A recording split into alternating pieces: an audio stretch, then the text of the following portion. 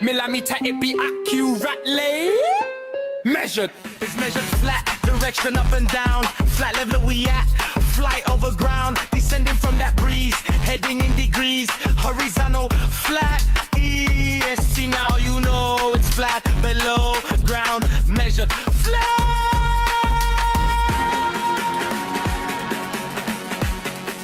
You hearing me now? Welcome to Flat Earth Debate, Uncut and After Show. I'm your host Nathan Oakley, and if you are new to this channel, or you've not done so already, then be sure to subscribe. Hit the bell notification icon and join button if you'd like to become a Nathan Oakley 1980 channel member and keep up to date with the Flat Earth Debate. If you would like to support the channel, there is a super chat that runs alongside each of these shows while they premiere, and there's also a coffee, Patreon, crypto and thanks button in the info box below the video. Speaking of patrons, I'm going to do a quick shout out to all of you who do support me on Patreon. So, a massive shout of thanks and appreciation to Sven P, Curved Fart, Pablo de la Cruz, Level Playing Poem, Vitali Z, Colton James, Survive the Spin, Thomas van der Zander, Measured Flat, Tiers Morgan, Mitch Kennedy, Rod, The Name's Burley, J Mels 24, Unimento, Iron 26, Retro Bill, John Kays, Patrick Gunnels, Bob Barker, Mobile Mac 777, Rob W, Dale West Watson, Unbelievable Productions, Blue Ridge Ranger, Abraham Mohammed, Skeptic 936, Texas Mike, Chow Yun Cat, and Dank. So another massive thank you to all of you for supporting me on Patreon. Links, as I say, to Patreon are below this video. But with that, I will hand across to whoever is in Discord and Google, so you can enjoy their dulcet tones while I set up for today's live show. And there's fantastic claims. Claiming you have machines zipping around in a fucking vacuum at 17,000 miles per hour is a fantastic claim. Okay. I can appreciate that. And there's no reason I should believe them. Can you give me a reason to believe that there's pictures of Earth from space? No, I can't. I can't convince you in any way. No, I'm at a reason. What was the reason you believed them? How did you evaluate them is what I'm asking you. Like, you were presented these pictures, someone said, hey, these are pictures from space. What was your evaluation process on that claim? Well, I didn't vet these images. What was your evaluation process on that claim? I just told you I didn't vet these images. You didn't even, for 1 second, you didn't do anything. No, I trusted. I didn't vet it in any way. I trusted. So you don't actually know the Earth's a globe. You just trust somebody else's claim that it is. Yeah, if I knew everything, I wouldn't need to do anything. I would just, at some point you have to trust somebody. What? What do you mean know everything? What's that got to do with? Hey, Neil.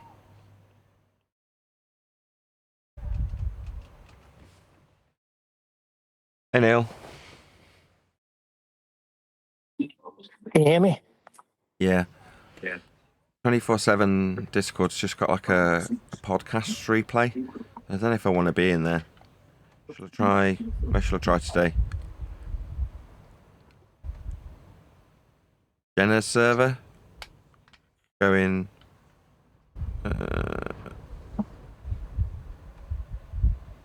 Man, this window's gonna have to be closed. It's too windy.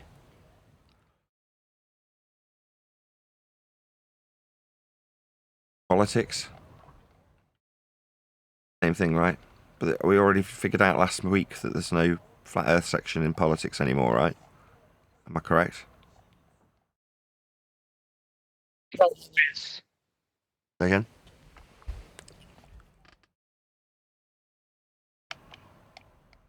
Guessing you're not around, eh, Neil? It's not required. Okay, You asked you're me not a question, I required gave to you an trust. honest answer. You're not required to trust Exactly. their claims, dude. Indio, you asked me a question. I gave you an honest answer.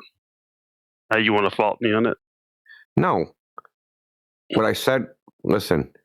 You said you I did. must trust somebody. That's not true. You don't have to trust anybody. Fair enough. You don't. In politics, they've got who needs 9/11 and things like that. F-bombs bunker, don't join. Psychic Stellarium, 9/11 skeptics, who needs enemies? Don't see a flat Earth room. Oh, here we go. 24/7 flat Earth. Let's try that. Is like 100 Yes. a million nanometers, you know. So But yeah, Ah, cool. These are real people. Jolly good. Right, we'll go in here. Where are we? Politics, I think. so that's right. 10 to the -9. But yeah, but like that difference could be made up by these two devices at opposite ends of the building. One just needs to be, you know, screwed down into the floor or so less tightly so that it's, you know, a fraction of a millimeter higher, or tilted a tiny, tiny, tiny fraction of a degree differently. And that wouldn't show you that the Earth is flat or round. You know what I mean? Like, Tiny degree differently. Yeah, it would. would have to be an infinitesimal well, change in tilt relative to the ground of one to the other, which you wouldn't see, certainly not with your eyes. You see what I mean? So I don't know if that proves I understand what you are trying to explain, but let me tell you, Pound says he doesn't highlight it's a flat Earth measurement. not doing anything to prove or disprove flat Earth. Yeah, he is. He's got a flat Earth measurement of a degree. They were the best engineers, using the best that they know about geometry. Should I pipe up, Neil? I should just leave him to it for a bit. And they did not knew that they are actually indirectly they prove flat Earth through that document that they posted. And so in that PDF it showed the measurements between the top distance between the plumb bobs and the bottom distance. So those two plumb bobs hanged 100 meters apart from each other. They were perfectly parallel. Parallel, plumb, and distance, all flat Earth measurements. Needed. Now, they were able to actually set the zero for the whole machine. That is perfectly flat and not tilted or whatever, you know. They needed a perfect cubic, every corner of that parallelogram had to be 90 degrees angles. If it was trapeze, then the machine will be not good. So yeah, but you can just they can just be fixed into the ground differently to achieve that alignment. That doesn't prove that the ground between them is perfectly flat, because as they're lining it up, I assume they use like optical. Oh, did I miss him giving the distance as a flat Earth measurement, Neil? Are you listening? optical linear encoders, and they made the but I can't printing talk. floor super. Did you hear him? I stepped away to turn the coffee machine on. Did he say the distance is a flat Earth prerequisite? Probably not. Did you No, not, he did you not didn't. hear? Oh, don't worry. We'll get into it when we're called upon, I'm sure. Now, Nathan, the thing is, What?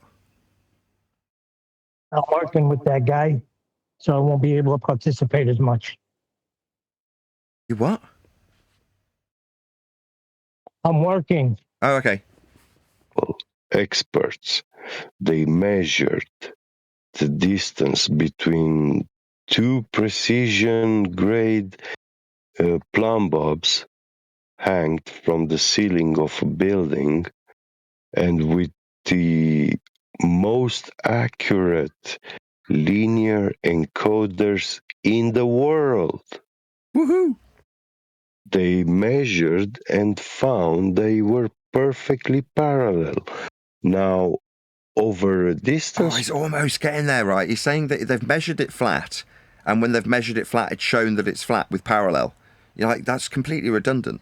Parallel itself's a flat Earth axiom. The distance between the points is a prerequisite flat Earth distance. It's linear.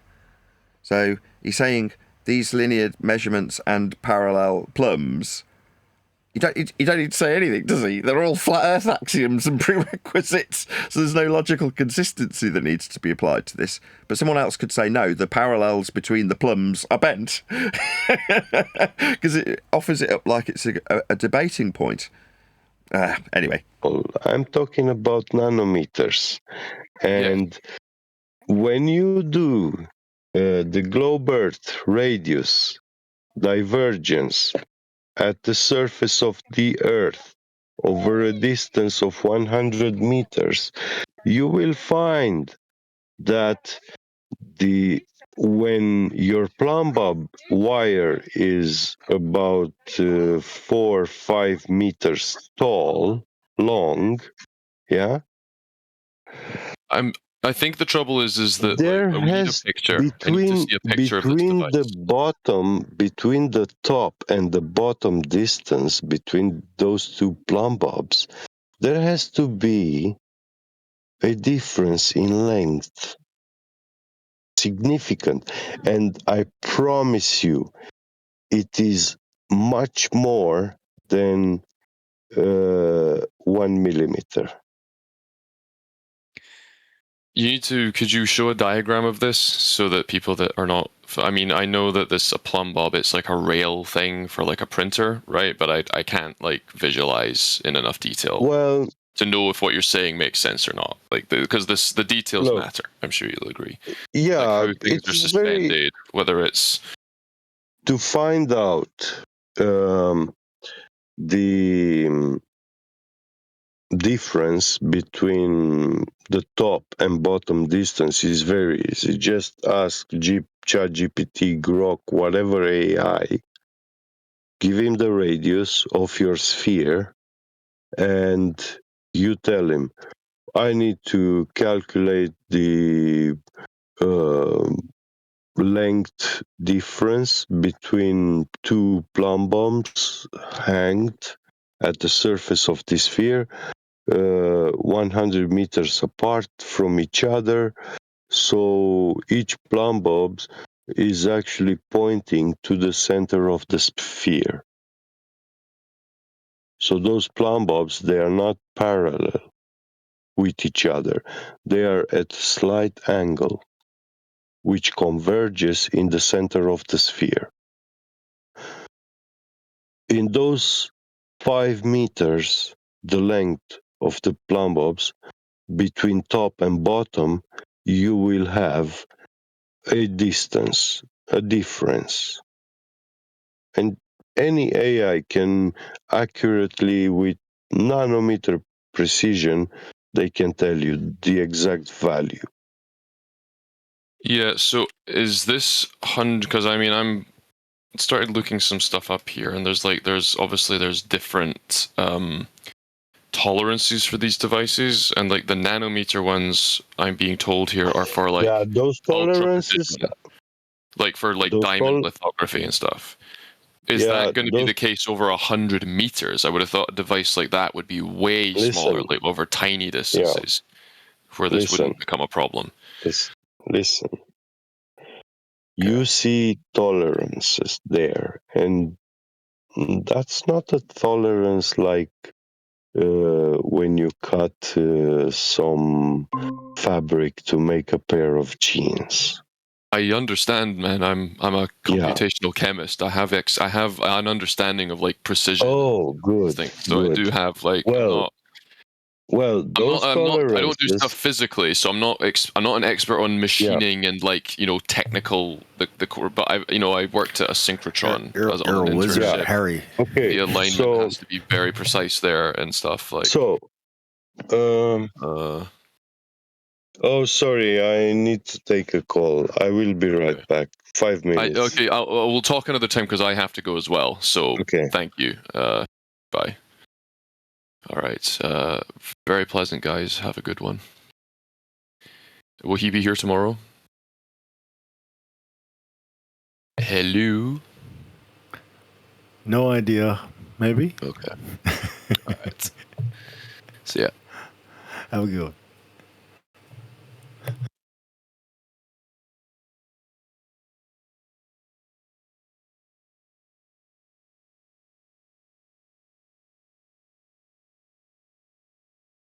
Hello.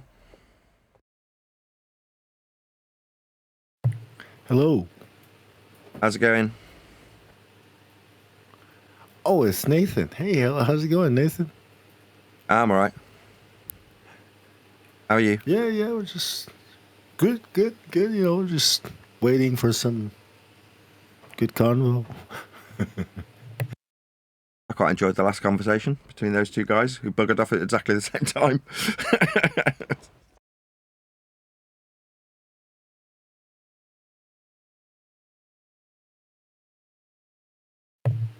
Sounded like a bunch of wizardry, you know. Like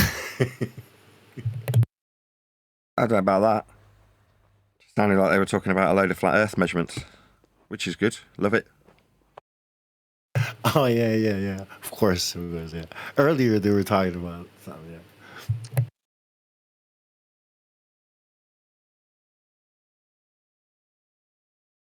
Afternoon, fellas. Hey, Len.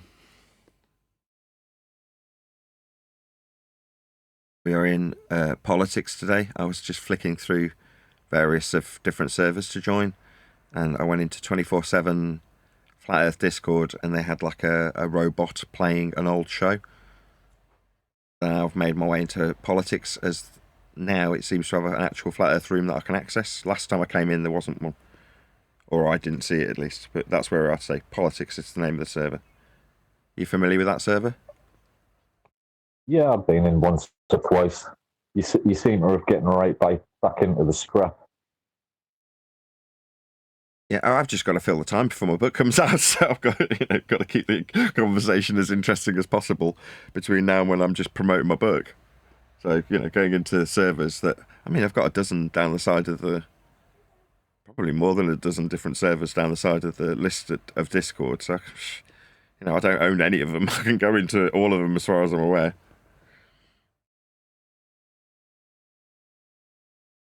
Are you just doing all these servers because you really didn't want to cover that video?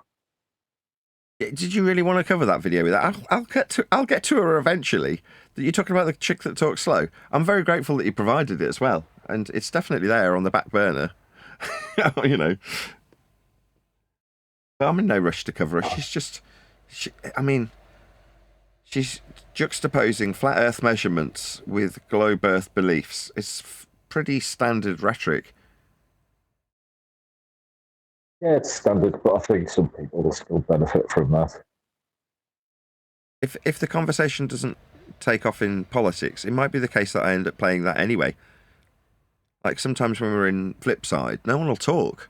So you sat there and the Discord server just doesn't say a word, in which case, yeah, I'll cover a video if they want to talk. And it might be the case that in some servers they don't like me playing videos, which is fine, I'll just say, okay, I'll go somewhere else. Because you're not talking. So if you're not talking and you don't want to hear some random video that we're critiquing,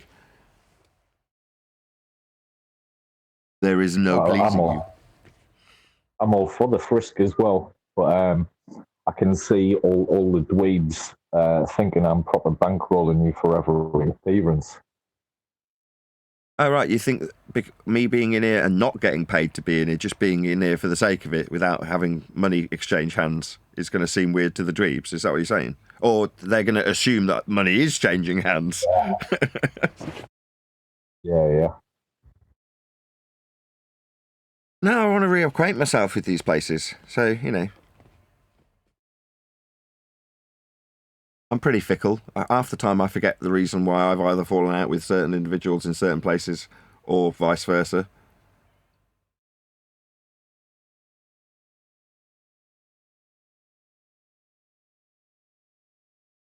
I'm the same. Out of sight, out of mind. I very rarely hold grudges as well. Sorry, Bong. Is it Bong? Go ahead. No, I was just gonna ask you. I was getting paid to be here. No, I'm not. The certain servers that I remember actually deriving pleasure from being in, and unless I'm very much mistaken, politics was one of them. Like, I actually enjoyed spending time there. There's certain platforms that are just riddled with ballers, and they'll take advantage of the, well, we can talk over you because it's Discord kind of attitude. aka neutral. Whereas from memory, again, correct me if I'm wrong, politics was always exceptionally well moderated. That is to say, people tend to behave themselves in there. And when I broke the rules, I used the N-word. I got banned. You're like, fair enough. Those are the rules. And you actually have, you know, if you live by the sword, die by the sword sort of thing. I'm thinking of politics, aren't I, when I say that they were good with mods, or they were good at keeping their own servers in check? I am thinking of the right server, aren't I? I think I am. I think it's politics. I think so, but that might have been when you got in touch with them, so they knew you were going to come in and do a show rather than just turning up unannounced. No, that was worldwide debates, Rex, that specifically wanted to know in advance. All right. I mean, even then, still didn't tell him. I'd still just go in anyway, and he'd be like, get a little bit snippy with me. He'd be like, well, if you're going to have a show, tell me in advance. I'd be like, yeah. But I have a show every day. But there we go.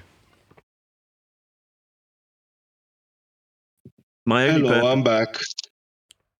Hello. Were you the chap chatting to the other guy? You did really well.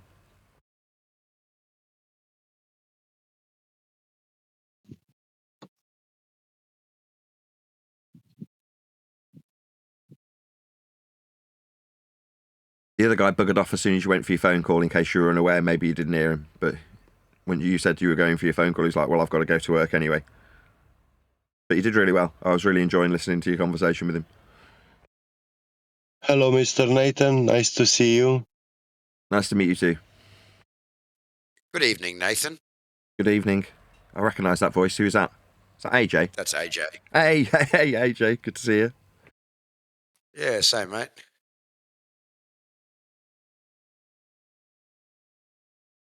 You would know.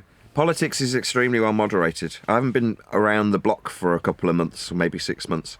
And I was just saying I'm not being paid to be here. And from memory, politics was actually quite good fun to actually just be in. In other words, a desirable Discord to be in, as oxymoronic as that may sound. Am I thinking of the right place? Because everyone was out vaguely remembering that it was well moderated. I remember getting banned for saying the N-word, but that's obviously the only lasting memory. But beyond that, you're like, no, I do vaguely remember being in politics and actually enjoying the company of the people there and the moderation team being exceptional. Yeah, I think I'm very happy to see you here, Mr. Nathan. Oh, jolly good.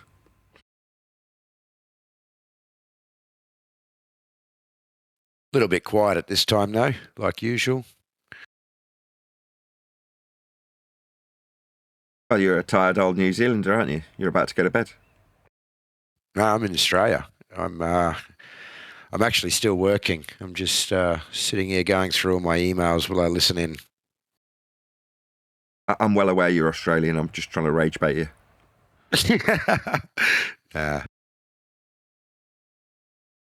No, I don't get upset about things like that. Had you had a greater degree of upward inflection, aka a New Zealander, I'd have suggested you were an Aussie.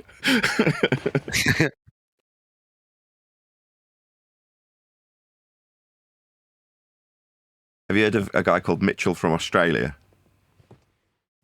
I have, actually. I used to watch him years and years ago, before I even came on Discord. But I think he stopped making videos. I didn't realise that. He ran a flat earth school for a while. But he dropped me a line about a week ago and he's like, looking forward to your book coming out. Might it be an idea to delay its release until after the World Cup's finished? And I was like, yeah, good advice. I said, you've actually got your name in the book, sort of, under a pseudonym. So I've changed and altered all the characters in its names to slightly altered pseudonyms.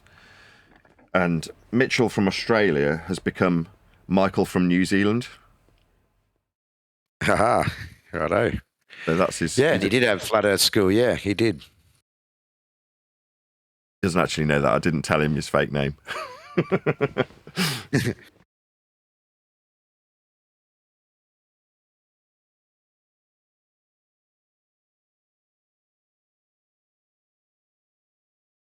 Yeah, there's an anecdotal incident where he laid out the Black Swan argument for a guy called Mr. Sensible, and the response he got from Mr. Sensible was, "At best, you've debunked the R value." End quote. Mr. Sensible, a guy who actually called the police on me because he was scared of me.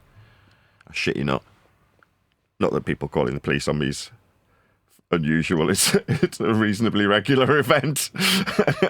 Nevertheless, that particular individual, more important to the discussion, was his concession at the hands of Mitchell from Australia.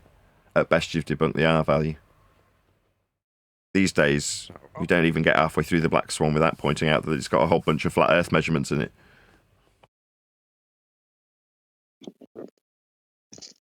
Well, he might have debunked the R value, but if he debunked the R value, then he debunked his globe, didn't he? Because everything's apparently based off that radius value.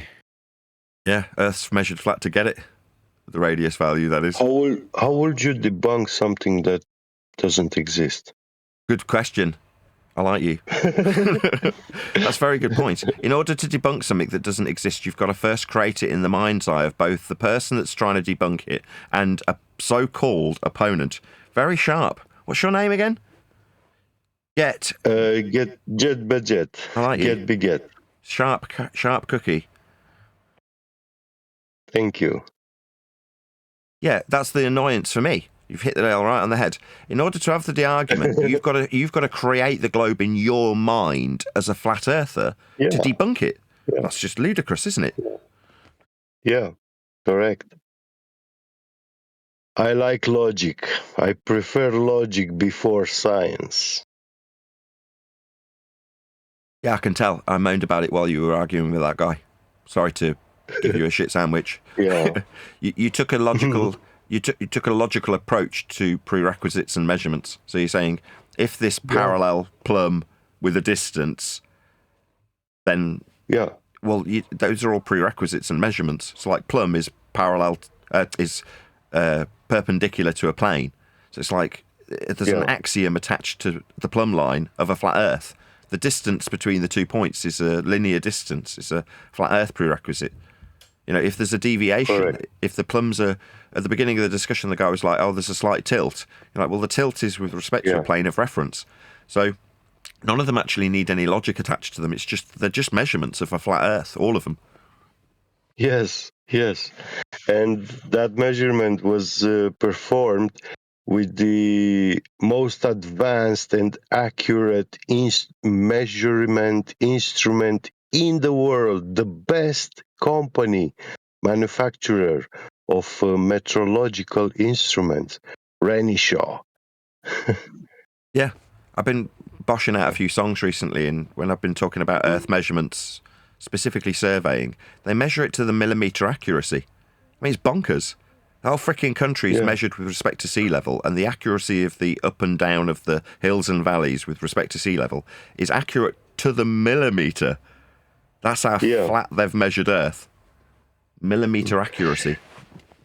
Yeah. Nathan, I want to tell you something. Okay. Should I be scared? Something to reflect on when you have time. I've always got time. Logic is the only thing that is fundamental. 3D space itself and nothing else, matter, are not fundamental. So, before everything exists, there is logic.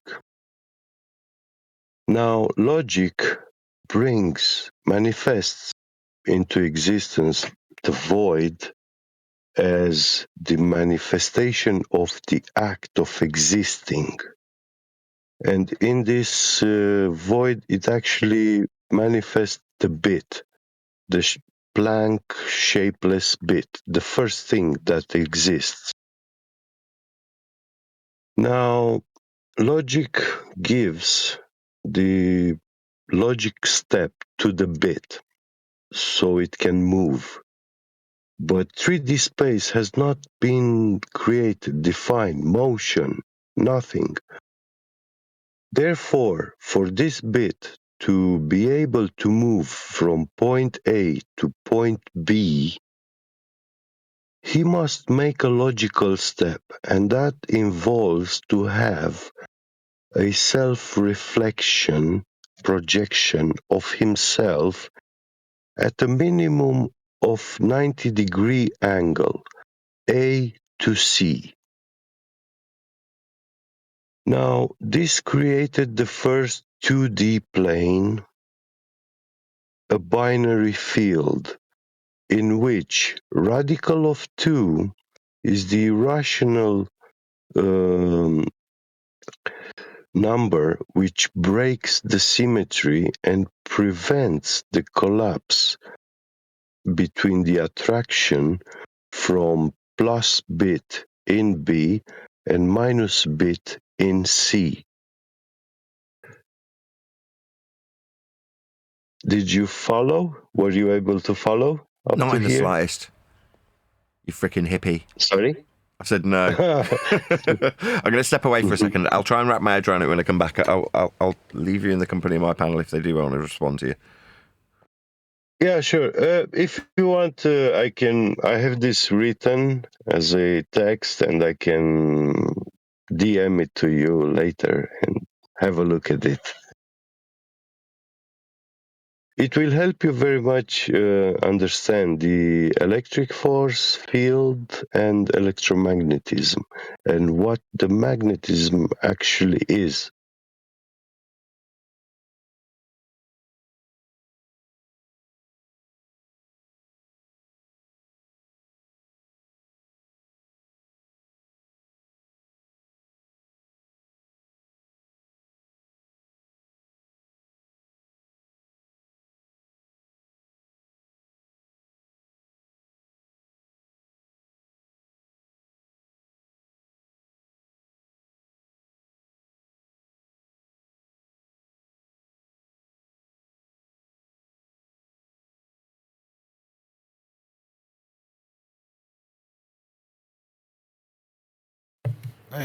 Are you I'm back.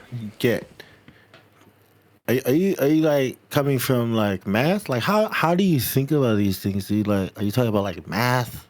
Or are you talking about like Logic. actual like yeah, like when you say logic, are you talking about like math? Math like Might be a maths Geometry. binary, right? So, Yeah. Doesn't have to be mathematics. because I think about mathematics. I think it's like it's because cause and effect. When we talk about cause and effect, we're talking about reality. So I think Yes. like Feynman diagrams. These things. I think it's simulation. I think it's all like divination and sorcery. But Well, modern, understanding. Go ahead. they knew it's a game there, which God is playing, but they didn't figure it out what kind of game God is actually playing. Einstein thought it was a game of dice because he saw cubes, the 3D assembly of 3D space. You have 6 Cartesian axis, 6 planes, plus minus XYZ planes. That's 3D space. So it looks like a dice. But he couldn't believe that it's a game of chance, of luck. You just roll dices. So his intuition was good when he said God doesn't play dice with the universe. But this was his refusal to capitulate against Heisenberg uncertainty principle or Schrödinger's cat argument. The thing which Schrödinger missed is that 3D space has a octahedral perspective, which also includes the inside of things. So all 3D things, they have an inside. And the photon does not deliver you all that information. It delivers you only 180 degrees from the octahedral perspective of 3D space. And it's hiding also the interior. Therefore, the shadows are the evidence that the photon is lying. It doesn't show you the reality. Well, this guy waffles on. That's Makes anthropomorphization sense? and reification that he's employing. What a load of cock waffle. Interesting. Where did you study physics? On the streets of Timișoara, Romania. Oh, like a veil. You mean like a veil? Yes. I mean, if you're talking about God, I think, like in Job, how God spoke to Job is like, Job, like, do you even know how anything works, Like, Yeah. you know what I mean? Like, all the Guys in G Plus picking up a recurring theme. These, like, self-appointed fart-sniffing gurus. These open-toed, sandal-wearing wankers on both sides that want to profess to be, like, enlightened. My God, it makes me want to puke. What about the time when... These are the people. I mean, in this instance, we've got a guy that's doing all right. He's talking about flat Earth measurements. He's turning it into logical consistencies, whether it's not needed or not. But now we've got these guys talking about God and, wank about shapes. That's all they're really doing. State of the world from ancient times when man became defiled, was taught how to sin and to blaspheme. So, yeah, those times are not today. Be right back. For God, this has 5 minutes. a fixation on fallacies. Be right back.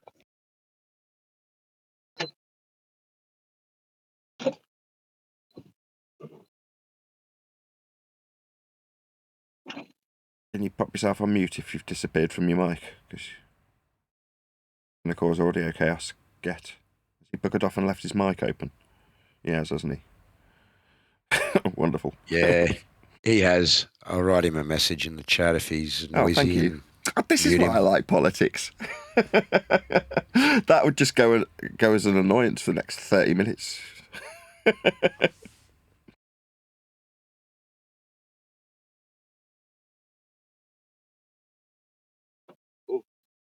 Speaking of mods, there's a really good mod in the, what's it called? Was it Worldwide Debates we were in on Friday? Spooks or Skeeks or something like that. Specs. You know what I'm talking about? No, I've only been over there a couple of times, and the couple of times that I went there wasn't really anything going on, and it was just a lot of shit talk, really, so I jumped out. I actually haven't heard any debates. There isn't any debate anymore. It's over. It's all measured flat, isn't it?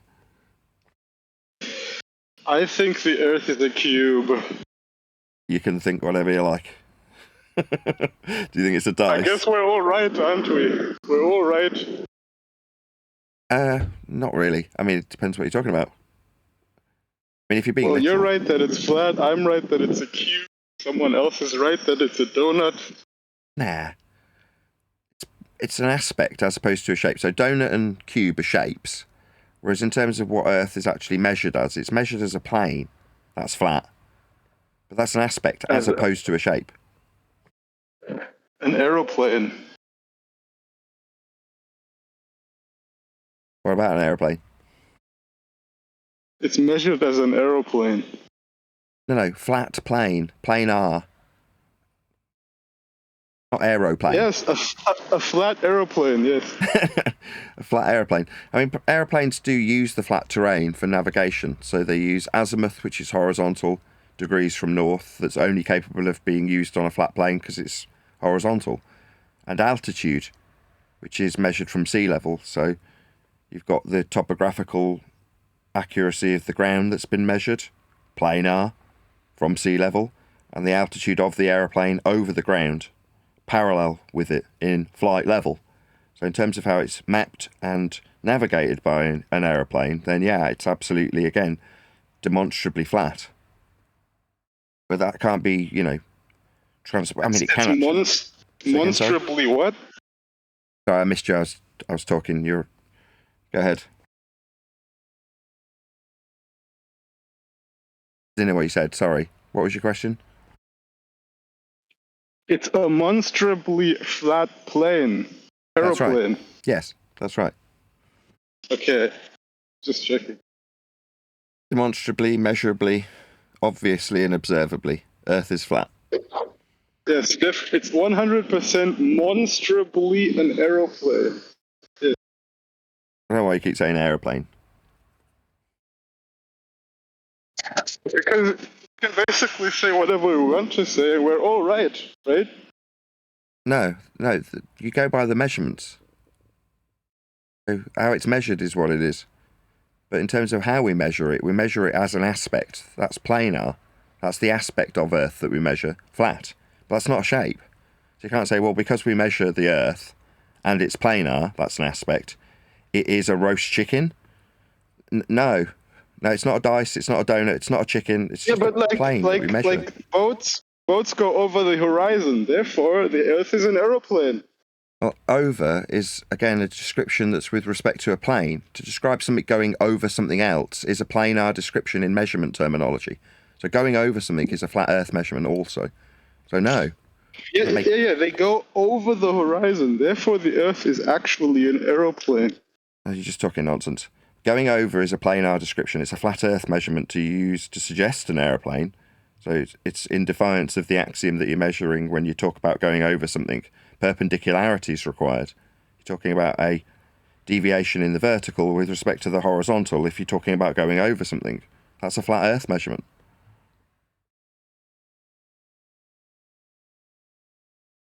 And that isn't really what you mean. What you actually mean is the distance to a geometric horizon that is suggested to obscure the view of the boat is at 1.22 times the square root of the observer's measured height off a flat Earth. That's called geometric Earth curve mathematics. But it requires Earth be measured flat for distance in a linear format and height off a flat Earth at sea level. So it's riddled with flat Earth measurements. But that's what you actually mean. But it doesn't change that in just simple verbiage. When you describe a boat going over something, that's a flat Earth measurement. I'm going to nip to the loo. Be right back.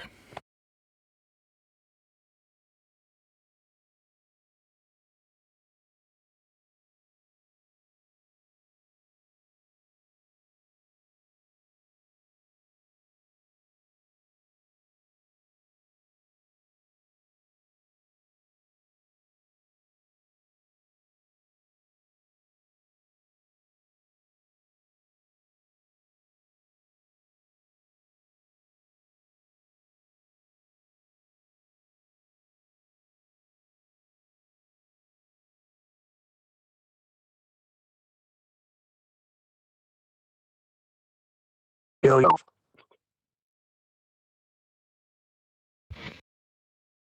Alright, welcome to the new people.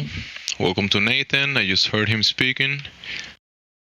If anyone got any questions, it's Yeah, I just I'm on the panel with Nathan. I'm working, so I can't get involved as much. So it's all on you guys. Yeah, I heard you the first time. Good. Quick one, Gemsy. If you're friends with Get Me Get, tell him to come back in so I can unserver mute him. He was just hot micing before when he was away, but he ducked out. Oh, that's fine. The server mute only lasts like 45 minutes, so if he comes back after that, he'll be unmuted automatically, though. That's cool. Yeah, all good then. That's a cool feature. Another reason to like politics. They've got little cool features that are exploiting out of Discord to make it that little bit more pleasant. Except that the trolls only get 45 minutes too, you know. But the fact there's a timer on it at all is just cool, technically speaking. I mean, I don't care. But in terms of people being able to speak or not, I've resigned myself that people will just talk through you. You know, that's how it goes. When they're triggered, they talk through you.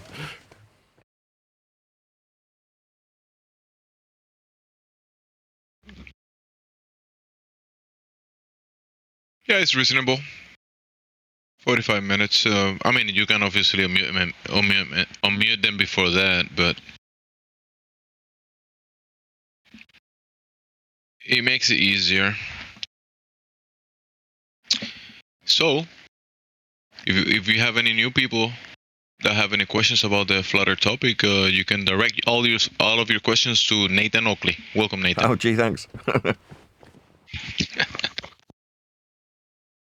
Since I'm having a brunch.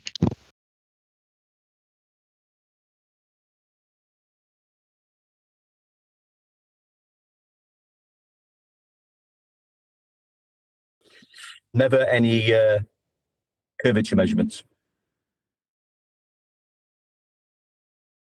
No, just extractions from flat Earth measurements to suggest or calculate more accurately curvature into existence based on those flat Earth measurements. Nathan, are you able to see the chat in here in this VC? No, sorry. I can just see the voice chat room and who's in it.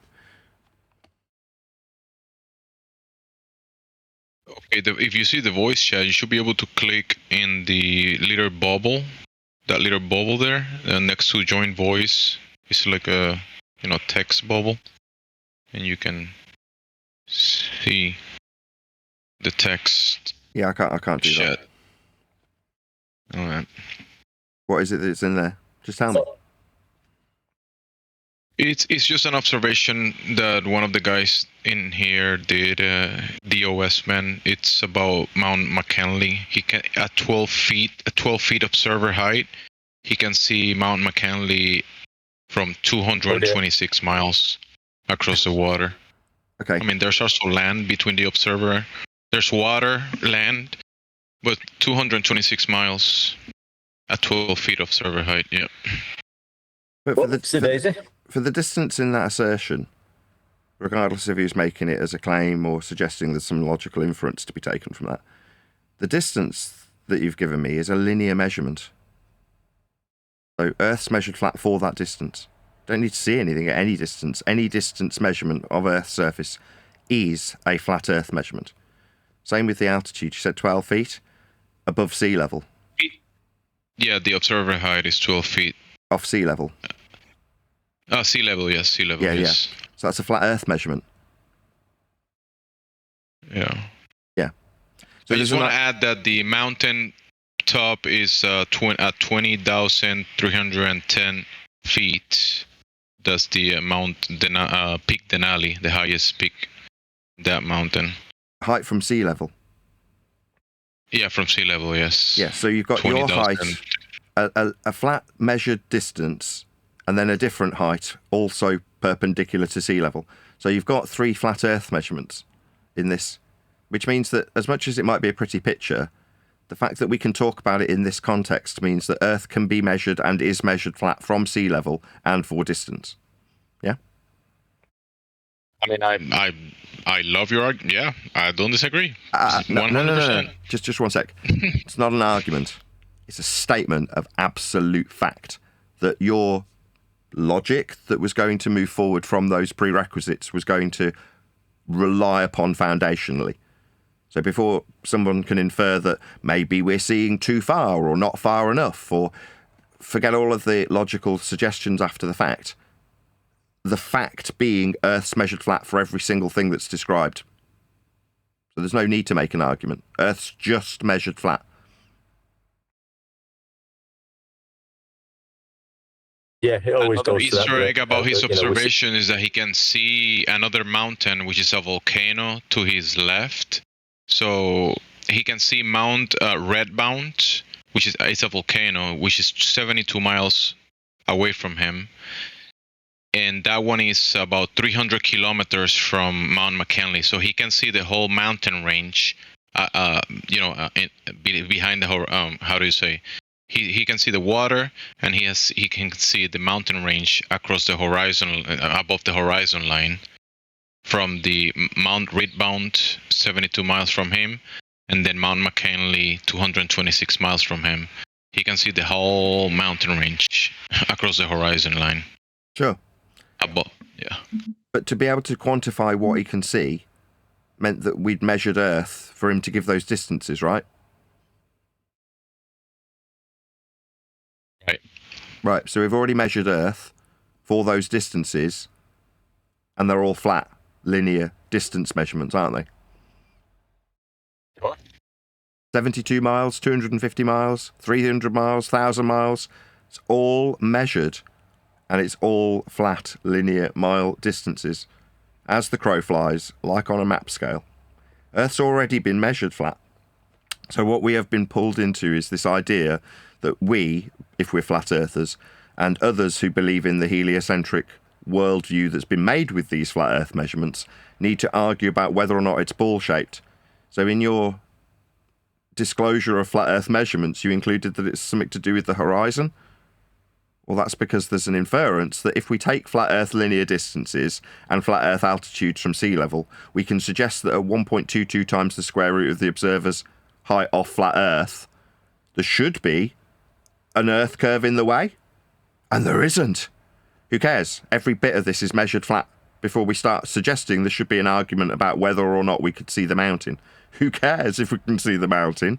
We've already measured and surveyed every inch of it flat anyway. But if we can just whistle past how flat we need to accept Earth has been measured, we can argue about whether or not we should or shouldn't see the mountain. Do you see the trick? It's a PSYOP version of flat Earth. Don't need to argue about whether or not Earth's flat. It's been measured that way. No need for logical inference or how far we see. We just see mountains.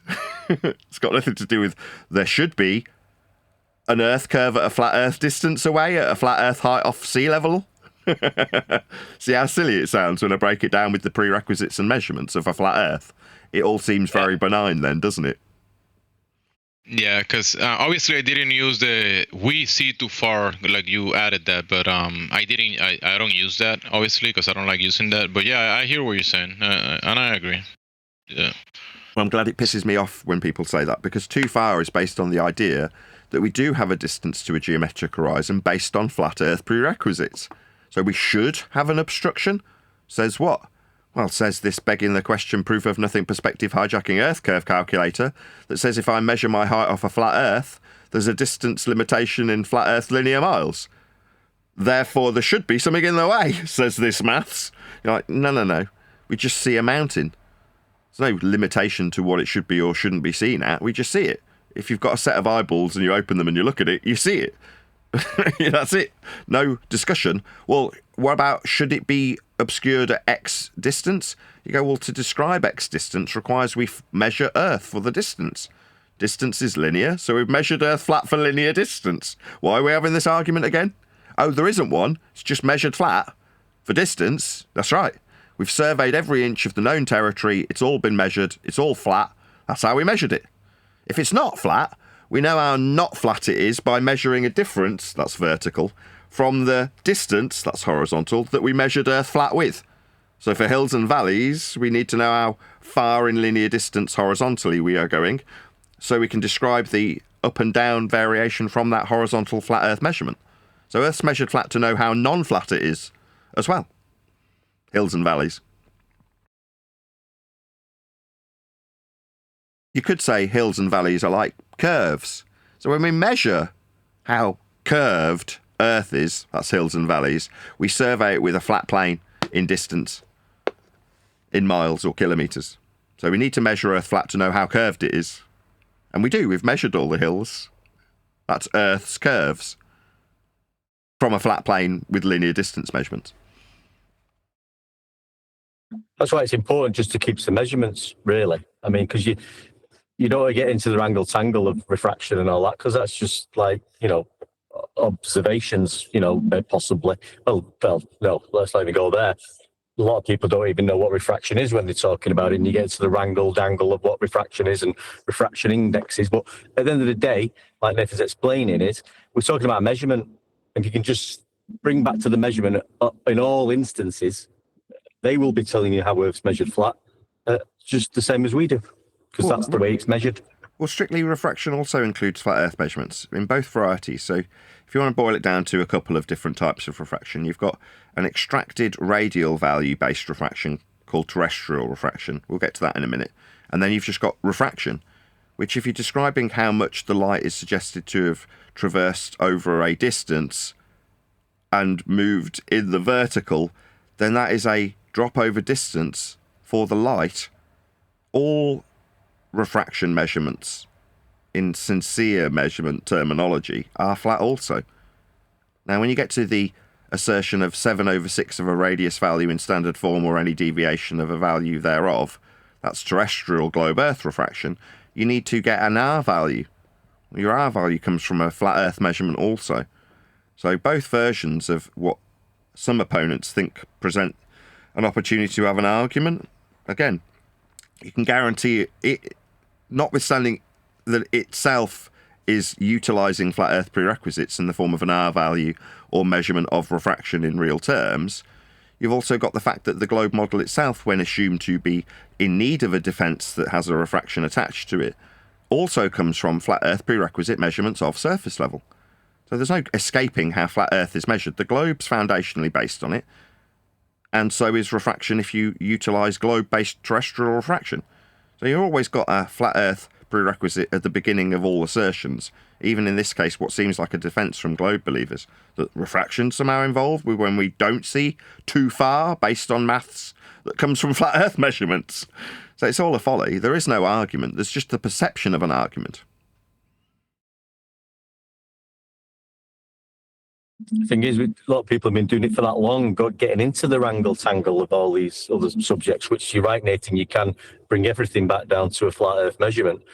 But I think a lot of people's minds, it's difficult for them to get out of that way of thinking, how it's been over the years, whereas you, at the moment, and on the show, we're just telling you how Earth's measured flat, and everybody talking about any Earth measurement will be describing how it's utilized and measured flat from 0 degree baseline called sea level. Sorry, I mean mean sea level.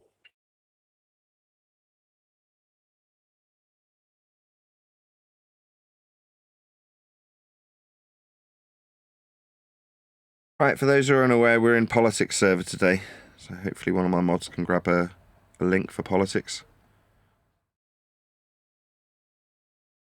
Can one of your mods send Gemsy the link to the server that you guys normally frequent, by any chance? Kindly?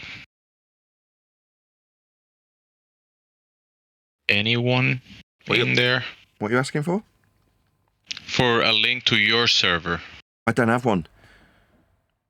Oh, you guys are not like together in a like a Discord call or something? Oh right, that's like Flip meet. side. That's Flip meet. side. So I pay for that. That's like a room I pay for, just so I've got the facility to run my show from it. So, but I don't have a Discord server. No, I just toddle along to people who'll tolerate me being there. In this case, politics, and then I share that with the audience. But I don't have one. I don't have a Discord server. On a daily basis, though, we use Divergent Droid's flip side. That's what we're currently on most days. Because when you say one of the mods shared the politics server, I was thinking you're sharing it somewhere. I see where it's summarized. Yes, that's confusing. So no, what I mean is, as was just mentioned, Divergent Droid is my mod, and he's just posted a link to the politics server for a YouTube audience. So the YouTube audience is going to get a link to this server so they can find their way here. Does that make sense? So that makes sense now. Thanks. It's almost like my gratitude for people tolerating me being here is me sharing their link so hopefully their server grows. But I need the link to do that, so hence I'm asking for my YouTube mod to put it out to the audience, as is now dutifully done. So as you can see going by, if you're watching this, there's the link to Discord. Please don't swear. Sounds good.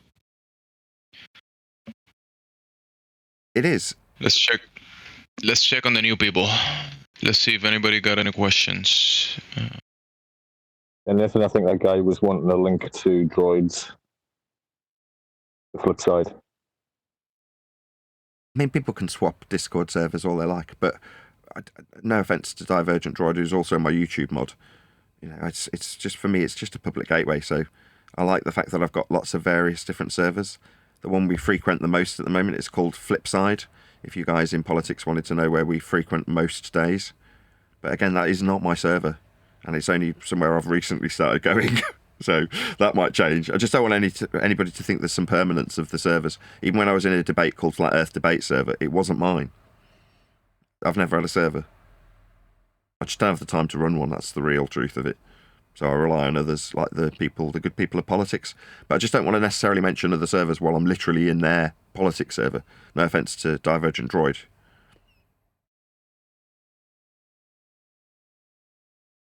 Anyway. It's good to be here, all the same.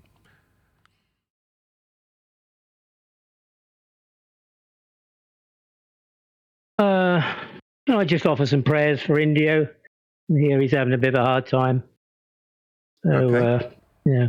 What's Good happened luck to to Indio? him. What's happened to Indio?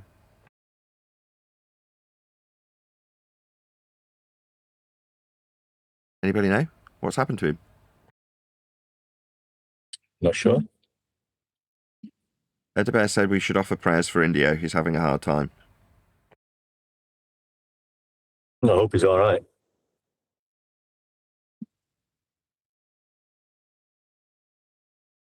I'll just say a prayer anyway for him. Hope it reaches him.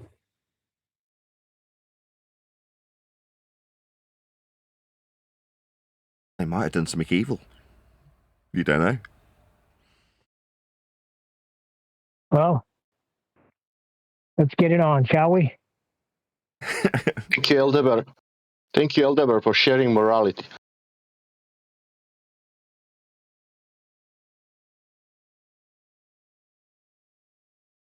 Well, that killed the conversation. It's something we should talk about in hushed tones. No, I think we was just describing how in all instances Earth's measured flat, and some people on the globe side try and skip over that fact and get you to talk about, observations and things called refraction, which you can boil down to, like you've just described. Praying for the people while it's a flat earth debate. Sorry, mate?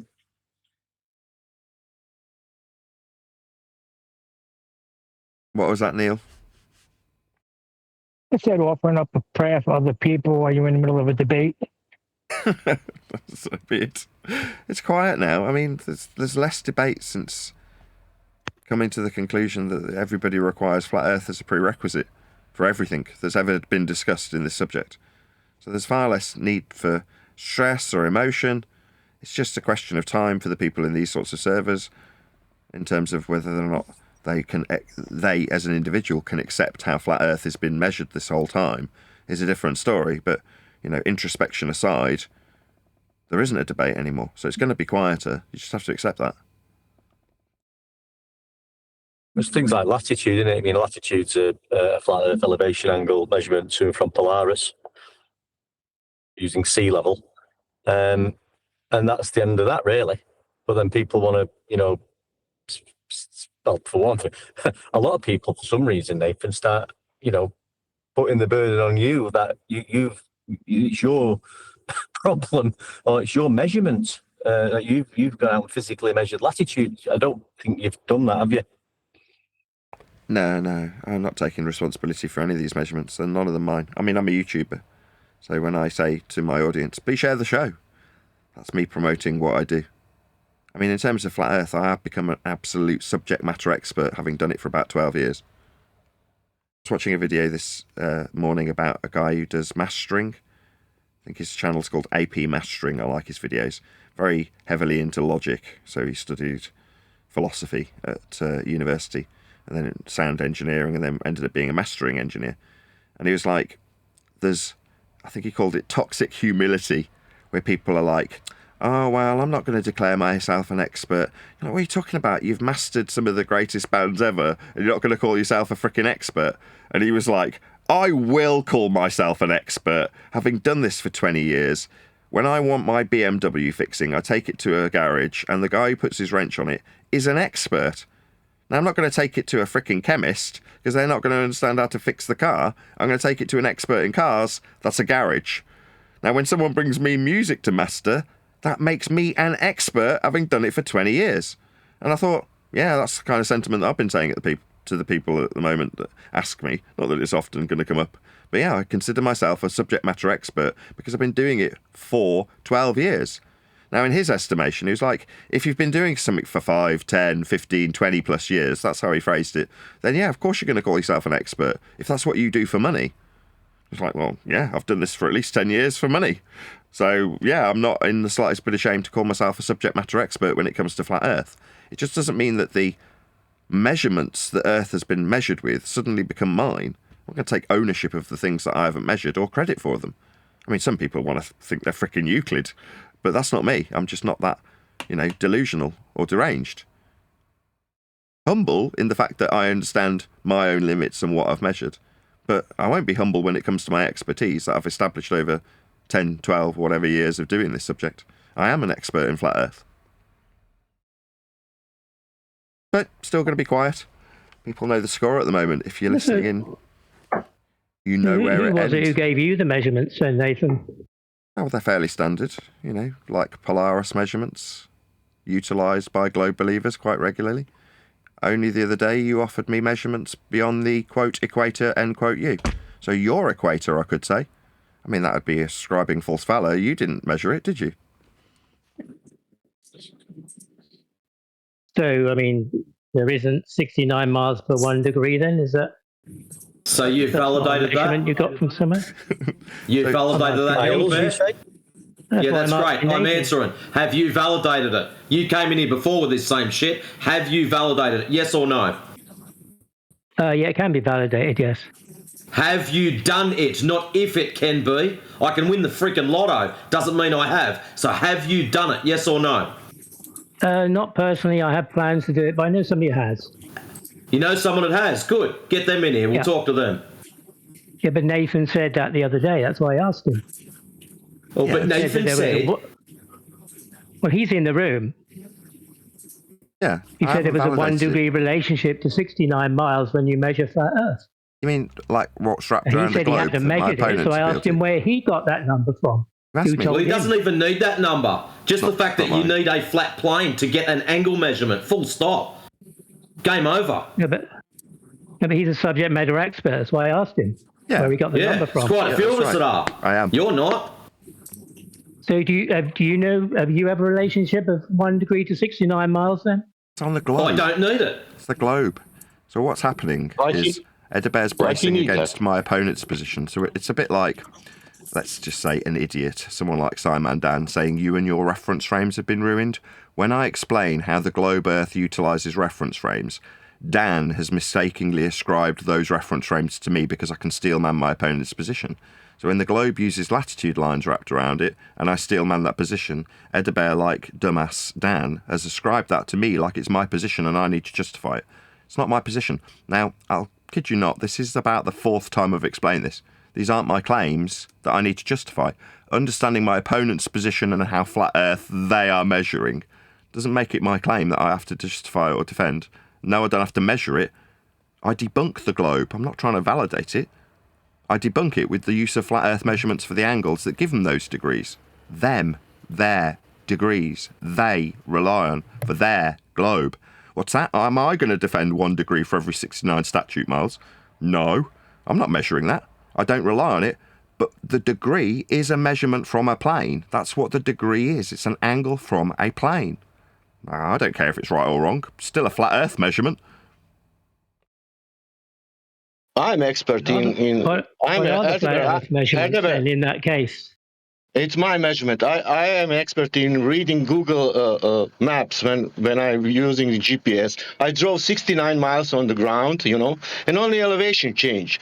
Distance was the same. I got from point A to point B. Everything was fine. Elevation change, and it was also graphically show me, on GPS you can find it on your GPS on phone, and it's showing you how it's flat and it's only elevation change. 69 miles. I also drove like for 500 miles. It's the same thing.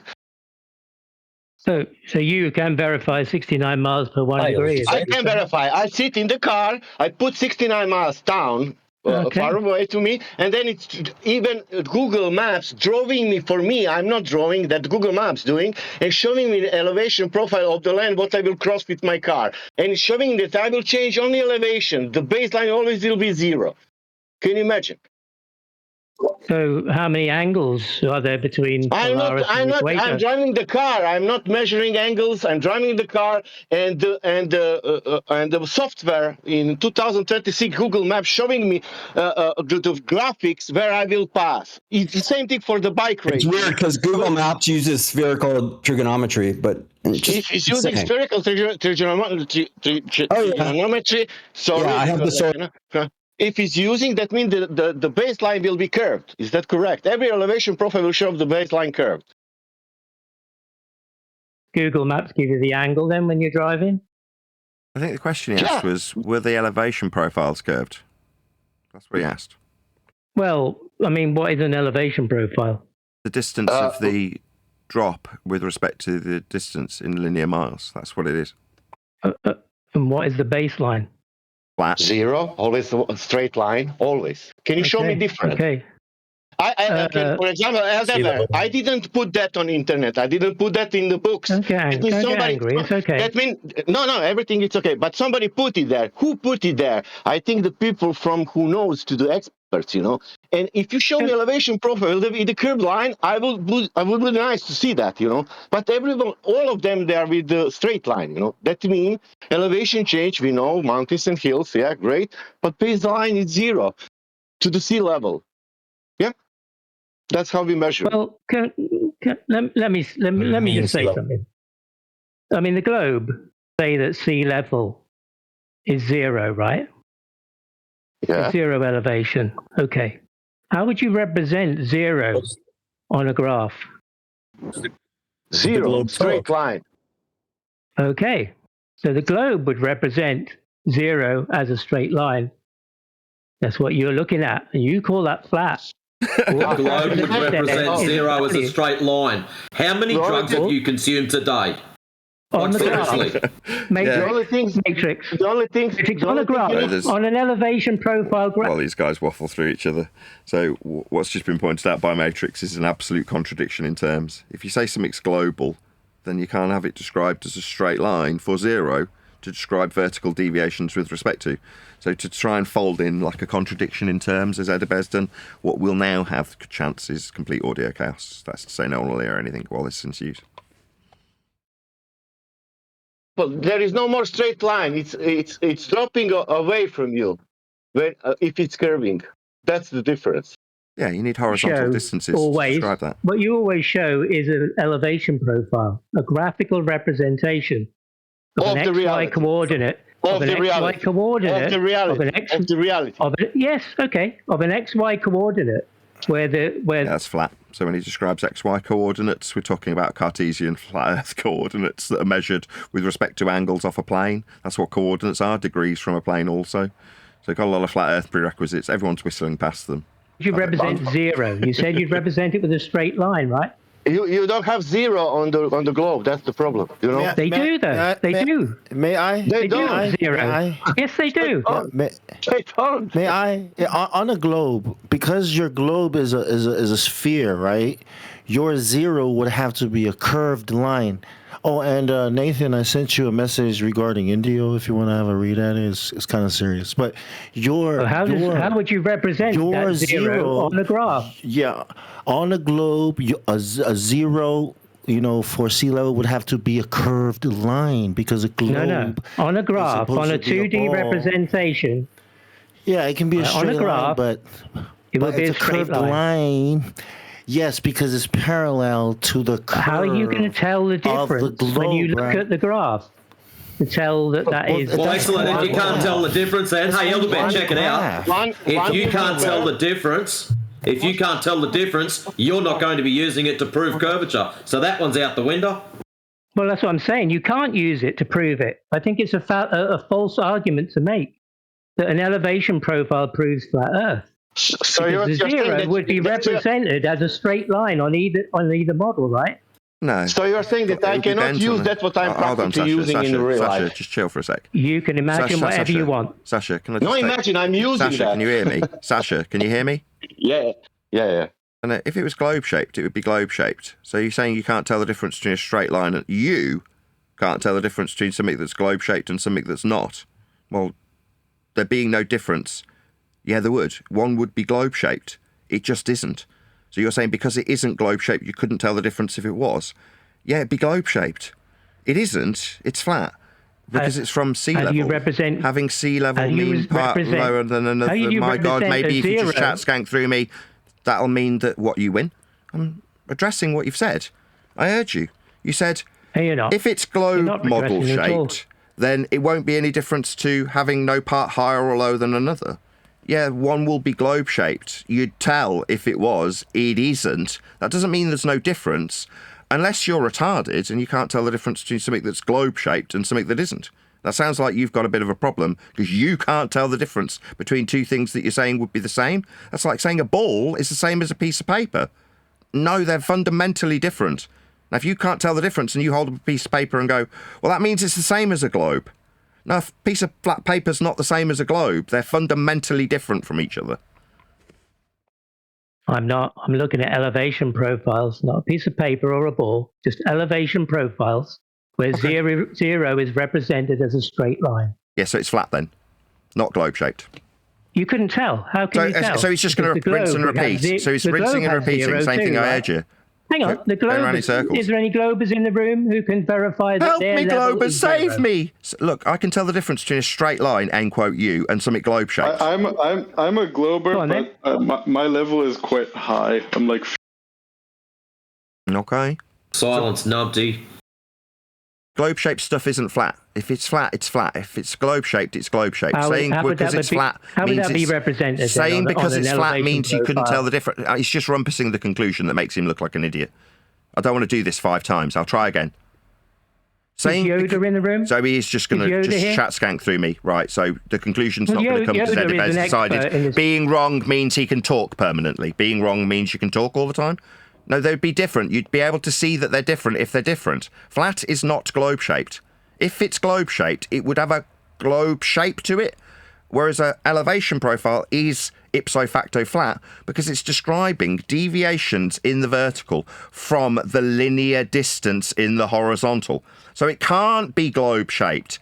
If it was globe-shaped, we'd measure how globe-shaped it was from the horizontal. That would be curve. The curve is a deviation from the horizontal. So if it was curved, that's how we'd see how curved it was. You're saying, well, we wouldn't be able to see. It's a measurement of curve. All it's doing is measuring curve. And the curve is a deviation in the vertical from the horizontal. If there was curve, it would be measured and we'd see it in an elevation profile. We don't. Response, you wouldn't be able to tell. It's showing the measurements. There just isn't any overarching Earth curve sphericity. That's a mathematical concept. The mathematical concept of Earth curve sphericity is also derived from flat Earth measurements. Linear distances, miles, radii. They don't bend. They're straight. They're flat. Your radii is straight to infer the model I've got on screen for my audience. This model is derived from flat Earth measurements. It's called the globe. You need to measure Earth flat to achieve it. You show me an elevation profile that represents the globe with a zero. Why? I'm not a freaking globe head. Why are you reversing the burden? You show me if you want to suggest we've got a bleeding globe, telling me to do it, you dumbass.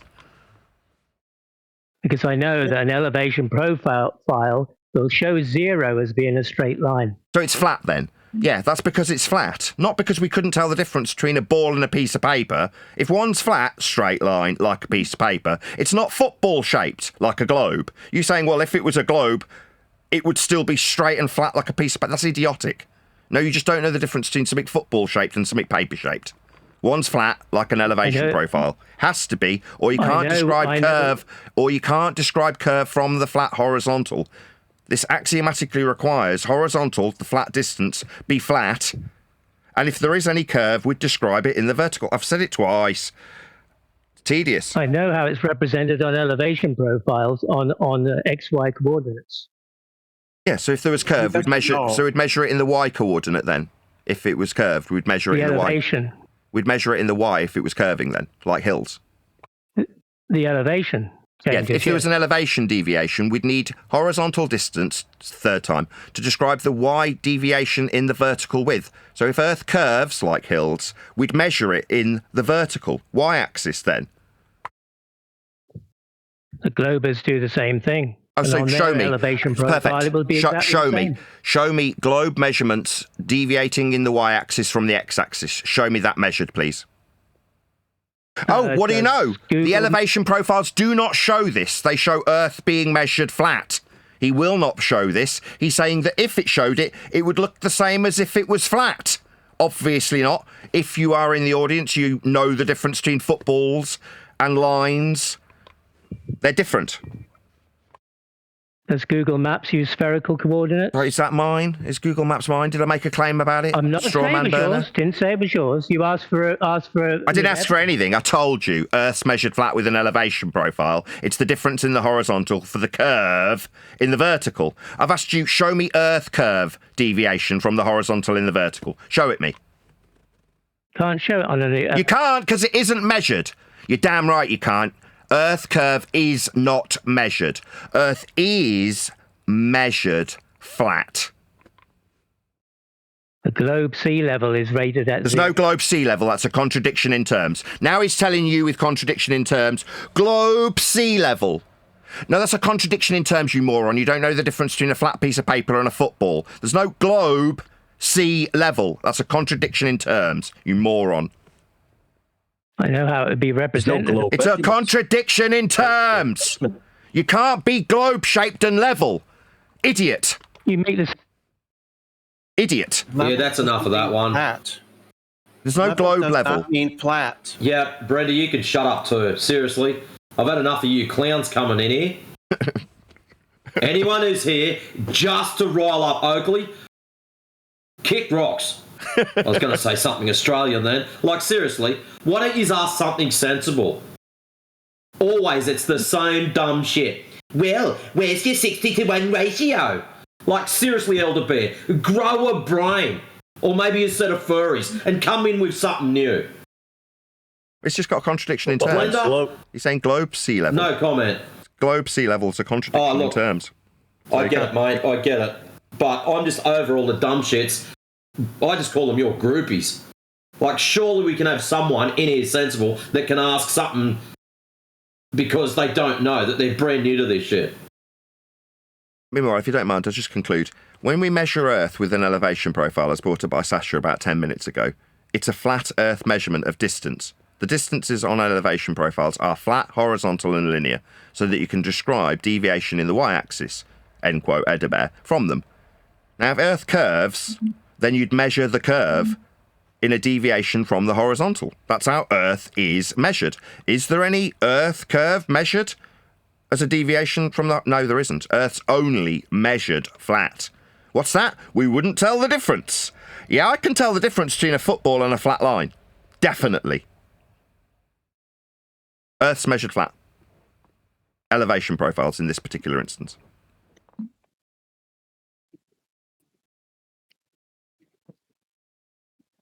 Next. I'm trying to explain globus what a 1 radian angle is within a 360-degree circle. Because when you leave that x-axis, the first degree you run in, that is 1 degree. But 1 degree has 60 arc minutes, which makes up that first initial angle of 75.29 arc minutes. Why you put pi in that is to make that 1 degree whole. They all keep saying it is for a 60-degree circle. No, idiots. A 60-degree circle has 3,600 arc minutes in it, not 60. Sure, but if you're referencing any of these measurements with respect to Earth and its measurements, like for star degrees, then you're talking about measuring Earth as a planar surface for azimuth and altitude. Earth's measured flat for this to be practically usable. Exactly. You need that azimuthal base plane, which you can make the same triangles up as you're doing in the sky. Exactly. So this might blow some people's minds. When you make these measurements, you're measuring a flat plane for azimuth and a flat sky for altitude. The degrees that you measure, if you imagine that a star is on the horizon, that doesn't mean it's actually hitting the ground. It means it's at 0 through a protractor view, and at 90 or zenith for someone who's at that ground position. So for a star, for you measuring it on the horizon For somebody over there, where the star is, it's above their head. That means we are measuring a planar sky above a planar ground, with degrees of your vision being made up by the degrees that eventually form the globe. You're essentially wrapping a protractor around your position and calling that protractor, the curve of that protractor, a globe from a North Pole-centric position. That's all a globe is, a glorified protractor. But the Earth and the sky are both flat for this system to even exist to create the globe with. Earth's measured flat for the degrees. The globe's a glorified protractor.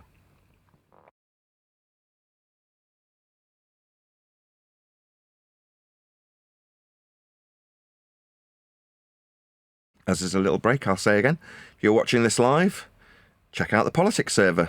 In my humble opinion, the best moderated server that I've been in so far, even though I got banned for saying a word that I shouldn't have said. I shouldn't have said it.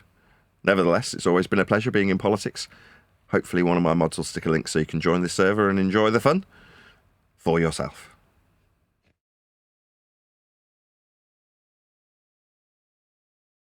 Yeah, there was one chap earlier, Nathan, who tried to ask a question. Buck Sodbuster. I think he's another one of your groupies. But he got muted because he decided to do it through someone else. So if he'd like to ask his question now, he's more than welcome to do so. What's the point of asking a question? It's just going to be the same old nonsense. Earth is measured flat. We can't take an elevation angle. Hang on. You asked me to speak. You can't take an elevation angle from a curved surface. Like, that's such utter childish nonsense. Let's just take this one step at a time. Define an angle tough for guy. me, please. Let's go. Ask your question for me. I just did. Tough guy, answer it. Go ahead. Maybe you should shut up and listen then. Define maybe you an should angle. kiss my ass. Go ahead and listen. Because there's only one person here that... Gay. No one cares about you, Sook. Go and look up the definition of an angle and tell us how you get an angle from a curved surface. Then come back and apologise later on. You're welcome. Next. That was quick. So what, by trying to decry the fact that you can't get an elevation angle measurement from a curved baseline? Yeah, that's an absolute fact. But when you say saying it makes you childish, oh, it seems like that gets you removed immediately for being a wanker, Sodbuster. Shocking. Meanwhile, Sodbuster's the type of guy that likes bending radial values. Arc length, you say? Radial values, just straight. Buck didn't understand that. Struggles with straight radii. But that's not my problem. Meanwhile, Earth's measured flat. All of the arc distances are arcs along a protractor that you get a degree from a flat Earth with. So in order to create a ball as a glorified protractor around your position, you need a North Pole-centric position with the degrees of latitude marked in it. The ones that were ascribed to me earlier by a Bev compadre called Edabeh, were suddenly being surmised and summarised by me steelmanning it makes it mine. What, these degrees that you have wrapped around your ball, an equatorial planar point that's got azimuth for direction, and altitude for the degrees of a planar sky above a planar flat Earth. Well, that's a planar flat Earth that you're creating your globe Earth with there.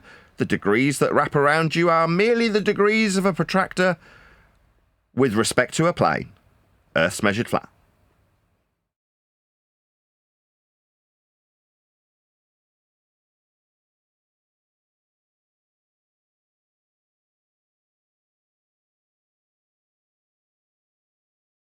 Next. Hello, guys. Hello. I have a little, not a little, but a follow-up announcement to make about this event that I'm hosting that is in this server, which you guys will be interested in because there's someone debating pro flat Earth versus curved Earth as well. So may I get a little bit of your attention real quick to the side chat? I mean, I'll be honest, I'm not that interested. There is no debate. Earth's measured flat for both sides of that so-called debate, but you go ahead. It's not going to interest me. Yeah, but I asked the owner of the chat, so he told me I could make this announcement real quick, so I just hope you listen to it. Even if you're not interested, I'm pretty sure it's going to be a interesting debate to listen to both sides, wouldn't you say? So the whole premise, basically, of this debate is to steelman your opponent's point of view, right? So what we're doing here is we're making the flat earther argue for the curvature of the earth, and we're making the curved earth guy argue for the flat earth concept. And that's it with like every other debate as well. So like there's a communist, there's a capitalist, there's anarchy, commies. There's basically every single like topic that you can find under the earth, but it's a stillman debate, right? So you're not supposed to debate what you believe in, you're supposed to debate what your opponent is believing in. And it's on the 15th of July, 8 p.m. EST. And if you guys can make it, if it's something that you find interesting, please go on side chat and click interest and show love. Because I feel like it's going to give you a lot of perspective on, other people's, side of things. And I feel like it's going to be a really, really, really big opportunity for you, for your concept, for the flat earthers to propagate their views and their facts to a very large audience, because it's the biggest event on the server right now. There's 210 people coming. We know their views. They can't steelman us. They've never been able to steelman us. Yeah, but that's, sure, that might be the case, but hey, wouldn't you like to be a little bit more optimistic about it since you believe in it so sternly? He was being optimistic. They're hopeless at steelmanning our arguments, dude. We can all steelman the globe. I understand, but it's, yeah.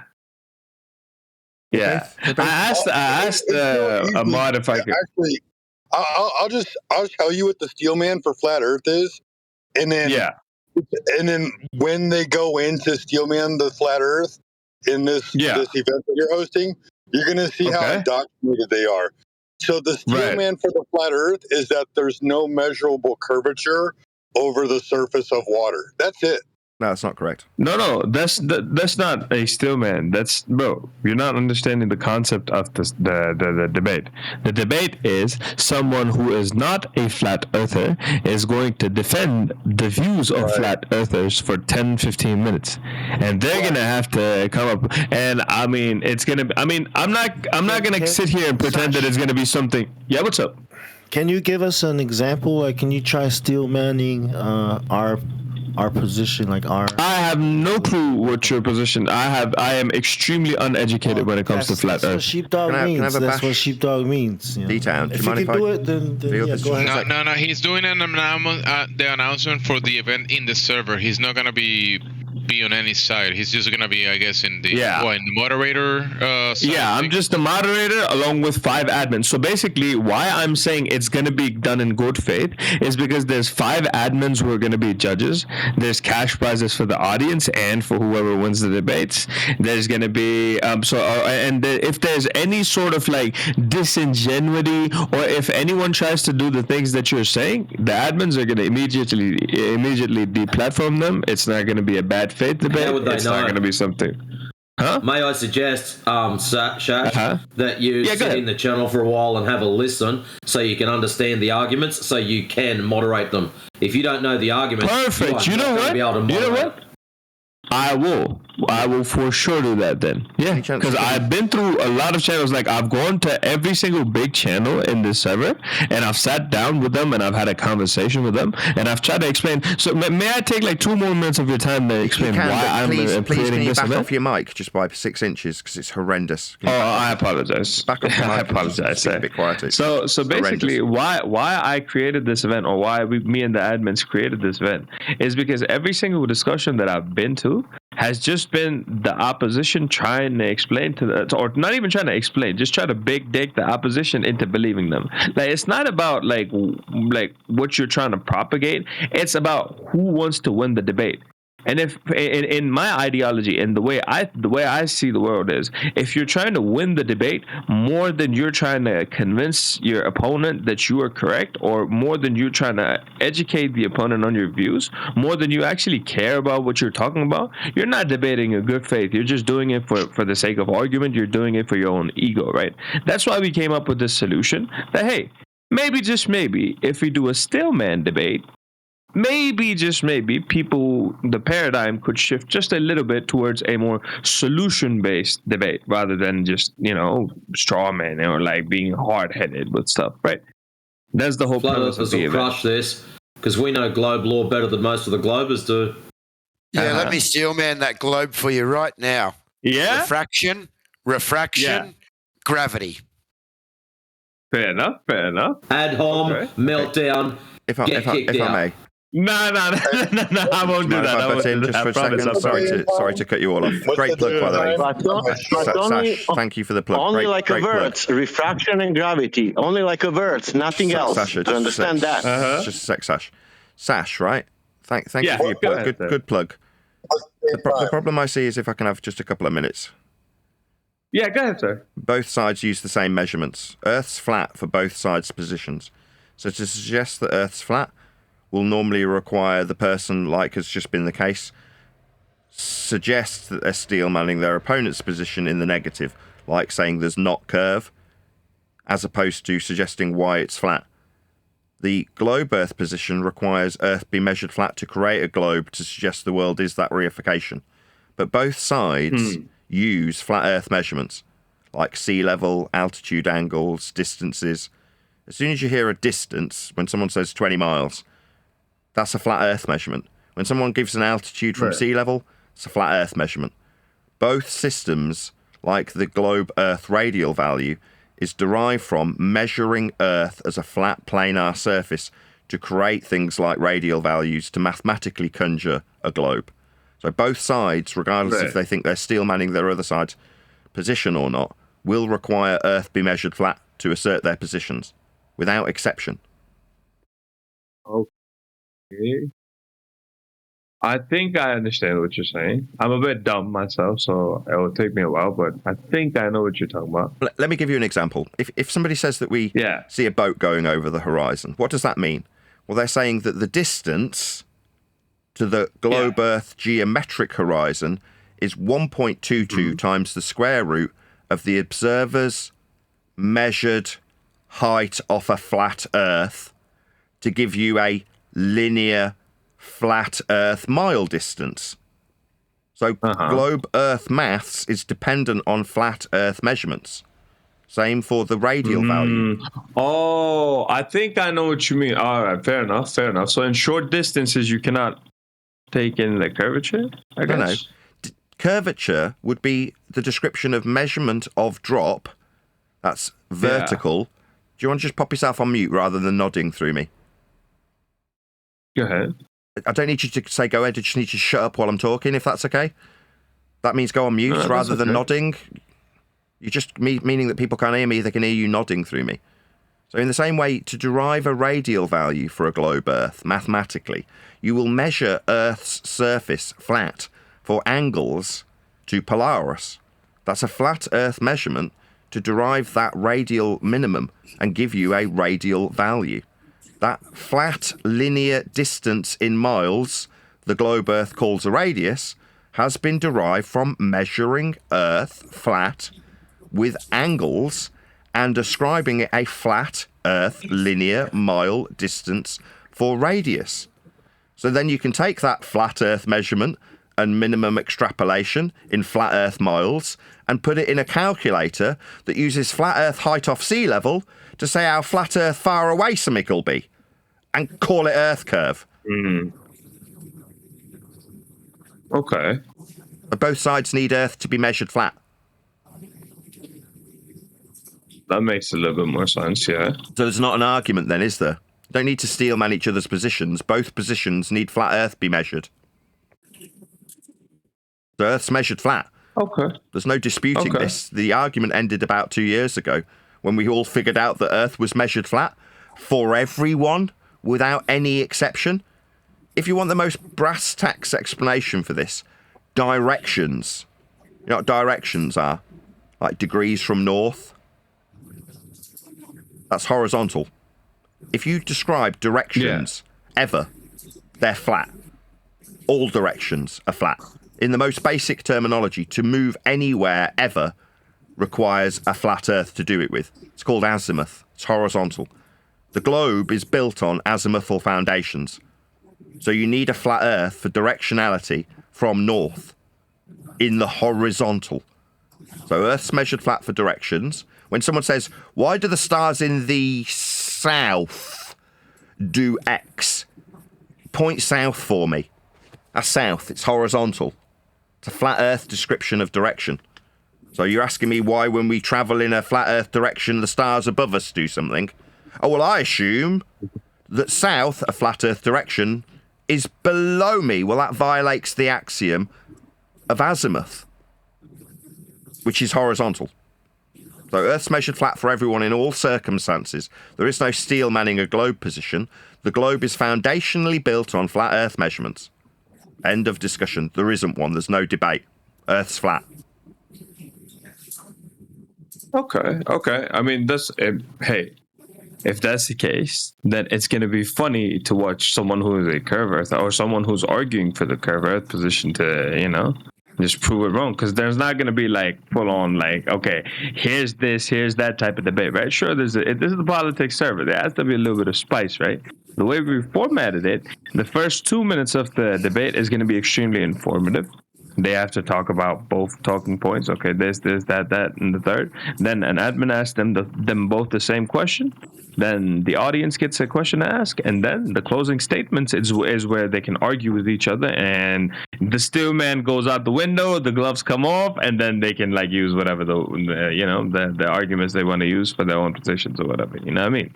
So it's shaped that way as well. Most people don't realise that they're arguing for a concept they have to create, the globe, from flat Earth measurements to suggest why the globe's wrong. That's what flat earthers think they're doing. The flat earthers are not flat earthers. Most of them are anti-globers, and they'll tell you how there's no curve, how we see too far, ignoring that assumption is based on measurements of Earth's surface, flat for distance, flat for elevation, flat for direction, flat. Okay, I hear your point. I'm not disagreeing with your point.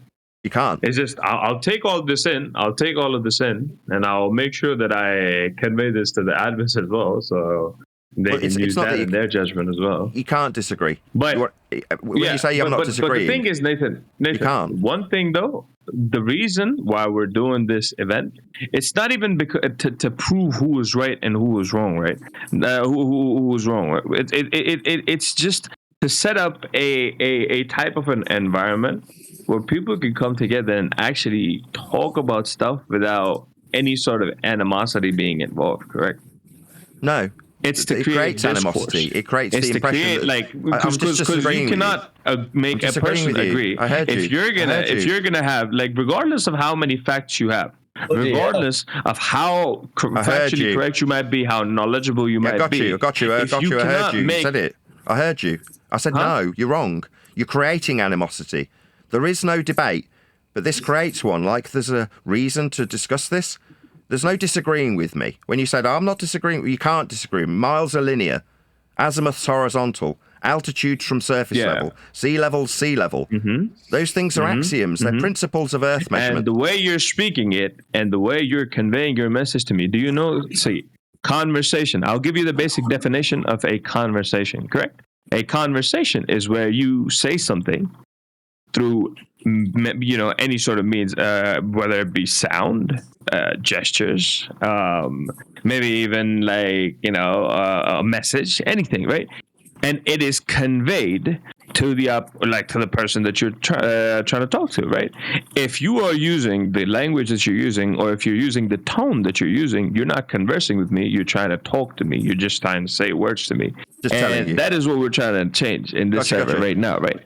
If you're going to use, I would agree with whatever you say because you are factually correct. Could you stop talking so I can say some of it, please? Is there any chance I can say some of it? Can I say some of it? Is there any chance I can say some of it? You're not listening. You just keep talking. My God, will he ever shut up? I heard you.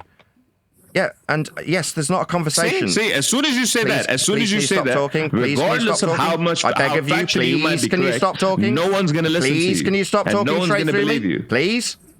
Is it possible that you could listen? Bro, this is not a conversation. It's not a dialogue. You're just talking through me now. Shut up.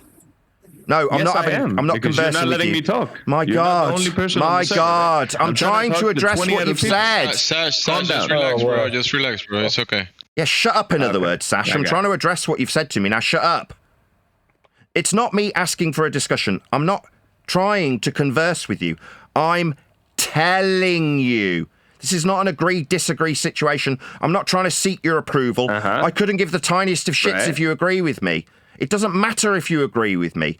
miles linear. Can someone shut him up? I've listened to him waffle on. My God. My God. Big man. I urge you.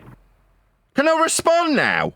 Without your yakking through me because it's triggering. It's as simple as that. You're not doing this. My God, moderators, what's going on? Why is this guy still talking through me? What's his malfunction? You're throwing your own biases into the whole equation, and you shouldn't be doing that because you should be neutral.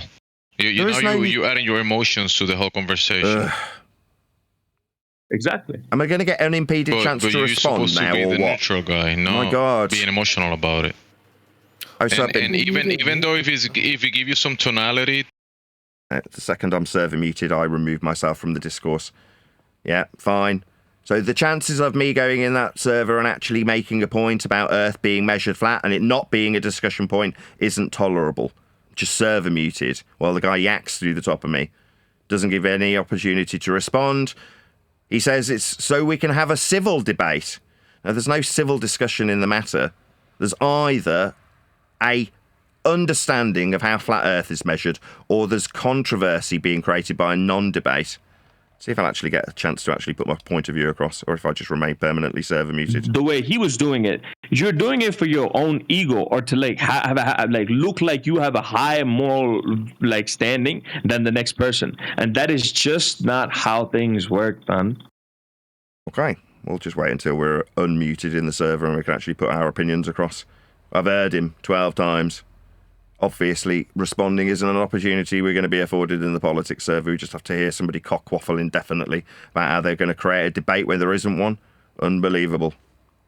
You're making me laugh talking about, we need to have a conversation. You couldn't get a bloody word in edgeways.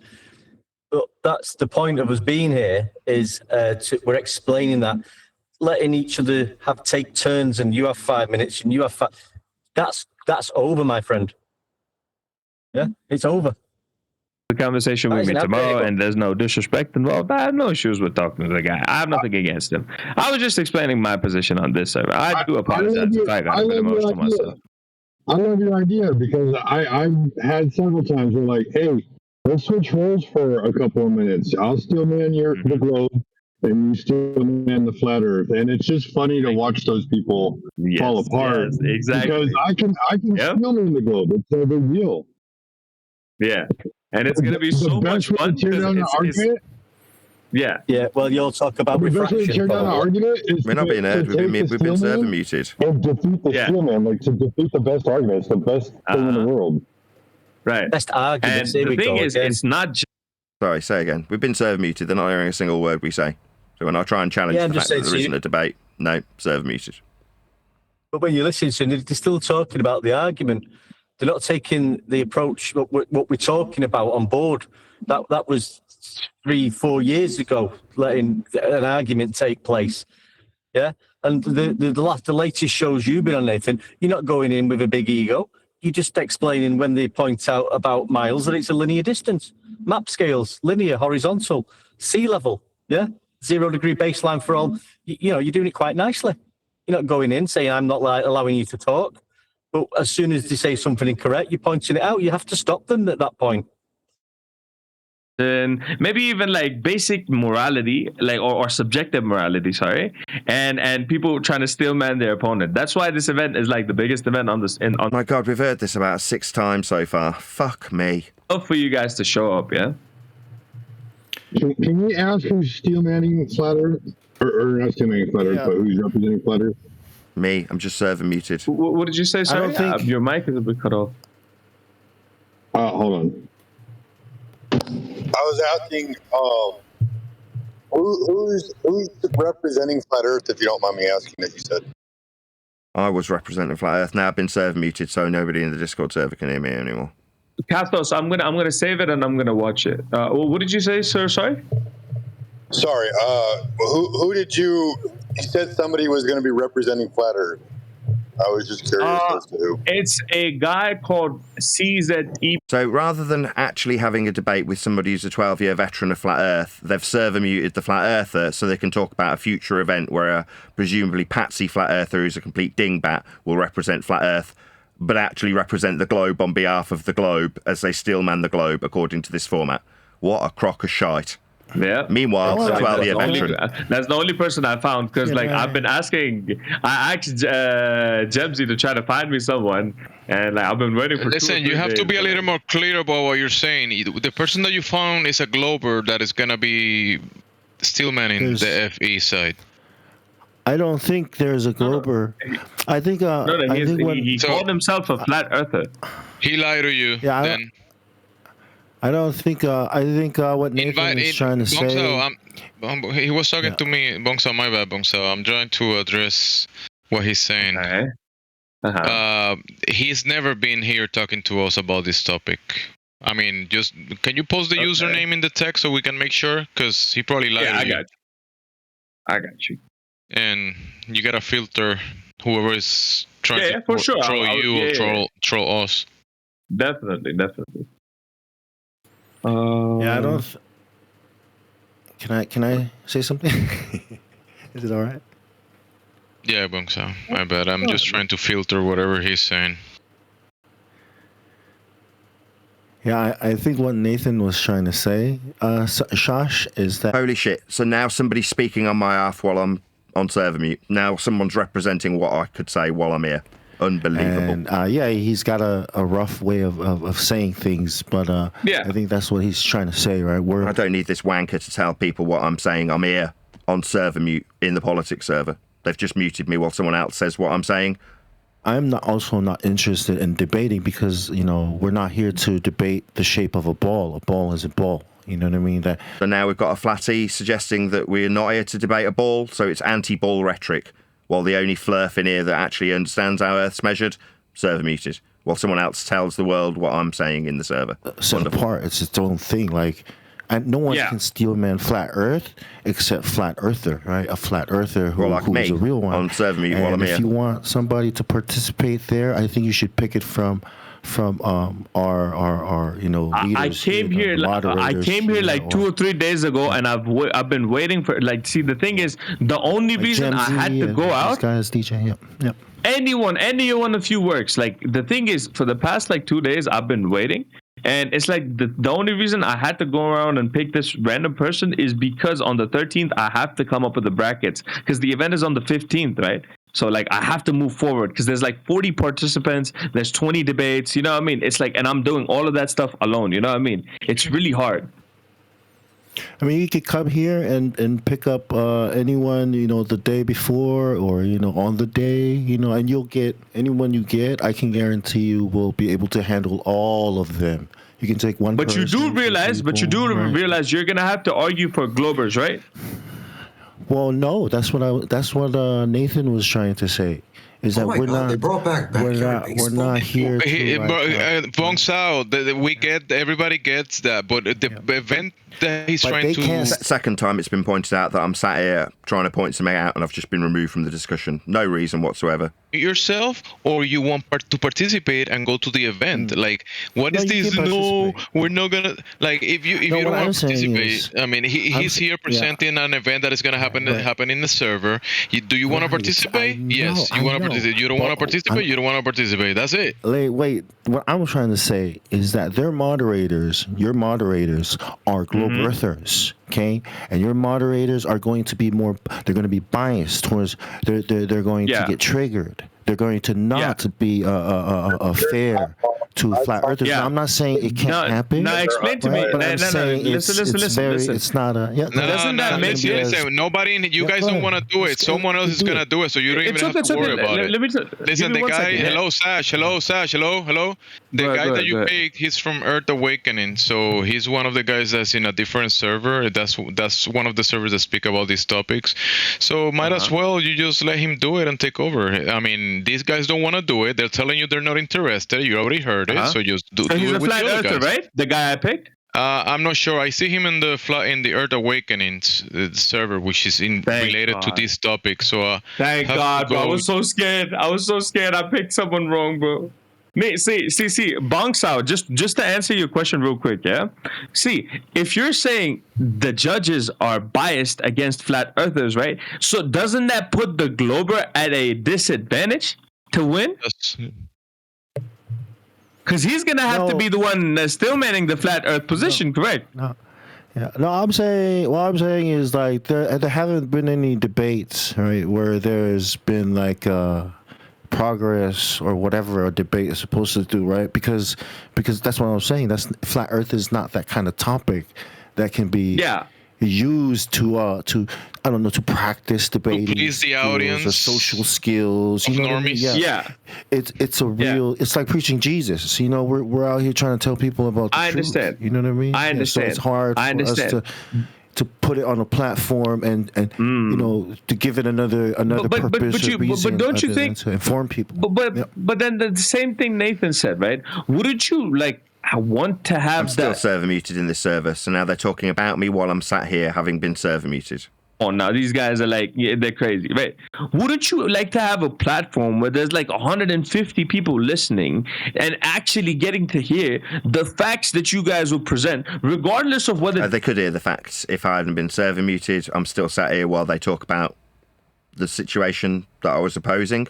They don't want to hear it. Censorship's the only thing you get from the politics server, it seems, when it comes to actually discussing the subject with a flat earther, 12-year veteran. Mute him, talk about an endless event. Now, because you heard, exactly. Can I ask you? You heard the information now. You know now the information. Can you share it now, please? Those Artemis missions are cool, right? Can you try steel manning our position? You know that Nathan, all the things what Nathan said. Can you share it up with other people on every other social media? Can you share that, please? Or you will not do that because you're neutral. There's some good photos. I'm on the Discord. Because people doing what they are doing everything what they can to share this. Now it's on you. Do you want to share this?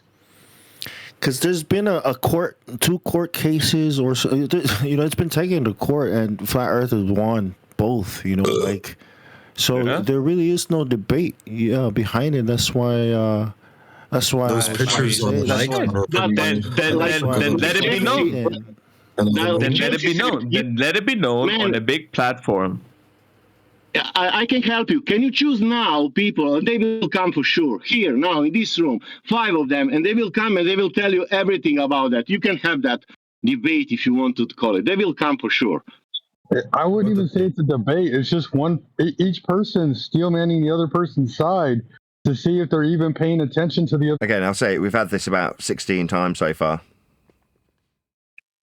That's choose now 5 persons. They will come tell them debating somebody if they're not listening. The first time ever, they got Nikon cameras up there taking pictures of the planet. It's pretty cool.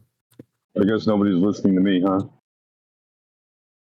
Right, Sash, am I right? Like, the whole point is to see if the other person is even listening to the other person's side. Exactly. Let me put this. Let's remove Flat Earth for a second. Let's remove our biases for. Yeah, they already have. They've removed me, the one representing Earth and how flat it's measured for both sides. I've been removed. The basic primal nature of human beings, right? When does a human being actually try to understand someone else's position, right? Or when can you actually 100, right? Huh? Come again? You said ignore reality first and then proceed to imagine. Can somebody mute that guy? Like, literally, dude, just let Sash say what he has to say, man. He just came in to announce an event, and he's probably not going to... My God, we've heard the event be announced about 16 fucking times. Oh, what being quiet is when other people are talking. He doesn't comprehend that. No. Exactly. No. You don't get it. So we're gonna have to govern you. So you cannot, since you cannot govern yourself, we're gonna have to mute you, Rally. It's just a rant.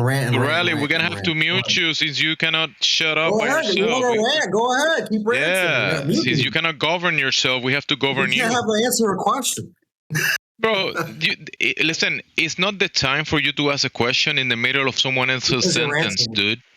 Yeah, I know. You're going to be talking for the next hour about how you're right. Yeah, because nobody wants to talk to you and you just want to push yourself into someone else's conversation.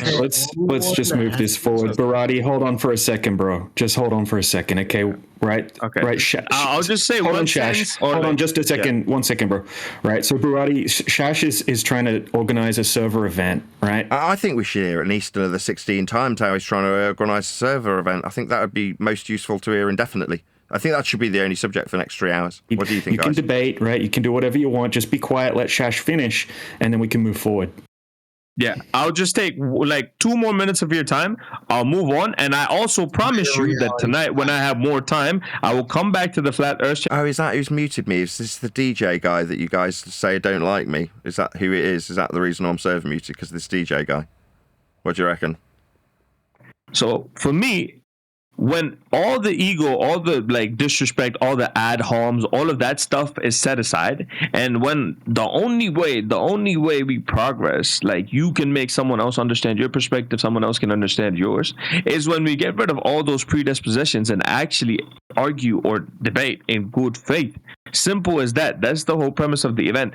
Even if you believe it to be 100% fact, you cannot say that, okay, this is 100% fact and expect someone else to believe it, right? You have to make them believe it in a way which is much more conversational. Just for the record, so when I get moaned that I mute people, when I go out of my way to make absolutely sure that what they have to say can be heard, I'm now in politics server sat on perma-mute.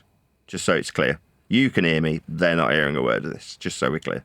Where they're like, even if they don't end up agreeing with it, they go, There is, like, they think about it, they think. This is going to be endless cockwaffle from this cunt. Just endless, non-stop shite.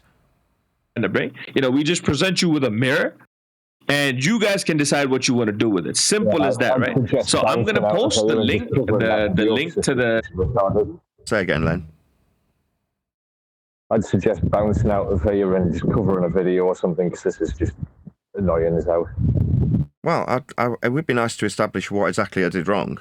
Because other than trying to say, okay, well, we heard you promote your event about 5 times, there is no debate, then suddenly I'm getting muted. Be a part of it. Just click it. They just want to permanently promote these events.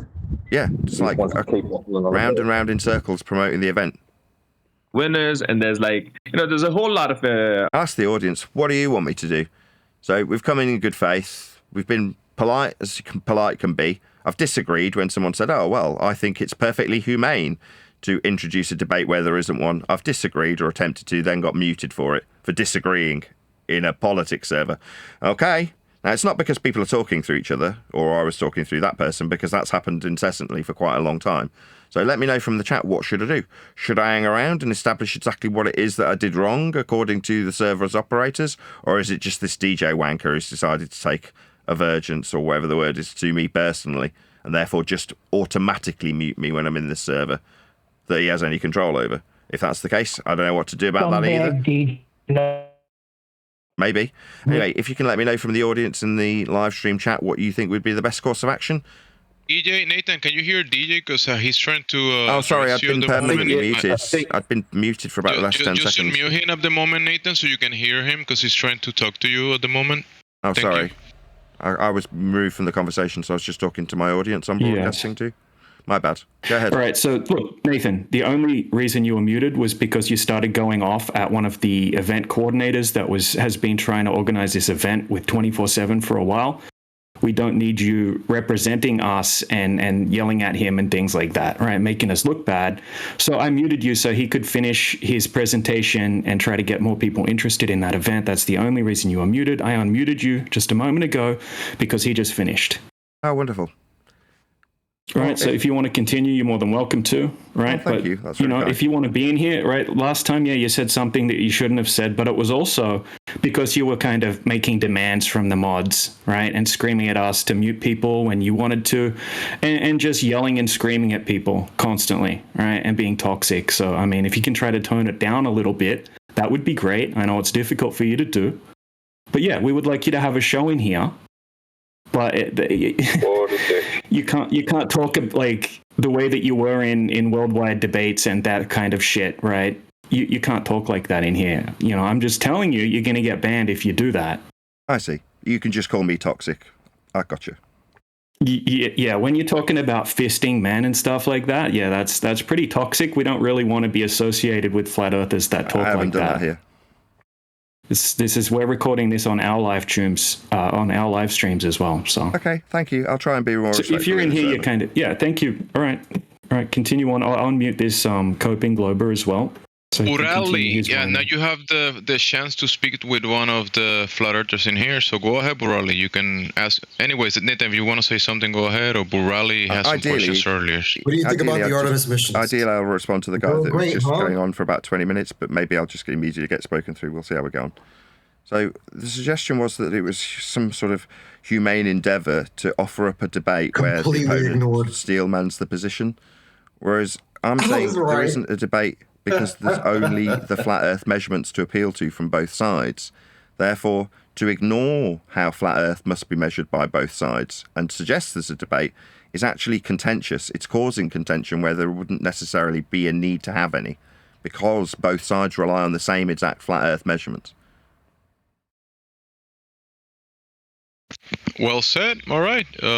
We hear that. Still, the event, is going to happen. They're going to do it. I hear you. Now, Buradli, do you have any questions for the panel at the moment? I said it 50 times. Can you say it 51 times? This is going to be the last time. Go ahead, Buradli. What is the What do you think question? about the Artemis missions? They were great, huh? Those photos on the Nikon cameras and the metadata, pretty hard to deny. So what's your position? Anybody want to reply? Go ahead. Sure. Is it Bersh Hall? How'd you say your name? Sorry. Buradli or something? Yes. What's your position? You were talking about metadata on photos. What's your actual position? I asked a question. I don't understand why, when I ask a question, you guys reply with another question. What is your question? I'm looking for an answer, not a fucking question. Okay, what do you think about the Nikon camera metadata and also the entirety of the Artemis missions?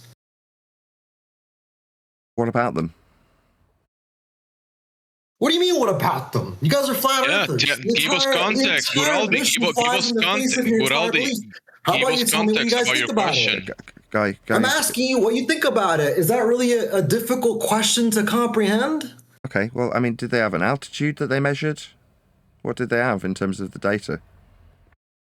You guys haven't even looked? You guys don't even check to see what the hell is going on in NASA? No. You haven't looked at anything? I have no interest in it because Earth's measured flat. And their telemetry data, ballistic data. I have no interest in looking at anything else. I'm answering you. I'm answering you. I'll mute him. Maybe I'll get muted. Will this result in me getting muted? I'm answering you. That is wonderful. I'm answering you. So in terms of the measurement data for ballistic trajectory, that's flat. Talking about distances and altitudes. Furthermore, the heliocentric orbital motion that they might try and infer is also derived from flat Earth prerequisites. So in order to suggest you've got an orbital motion, an altitude, a distance, a speed, a ballistic trajectory, these are all flat Earth measurements. So beyond that, I couldn't give a crap what they're doing. What the photos show, well, who cares? Everything they're using, the data that they're appealing to is flat Earth measurements.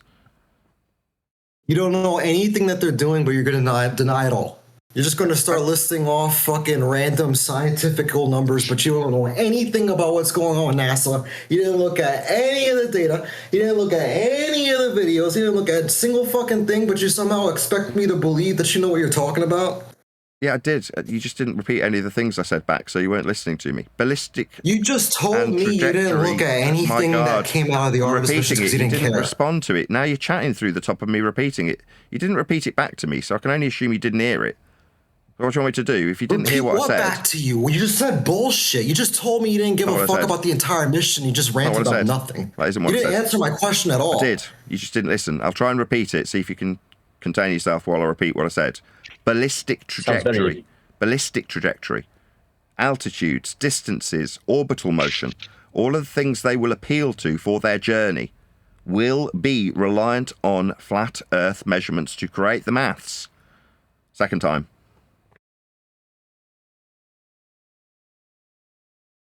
Okay, jolly good silence. So in conclusion, to appeal to this sort of information... You muted me. Oh, sorry. Didn't realise the middle of my sentence interrupted the start of yours. Sorry, go ahead. You muted me so I can't respond when I'm muted. I've been on mute for about 20 minutes, mate.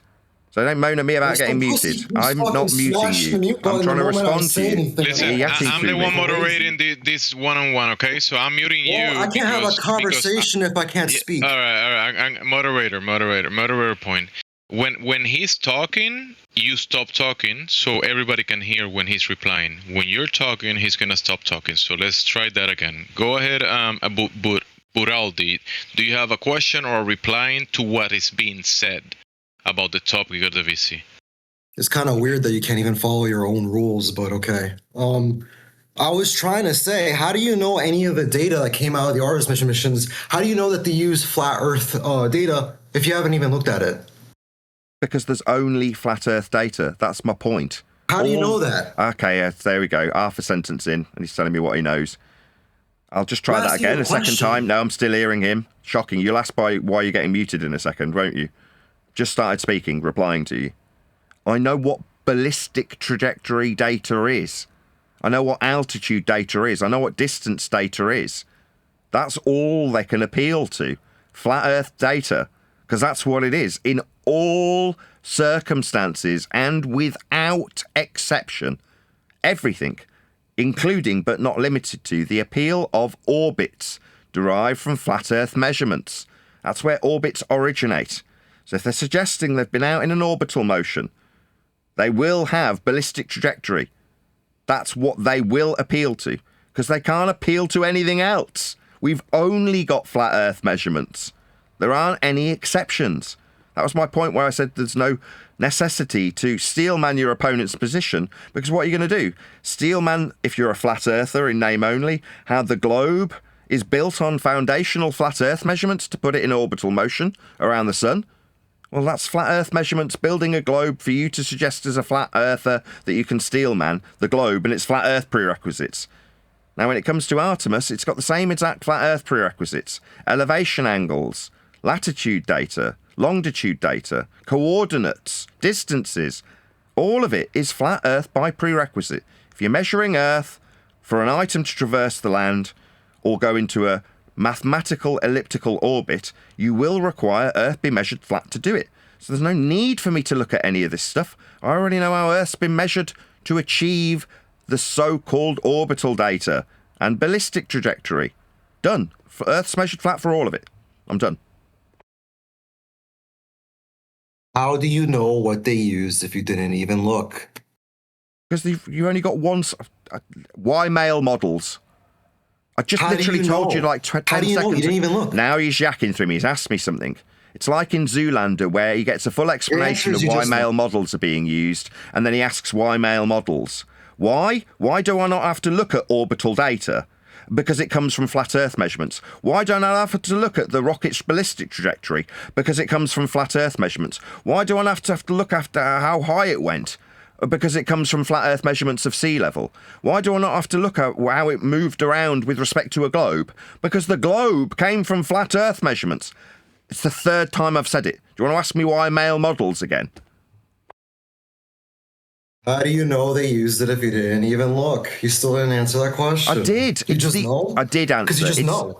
I did. Your answer is just you know. Oh my God! Don't tell me what the answer is after asking for the fourth time. I'll tell you. You did it. You told me you didn't look Oh at my anything God! in It's just not allowing me to answer.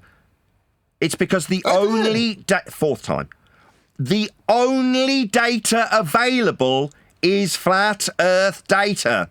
There's no exception. They're not going to suddenly come up with some different system to latitude and longitude and coordinates and sea level and altitude and ballistic trajectory. There's only one type of data. It's all flat by prerequisite. That's the fourth time I've told you. How do I not need to look at it and know that it's flat Earth data? Because it's all flat Earth data. There aren't any exceptions. Earth's always measured flat. Crazy how you know without even looking at the Artemis missions. I don't need to. I don't know how you get past that. I don't need to because it's using flat Earth ballistic trajectory, orbital motion, altitude, distance. Except it's not. Oh, so it doesn't use coordinates. You would know that if you looked. I know what it uses. Because you just know. Yes. You don't have to see. You just know. That's how ballistic trajectories work. Yes. Shit I've ever heard in my life. Well, that's a fantastic rebuttal. Argument. That's a fantastic rebuttal. I could say the same. But Buhaldi, do you have like an actual substance reply to what Nathan is saying? Something with substance. Can you try that? Go ahead. He can bring no substance at all, but I have to bring the substance. He admits that he didn't look at all at the Artemis missions, but somehow knows everything about it. But I'm the one who needs to bring the data? What kind of bullshit is that? He's the one who's denying it in the first place. I think you're missing the point, Buradi.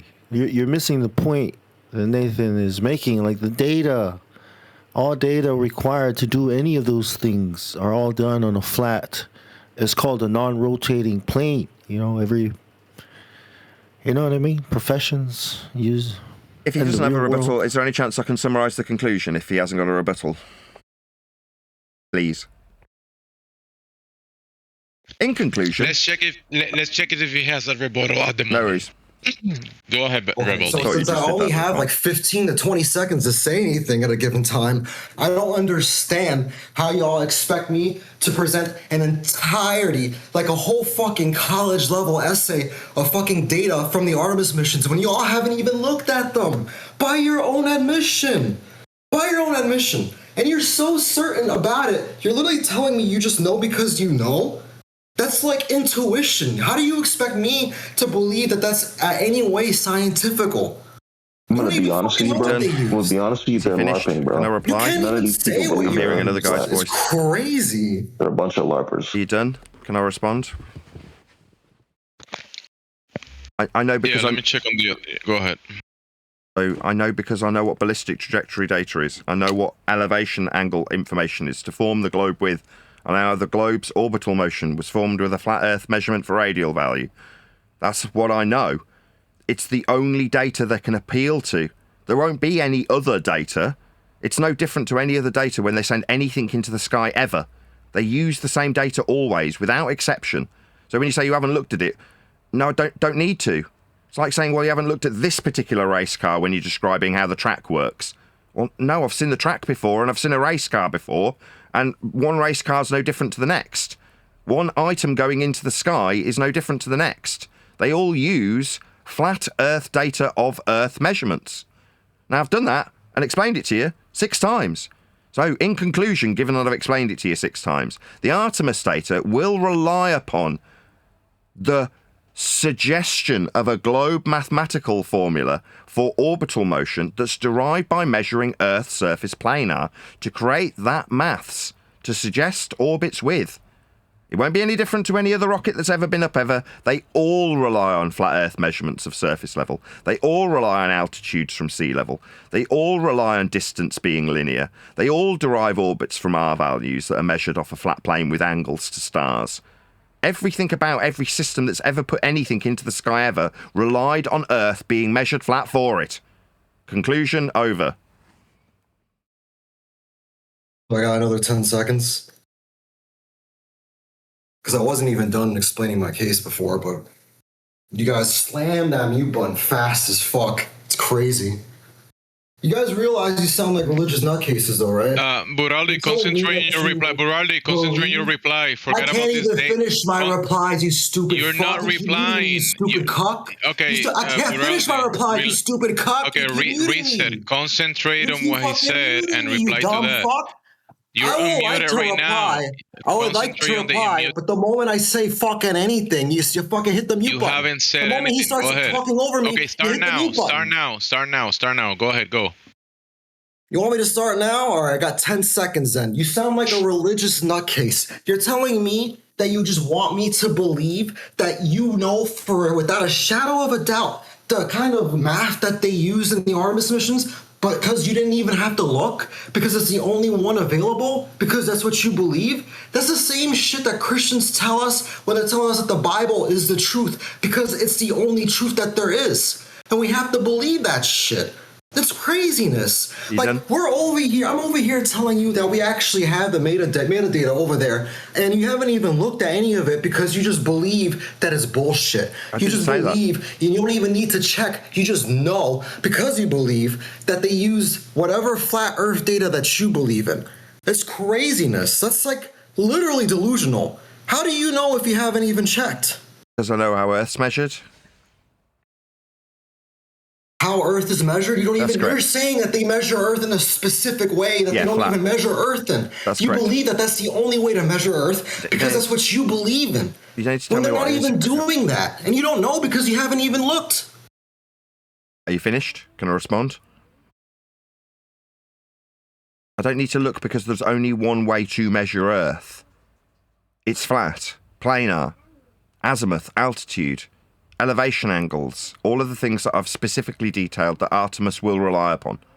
That's what they'll be. Now, if you want to suggest, no, you're wrong, Artemis will not rely on flat Earth measurements, give me any measurement and I'll show you exactly how Earth was measured flat for it. Feel free to suggest I'm wrong about the flat Earth measurements they're using. Go ahead, give me one. Any.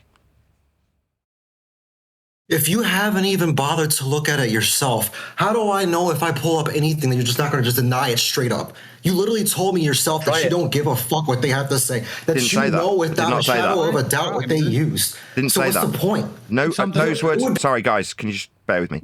The words "I don't give a fuck what they say" did not cross my lips. You're just making stuff up and lying about what I've said, which is outrageous. Those aren't the words that I said. I said I don't need to look at the measurements because I know what the measurements are, and then I listed off a specific list of examples: azimuth, altitude, distance, elevation angle, latitude, longitude, coordinates. I listed off the types of measurements that I'd be using. When you say, well, how you know, you'll just deny them. What, deny the ones I've listed that are explicitly used on a flat Earth measurements? That's not what I've said I'll do. I won't deny anything. Give me any measurement and I will show you how Earth is measured flat for it. That's what I've said. Not I'll deny it immediately because you've decided to make up something I haven't said as a response, because you're not listening to what I do respond with. You don't seem to be able to cope with the actual words I'm coming out of your mouth, and I'm making up crap I'm not saying. No, at no point did I say I don't give a fuck what they've got to say, end quote you. Those words didn't cross my lips. You're just a liar making up stuff I haven't said now. Now you're going to go to gaslighting, really?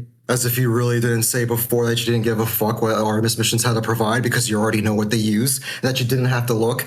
You said it multiple times, by the way. That wasn't just a one-off. You literally said it multiple times. Now you're going to move the goalposts? Yeah, they use flat Earth measurements. It's not that I don't care about them. Looked at it? I am responding. I didn't say I don't care. I said they are flat Earth measurements. I don't need to see them. I know what they will be. Fact. Now, if you're saying I'm wrong and I don't know what they'll be, and suddenly they won't be coordinate data, distance data, elevation angle data, height data. If you're saying I'm wrong, okay, prove me wrong then. No worries. Go ahead. What do you want to look at first, then? Let's look it up together. Okay. You really need to go deep into the weeds like that? Let's do it. No, then. I don't. No, let's just address you that. haven't answered any of my questions stop. anyway, so Stop. let's go to looking at the metadata together. No, you're misrepresenting me again. No, I don't need to do this. I already know unequivocally I'm responding to you. You've suggested misrepresenting me that I need to know this. No, that's quite the contrary. I don't, because I already know what the data will be. Now, the way you win is by saying, you say you know, but you're wrong, and then you offer me a globe measurement. What I'm suggesting is you'll go away, get some Artemis data, and I'll show you how flat Earth is measured. Not because I don't care, because I know for sure and without a doubt Earth is measured flat in their data. That's what I've actually said. Not that I don't care, not that I don't give a fuck, end quote you. Those aren't the words that cross my lips. You made those words up, because I didn't say them. What I did say was, I know what their data will be. I care deeply about it now, because it's all flat Earth measurements that they've got. Now, the reason I would suggest in this particular instance that I don't need to care, I'm still talking, is because it's inconsequential. There is no debate about the measurements they'll use. They'll be flat. In all circumstances and without exception. There's no debate. Whether or not you're convinced about it or believe me is also irrelevant. I don't care if you believe me. The measurements will still be of a flat Earth, regardless of if you understand, believe. It's not about belief. They're measurements of a flat Earth.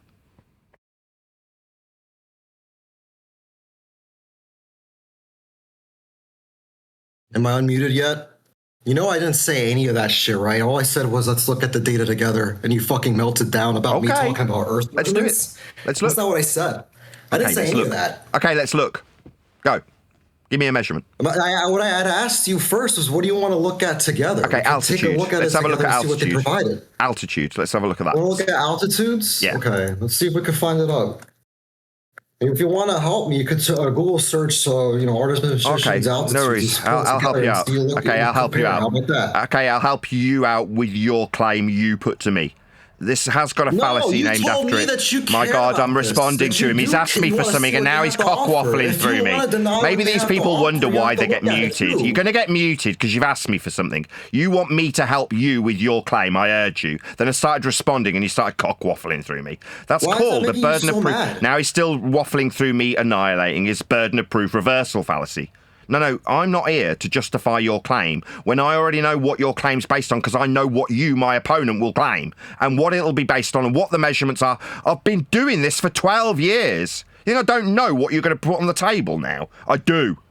Yeah, I don't need to, though. I don't need to appease you or appease any debate. If I get removed because some snowflake doesn't like how I'm talking to people, it will be inconsequential to how flat Earth gets measured, regardless of me being perma-muted because we need to hear about an event for 20 minutes, or because you don't like me talking about how the globe's reliant on flat Earth measurements, or you just don't like me. None of those things are consequential to the actual matter at hand. Whether or not you believe there's a debate about Earth being flat. There isn't one, because they will be flat Earth measurements. Now, if you want to go and get them, you feel free. You've asked me which ones should you be getting to substantiate your claim, aka burden of proof reversal fallacy, like I should be digging out your bloody claim. No, but I will help you out. I don't mind. Altitude will be measured from sea level, a perpendicular flat Earth altitude prerequisite. That is to say, in order to be perpendicular to a level, you need Earth to be a level. It's measured accurately to the millimetre with sea level, an average called mean sea level, which is what all altitudes, without any exception, will be measured and described from. When you ascribe a feet or metre value to any height ever, it's off a flat Earth. Did I need to look at Artemis's height to know that flat Earth prerequisites from sea level are altitudes? No, I didn't need to look. I already knew. Shockingly, having done this for 12 years, I'm an expert in this. So now I'm bored of looking at crap that people are brainwashed with, and I know what their measurements will be. So I don't need to look. You might, but you might want to know what best to look at to prove your position that Earth's spherical because of Artemis. I already know, and therefore have no desire or need to look at flat Earth measurements that I'm very familiar with, like altitude, or the globe itself, derived from flat Earth measurements of altitude angles to form the protractor that's written down in degrees on the globe that's described from within the globe, mathematically, at something called the equatorial plane. That's how Artemis will derive radial values for orbital motion from a flat Earth foundation. That's what they're measuring to create orbits. Again, did I need to look at Artemis to understand Copernicus, Kepler, and Huygens? I would fathom that you don't even know who those three people are, but you're going to appeal to the maths of Artemis. I know not only what their maths will be, who invented their maths. That's Copernicus, Kepler, and Huygens. I know exactly where their maths comes from. I don't need to look at it. Now, if you want to go and dig out an altitude, I'll show you how flat Earth's measured. Oh, I already did. Perpendicular to sea level. Are you done? What, proving flat Earth with altitudes from sea level? No, I was waiting for us to, compare your flat Earth information with the Artemis stuff. That's what I was really trying to get at. I don't know what you're melting down about. Not mine. This isn't my measurement. You're going to get yours to back your claim, not the other way around. I haven't offered anything. I don't know why you're getting so upset about me asking you to compare and contrast. So you want me to believe what you're saying, right? You want me to agree with you? Do you want me to answer you? Can I answer, or you just immediately interrupt? He's asked me something, moderators. What do you want me to do? He's yakking through me. Do I want you to believe me? I couldn't care less. Altitudes will always be measured from sea level, regardless if you believe me. It's not about a belief. You think I made up sea level? No, it's been measured. You think heights aren't perpendicular to it? They absolutely are. If you disbelieve it, I couldn't care less. I have no influence over any of this stuff. It's measurements. They're long established. Copernicus, Kepler, Huygens. We're talking about something that's been established for hundreds of years, not by me. I had no influence over these measurements. Whose measurements? Oh, they're yours. There'll be orbital derivations from these three men, I understand. They're deriving their foundational belief in maths that creates orbits by measuring Earth flat first to create those systems. Now, understanding this means that by understanding the base foundation for all of these measurements means I don't have to look at every stupid rocket launch that overgrown 12-year-olds believe space is real with. I don't need to do that. I can have them offered. When one comes up in a year, a different one, I can do the same thing and go to that guy. Well, do you not believe this rocket launch? And I roll my eyes and go, no, it'll be based on flat Earth measurements. Well, you haven't even looked. Now, I don't need to. I understand where they came from. That's the 9th time I've explained this to you. 9. Very convenient. It's very convenient. So did you get an want me to altitude? present the evidence, but I'm trying to do that with you. But then you're telling me that you don't need to look at any of it because you already know. Yeah, that's very correct. Convenient. Yes, correct. I already know how flat... convenient. I'm answering you. I heard you. You're telling me, oh, it's unreasonable that I already know. That's not unreasonable. That just means I'm an expert in this subject. I absolutely know. But you haven't even Stop. I'm going to ask you something.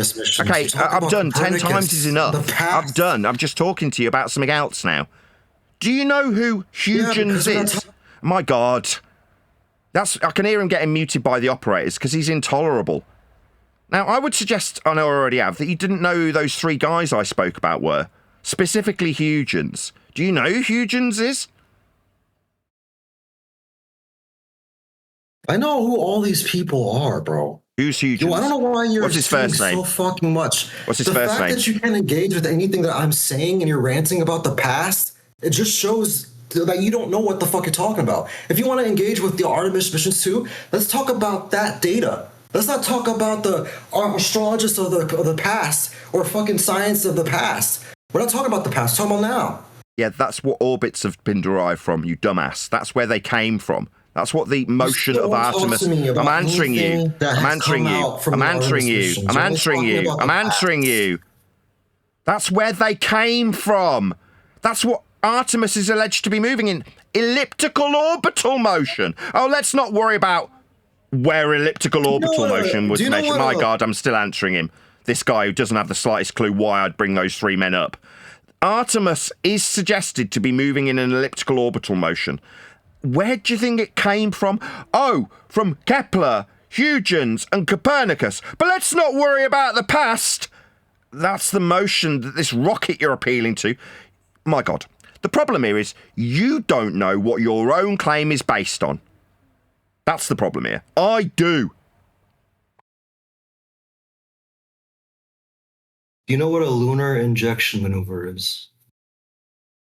It's part of elliptical orbital motion from Kepler, Huygens, and Copernicus. Specifically, those 3 guys came up with that concept. Oh my God. They did not, actually. That's not true. Oh, right. Where did it come from? Where did orbits come from? Where did it come from then? It's round. Where did it come? You know that, right? Where did the motion come from? The maths of the motion they took. Where did it come from? The person who created the translunar maneuver was in the 80s. It was during the Cold War when they were trying to get up to the moon. Up is perpendicular to a plane of reference. That's a flat Earth measurement. Up. That's a flat Earth measurement. Copernicus didn't make this. None of the old guys made this. Orbital motion. In the 80s. It only works if the Earth is round. Right, you just said we saw up. that. There was a video of it from the Artemis missions. To me. Up, you said. Up is perpendicular to a plane. That's a flat Earth measurement. I didn't say up. My God, I'll try a 3rd time. 3rd time. Up, you say. Up to... That's perpendicular to a plane of reference. 3rd time.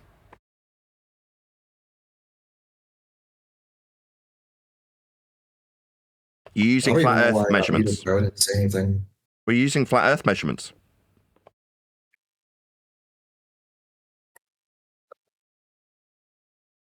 So far, so good. You've offered nothing. I don't know how you know that shit if you haven't even looked. Because I understand what up means. But real quick, but Aldi, I think he's trying to bring you to the chronology of events, right? You're talking 2026 Artemis, right? 2020, but before Artemis, a lot of events have to happen before you reach, let's say, this. It was in the 60s, my bad. This is page 2026 in the book, right?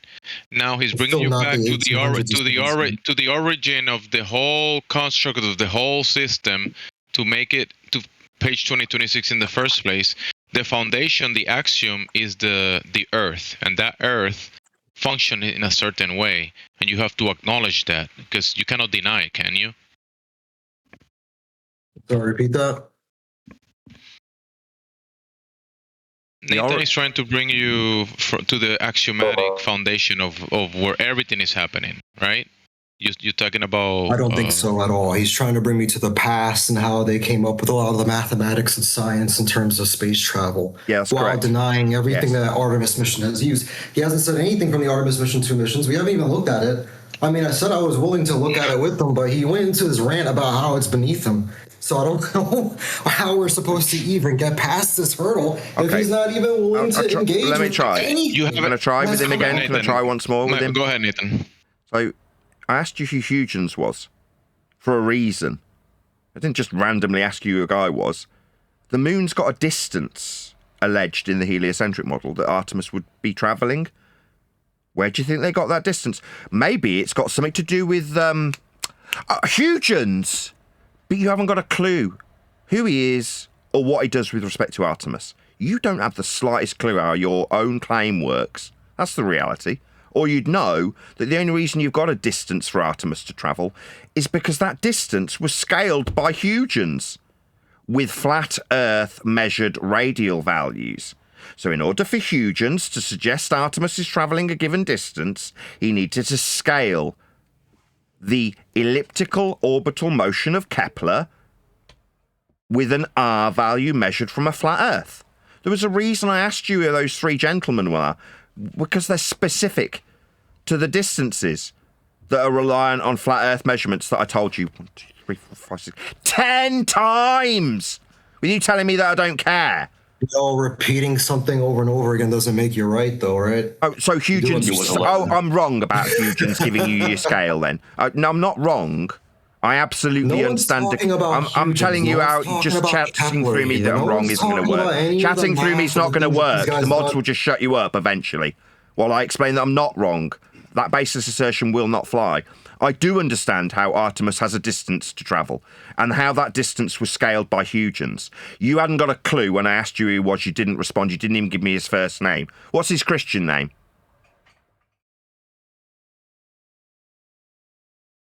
He's talking about Christian Huygens? Right. What did he do? He's a fucking mathematician, physicist. What the fuck does this have to do with the Artemis missions? You still have he's deaf. Why male models? Are you deaf? I just told you like 10 seconds ago. Dumbass, shut up. I'm telling you. Yeah, you don't know. I got you. You got you. You don't know. We heard you say you don't know, so shut up. You don't know. You're the one who's just saying the same thing over and over again. Yeah, I do. I absolutely know that he gave you the distance that Artemis would have travelled. He's the one who gave you the scale. Without Huygens, you don't have a distance for Artemis to travel. So, is he important? Is he just some physicist? No, he gave you the distance, you stupid idiot. I'm sorry, what does this have to do with the Nikon images of the Earth, the video of the entirety of the Artemis mission, 2 missions? I'm still trying to see how Huygens and all of that relates with your point that the Earth is flat. Oh, because you're not proving anything. Because to get to that value, to give you a distance, to suggest you're taking pictures with a Nikon camera, you'd need to scale it with a measurement of a flat Earth. The origin of the journey. Oh, maybe if you just talk through me. Maybe if the stupidest person who doesn't know his own claim talks, that will change the 12 years of experience with me understanding implicitly where you derive the distance for this camera to be. No, there is no distance. It's a violation of the base principle of the measurement of the surface level that gave you a radial value for Huygens to use for scale. That's where Huygens got the value, by measuring a flat Earth to give him it, so he could apply it to Kepler's elliptical orbital motion. Is it just me, or am I getting chat skanked? I am, aren't I? I'm definitely getting chat skanked. The only difference is this guy gets taken off mute a few seconds later. I spent 20 minutes on mute. Yeah, okay. I know where your values came from. It's the first thing I told you. I'm now telling you for the 11th time. I don't need to see Artemis's data. It's the same data every single journey into a sky vacuum ever relied upon, scaled by Huygens with a flat Earth measurement of R. It's the only way to scale the distance for you to believe they took the journey to take pictures with a camera. It's fundamental. You hand-waving your own bleeding necessity to have orbital motion derived with an R value to give you a distance to put men in an alleged orbital motion to take pictures with. You will unequivocally require Earth be measured flat to achieve that data. Facts. 12th time I've told you.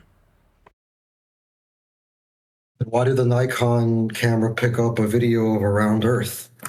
It didn't. It was traversing an area in a place that doesn't... Somebody else going to answer him? Am I done here? Is that my time over? It's traversing an area that doesn't exist. It only exists in maths. The maths being a violation of the base principle of Earth's surface that achieved it. You can't traverse Earth in an orbital motion from the mathematical centre point of Earth if you assume it's a sphere, based on measuring Earth for a polar-centric spherical system with a derived flat Earth measured radial value. In order to be in Copernicus and Kepler's orbital motion, you derive it mathematically from the centre of a sphere Earth on a plane. That's called the extended elliptical plane of the sphere you describe the stars with, and an equatorial flat Earth derived plane called the equatorial plane. So this system is violation of its own base measurements when you describe the maths of explaining movements of light also measured on a flat Earth and then reifying it into a journey that you can take. You can't take a journey through the mathematics of Kepler, Huygens and Copernicus derived from a flat Earth, because it's described at its starting point from inside a ball. You can't be inside a ball, and that concept comes from measuring Earth flat on the equatorial plane to create the ball. So it's an abstraction beyond the measurements. The measurements of Earth are real. The extraction after the fact, that's orbital motion, is not. It's just maths, derived by the Roman Catholic Church to better explain the movements of the lights in the sky, and now the modern one-world religion of heliocentrism. It's just a religion based on maths, and those maths are based on flat Earth measurements. Doesn't mean we're on a ball, and if we were moving around the sun and had orbits, we'd be in a ball to describe that mathematics. So it's a violation to suggest they traversed from a maths derived from flat Earth into an area that doesn't exist and only exists in mathematics. So you're going to ignore the entirety of the recordings and everything they shared because of Huygens mathematics? Sorry, did you accept that there was a lion in Narnia? You're ignoring for a reason. That's why you're getting so frustrated and pissed off. Because you don't want to engage with what I'm saying. I am engaging with what you're saying. It's literally impossible for you. You're having a conversation with the ghosts right now. You know that, right? Like the ghost that's offering me Artemis, and I'm explaining where Artemis's mathematics came from. I'm asking you a question. Yeah, I heard you what you asked, and now answer. I heard what you asked. You're repeating it through the top of my answer. Yeah, I heard you. I heard you. I heard what you asked. Now you're repeating it through my answer. Now I do understand what you've put to me. You've put to me Artemis. I said I didn't need to look at the actual data because the trajectory, altitude, and orbital motion are derived from a flat plane. I believe that's the 13th time I've told you. I am absolutely engaging what you presented. You haven't presented a damn thing. I've explained that would be steel-manned your globe Earth position based on all the derived flat Earth measurements it's foundationally reliant upon to suggest Artemis went into a sky vacuum to take pictures. So the pictures exist in an area that is not real. It only exists in maths, And the maths are derived from being, second time, inside, not on, a ball you could launch a rocket from. The violation comes by measuring Earth flat with angles, that's altitude from surface level, and azimuth, that's direction in the horizontal, to create a ball for you to stand within and then put in motion around the sun. Then, with Copernicus, change it into an elliptical motion, and then for your Artemis journey distance, scaled by Huygens, flat Earth-derived radial value. Unless I'm counting wrong, that's 14 times. Can we talk to someone else now? Done with this clown. That's why you're so mad, is because you can't engage with what I'm saying. I would love to talk. I'm glad I found you, man. Me making the round. Literally can't engage at all with what I'm saying. Why do you ignore a video and a photo? Is it that hard for you to look at? Up is perpendicular to a plane, Rob. It's a flat Earth prerequisite. Perpendicularity. You can't even respond. I didn't say that. That wasn't me, dude. Yeah, I was asked what's up. Up's a flat Earth measurement. Oh, I got you. A little joke. Good not a joke. No, it's a fact, an axiomatic fact of up. Up is perpendicular to a plane. That's not a joke. That's a fact. Earth's measured flat for up. So I was listening on the YouTube and I heard you say radius. Can you tell us the radius of the flat Earth?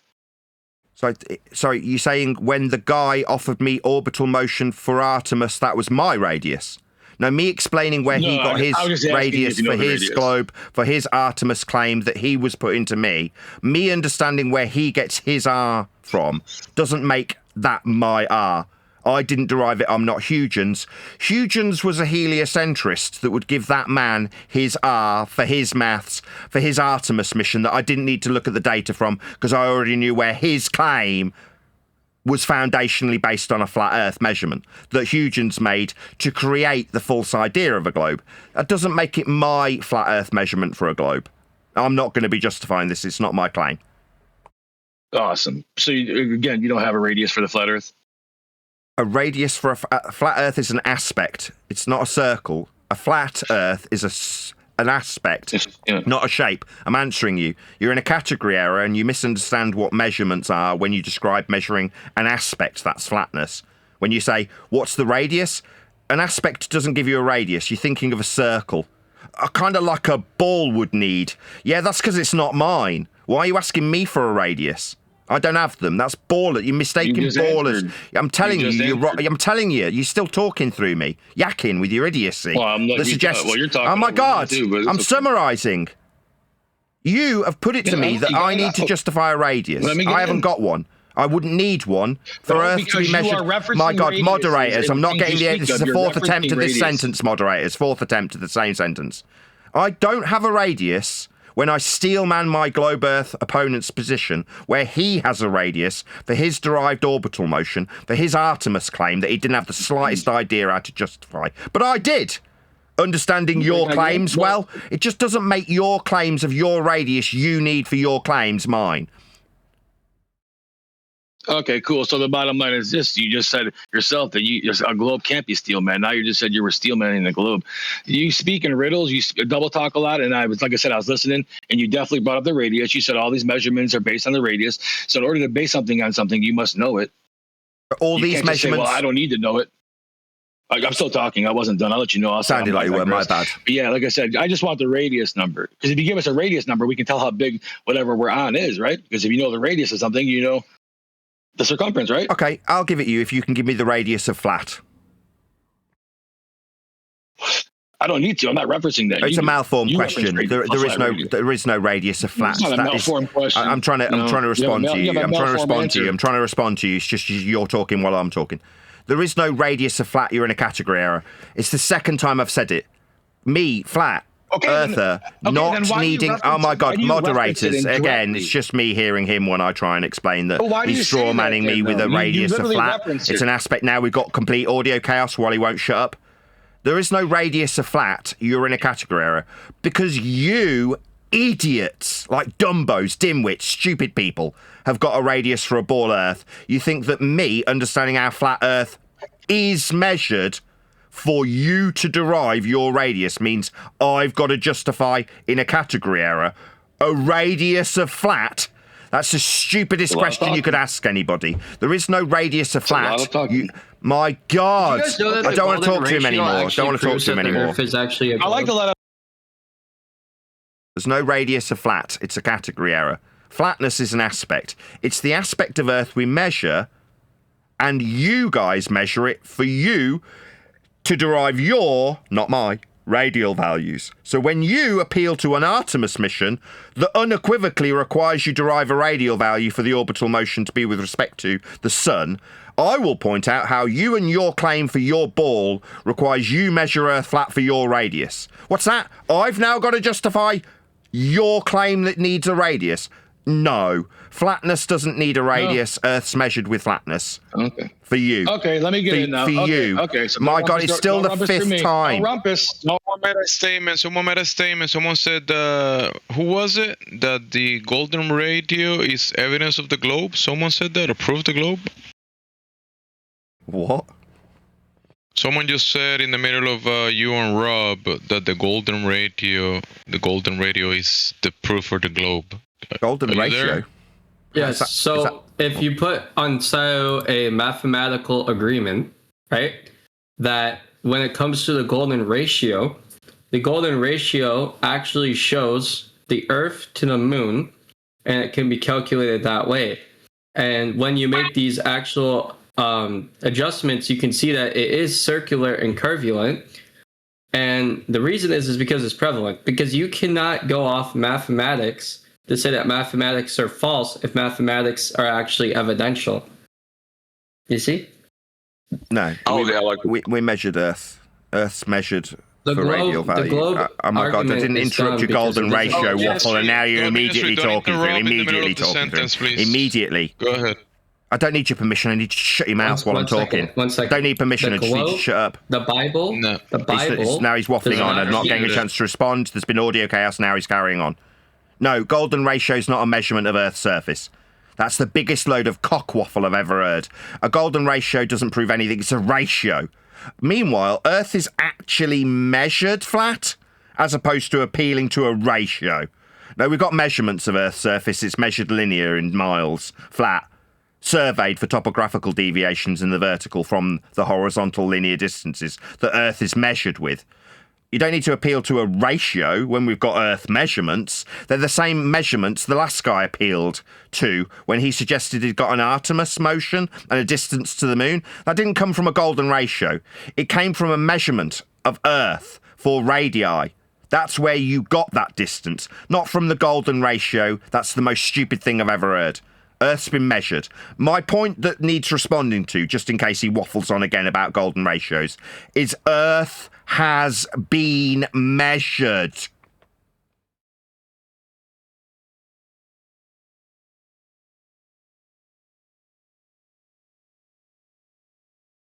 And it's flat. Earth's measured flat. Including, but not limited to, radial values.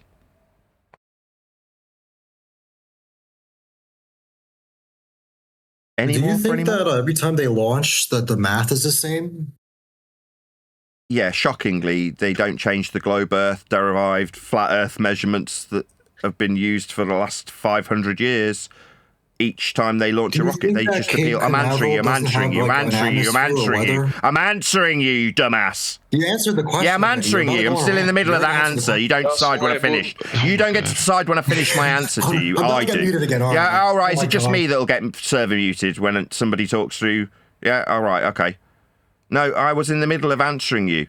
No, they don't change the flat Earth measurements that created the globe for elliptical orbital motion scaled by Huygens for each rocket launch. They all use exactly the same flat Earth-derived measurements of Earth's surface. Shockingly, they don't use a golden dumbass ratio either. They use measurements of Earth's surface for the measurements, shockingly.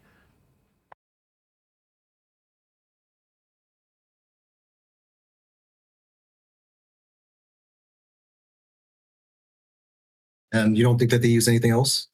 What, other than the flat Earth measurements? No, they only use flat Earth measurements. specifically Earth being measured flat My next question, for the measurements. My next question for example, is, a radial value. Maybe if you just talk through the top of my answer each time you ask me something, it'll mean that I'm not answering you. I'm sorry the middle of my answer's interrupting the start of your sentence. I'm so sorry that the middle of my sentence interrupted the start of yours. How rude of me.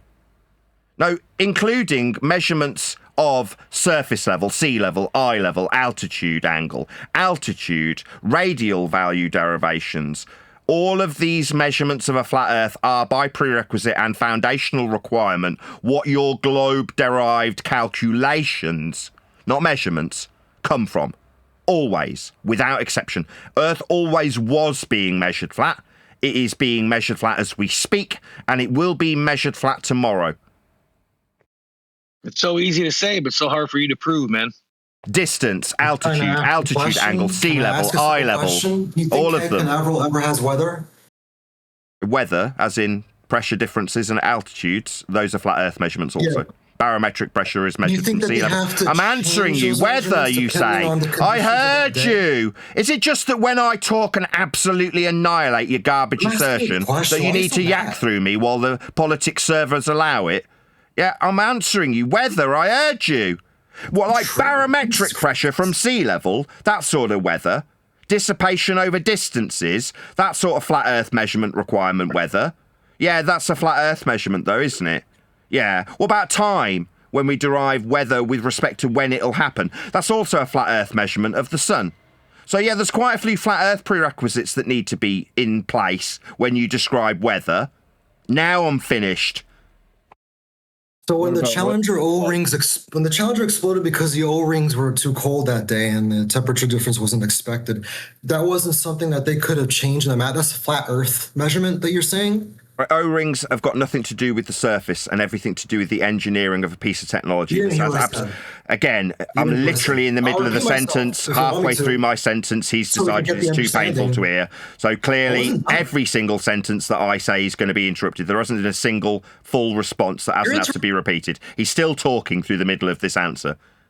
No, O-rings aren't Earth measurements. You stupid idiot who doesn't understand the difference between geography and technology. You stupid boy. O-rings aren't weather. O-rings aren't Earth measurement. O-rings aren't altitude. O-rings aren't sea level. O-rings aren't surface level. O-rings aren't altitude angles. O-rings aren't distance measurements. O-rings aren't drop-over distance. O-rings aren't surveying. You are a moron. O-rings have got nothing to do with Earth surface measurements. Dimwit. I didn't even say that. You're the moron who thinks I said that. You're putting words in my mouth. I asked you is the weather, the flat Earth measurement, not the O-rings. I was asking you because the O-rings exploded because they didn't take into consideration the weather difference. And that's something that would be included in mathematical equations for pre-launch. No?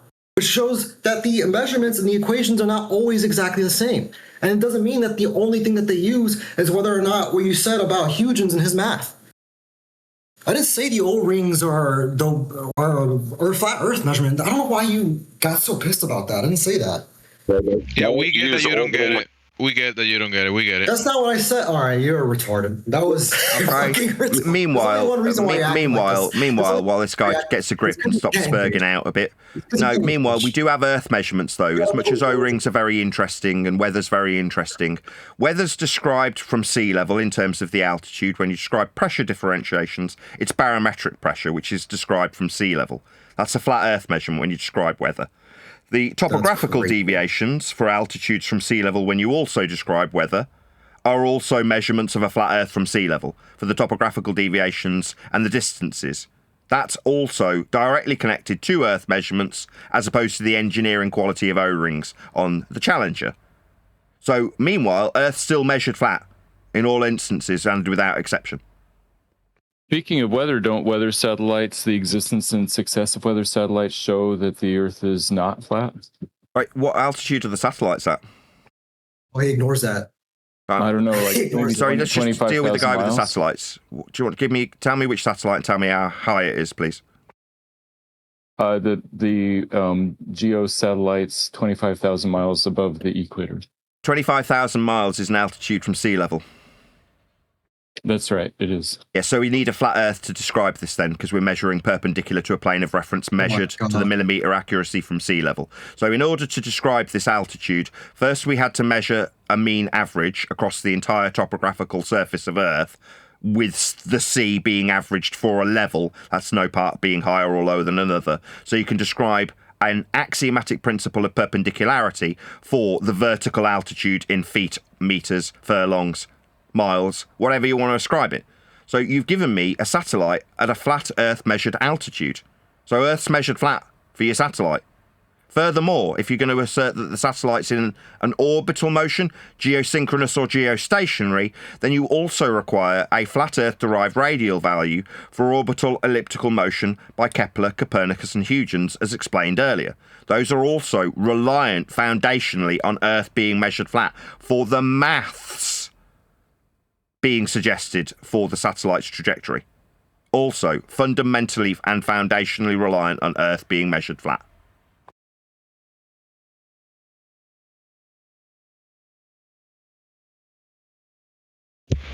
Matthew Learns, I think he was replying to you at that moment. Yes. Oh no, I just fundamentally disagree with his assessment. So I see. So altitude's not from sea level. Altitude is from sea level, but you can also derive altitude on a spherical Earth. No, you can't. Altitude is only from sea level. No mountain has got two different heights ascribed to it. You won't get an altitude from sea level and an altitude from something else when you describe the height of a mountain. It only has one value. This man is wrong, fundamentally disagreeing, won't change, that all altitudes are measured from a flat Earth with a plane of reference called mean sea level. That is a fact and will never change. Just because this man disagrees won't give altitudes two different values for a mountain. Utterly preposterous. All altitudes only come from sea level. There's no two values. You're just wrong.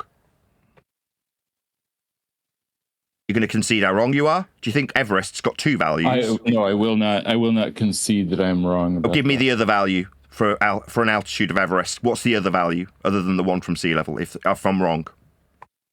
The altitude of Everest has never been directly measured. There's no other measurement. There's only the one from sea level. Right. So there is. Yeah. So you're wrong. So you told me I was wrong. No, you're incorrect. When you suggested I was wrong and there's only one altitude, there's only a measurement from sea level. No, I'm not wrong, moron. Don't assert that I'm incorrect and then justify how right I am by saying no, there's only one value. So I'm right then. Yeah, I'm done talking to you. Don't assert I'm wrong when I'm not. I am absolutely 100% correct. All altitudes are measured off a flat Earth from sea level. There are no exceptions. What this man put to me after I pointed out that absolute stone-cold fact was I don't agree. Like he has any arbitration over measurements from sea level and altitudes ascribed to anything. They're all measured from a flat Earth. They're all ascribed a value from sea level. He was just wrong. Disagreeing with me wasn't an option. Okay, so back to the original question about satellites, weather satellites. Where do they get their images from? From a measurement from a flat Earth. Earth's measured flat. I wasn't asking about their altitude measurement. I was talking they're about measured flat from altitude. Images of like the hurricanes and stuff. Yeah, they measure Earth flat for it. All of the data that they send back is with respect to a flat Earth from sea level. Third time I've said it. Do you think whistling past the fact that it's got a flat Earth prerequisite in the measurements means that it doesn't prove a flat Earth? It's got a flat Earth by prerequisite, fundamentally and foundationally attached to all measurements. So it can only work on a flat Earth. The measurements are derived from flat Earth measurements from sea level. A fourth time I've said it. So yeah, let's whistle past the altitude and talk about the images that come back from the satellites. No, we won't whistle past the fact that we must measure Earth flat for the altitude. If we must measure Earth flat for the altitude, you think I'm just going to say, I know what I will do with this absolute devastating winning fact of measurement of Earth's flat surface? Let's just ignore it. No, what I'll do is I'll hold you here indefinitely till you understand implicitly how Earth must be measured flat. Not just immediately ignore it because you lose with it. No, Earth's measured flat with it. Why would I whistle past it? Absolutely not. Earth's measured flat from sea level. The measurements that you will appeal to from here on forth rely on Earth being measured flat. So I agree that the altitude is how far you are above sea level, but we would say that would work on a globe or flat. That's a contradiction in terms. You can't be level and globe-shaped. We discussed this earlier with a guy called Edibert. It's a contradiction in terms. If it's a globe, then it's not level. That's a contradiction in terms. My God. Hello? That's a contradiction in terms. You're not globe-shaped if you're level. So to conclude, he's appealing to something that fundamentally relies on Earth being measured flat from sea level. It's not that we wouldn't notice the globe shape of a sea level when axiomatically it's being violated if it's having parts lower than other parts. That's globe shaped. It's not, it's sea level. Axiomatically, you couldn't give horizontal distance ascribed values to something that was globe shaped. They wouldn't be axiomatically level to describe the topographical vertical deviations with. If it wasn't level, you couldn't be perpendicular for height. You stupid man. Okay, so what if I just say the weather satellites are 29,000 miles from the center of the Earth or something? Because they're not. Well, because you're wrong. Because that's not how they're measured, you stupid idiot. I've just told you this. Are you deaf? They're not measured. So you think they've got two values? One from sea level. Correct me if I'm wrong, moderators. I've already dealt with this dumbass once. No, there's not two values. There's only the sea level value. Why are you rinsing and repeating something you're wrong about?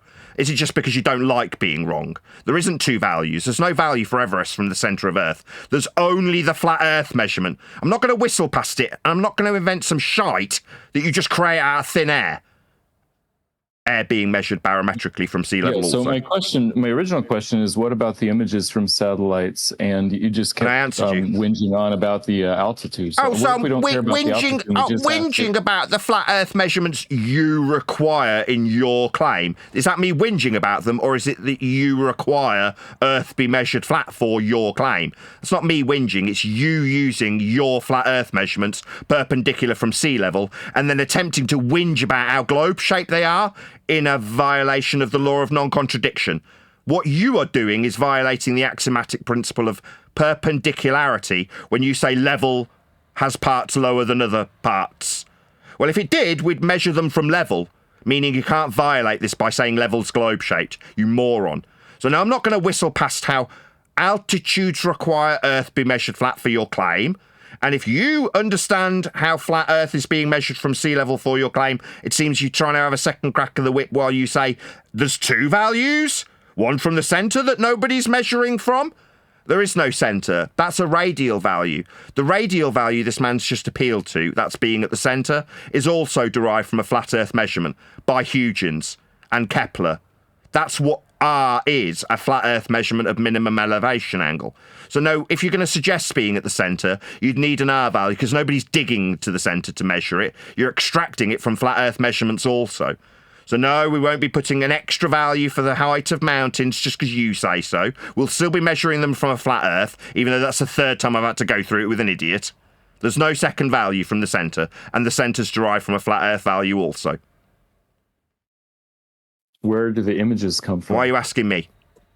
Earth's measured flat. Because because we have satellite images you haven't acknowledged that. Weather patterns, and we could predict hurricanes. And where do those come from? That's a simple flat Earth question. measurements. I've told you 4 times. They come from flat Earth measurements. We've gone through it. Are you not understanding what I'm saying? Flat Earth measurements come from measurements. Yes, that's right. We measure Earth for these values. That's correct. Yes, people measure Earth and it's flat. Like I don't know, off the top of my head, sea level. The one you're appealing to, that flat Earth measurement that I'm now talking about while you yak through me, like all 4 people who've spoken to me prior have had to do when they get absolutely annihilated with their own requirement of a flat Earth measurement that we should either ignore and superimpose centre of Earth radial flat Earth measurement values that mountains aren't measured with, or just ignore it. I mean, it's only a measurement that we're relying on. No, we won't be ignoring it, and we won't be inventing centre of Earth R-value flat Earth measurement derivations either. Earth's just measured flat for your claim. I'm done with you. Your claim requires Earth be measured flat, mate. It's the end. Where do the images Don't ask me anything. Why are you asking me? Have I claimed anything? You've claimed satellites. You haven't answered it. I haven't got a need to. You've got flat Earth measurements in your claim. You out measurements, so you just... Yeah, you've got flat Earth measurements in your claim. I've pointed out how flat your measurements are in your claim. I haven't made any claims for you to ask me questions about. You're telling me about satellites. That's your claim. Think you can question me? How dare you? Absolutely not. Meanwhile, you're appealing to flat Earth measurements in your claim you made. You need a flat Earth for those. Height, off sea level. Done. Earth's measured flat for it. Next. What's the time? 2.5 hours.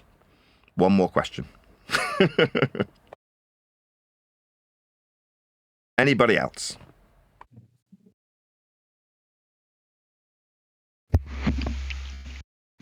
Are you going to watch the video or no? What video would that be? Oh, the Artemis mission and of Earth. So did we not just go through how it relies on flat Earth measurements, flat Earth R values, orbital elliptical motion?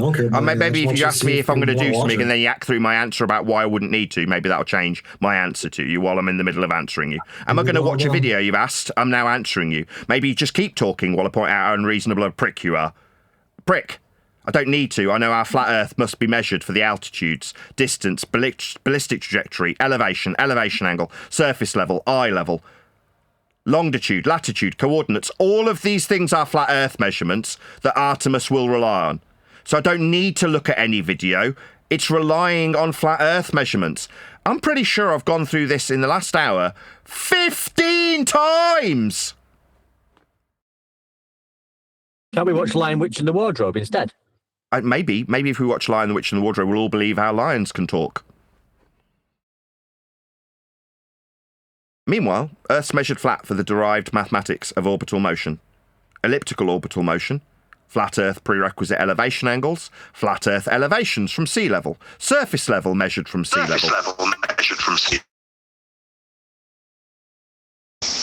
Is it proper to put a statement of fact in an if statement looking to invalidate the statement of fact? No, but that's what's happening. Correct. We've got a statement of fact like Earth's measured flat from sea level, and then, well, if we suggest that it's a different measurement from the centre after we derive a radial value off a flat Earth to get us there, or if we just ignore it altogether, we can look at weather. No, we can't do any of those things. These aren't if statements. Earth is measured flat from sea level. That's not up for debate, like I tried to explain when I was muted for about 20 minutes. When the guy was like, we're going to have a debate where our opponents steelman the globe position. My response, well, why would you want to do that? They're all relying on flat Earth measurements. There's no steelmanning a globe position. It will require flat Earth measurements, like radial values off a flat Earth with elevation angles, like heights from sea level, like, count them, 4 globe believers who've stood before me today. They've all appealed to flat Earth foundational measurements.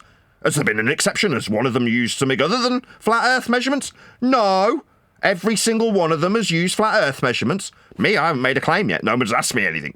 Don't need to make any claims. My opponent just offers me flat Earth measurements on pillows every time they come to me. So what do I need to? I don't need to do anything.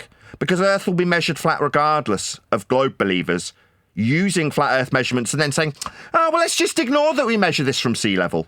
Why? Because it's incongruent with your sphere belief. Yeah, it is. That's right.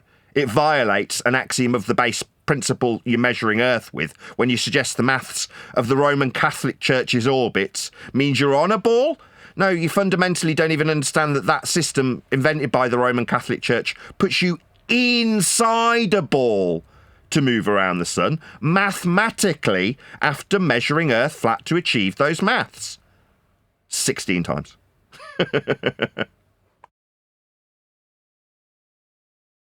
It has been fun. To be fair, I was yakking through a promotion when I got muted. Sorry, go ahead. Sorry, my bad. It just seems like when I asked where do satellite images come from, that chanting sea level 15 times isn't a very good answer. So if you post that stuff in side chat, you get Matthew. I know exactly who you fuckheads are now. Matthew, is there another value for altitudes, Matthew? You guys have a good day. Is it just 2 people talking? Matthew's just put something to me, and I'm responding to Matthew Learns. So is there another altitude other than sea level, Matthew? No, the altitudes are based on sea level. So Earth's measured flat from sea level? No. That's a fantastic rebuttal, Matthew. Truly amazing. You win. Right. My yes, question was about, Earth is measured. I was being sarcastic. I did have from. something to follow up with. No, that's just wrong. Matthew Learns is wrong. Saying no Yes, Earth's measured flat from sea level.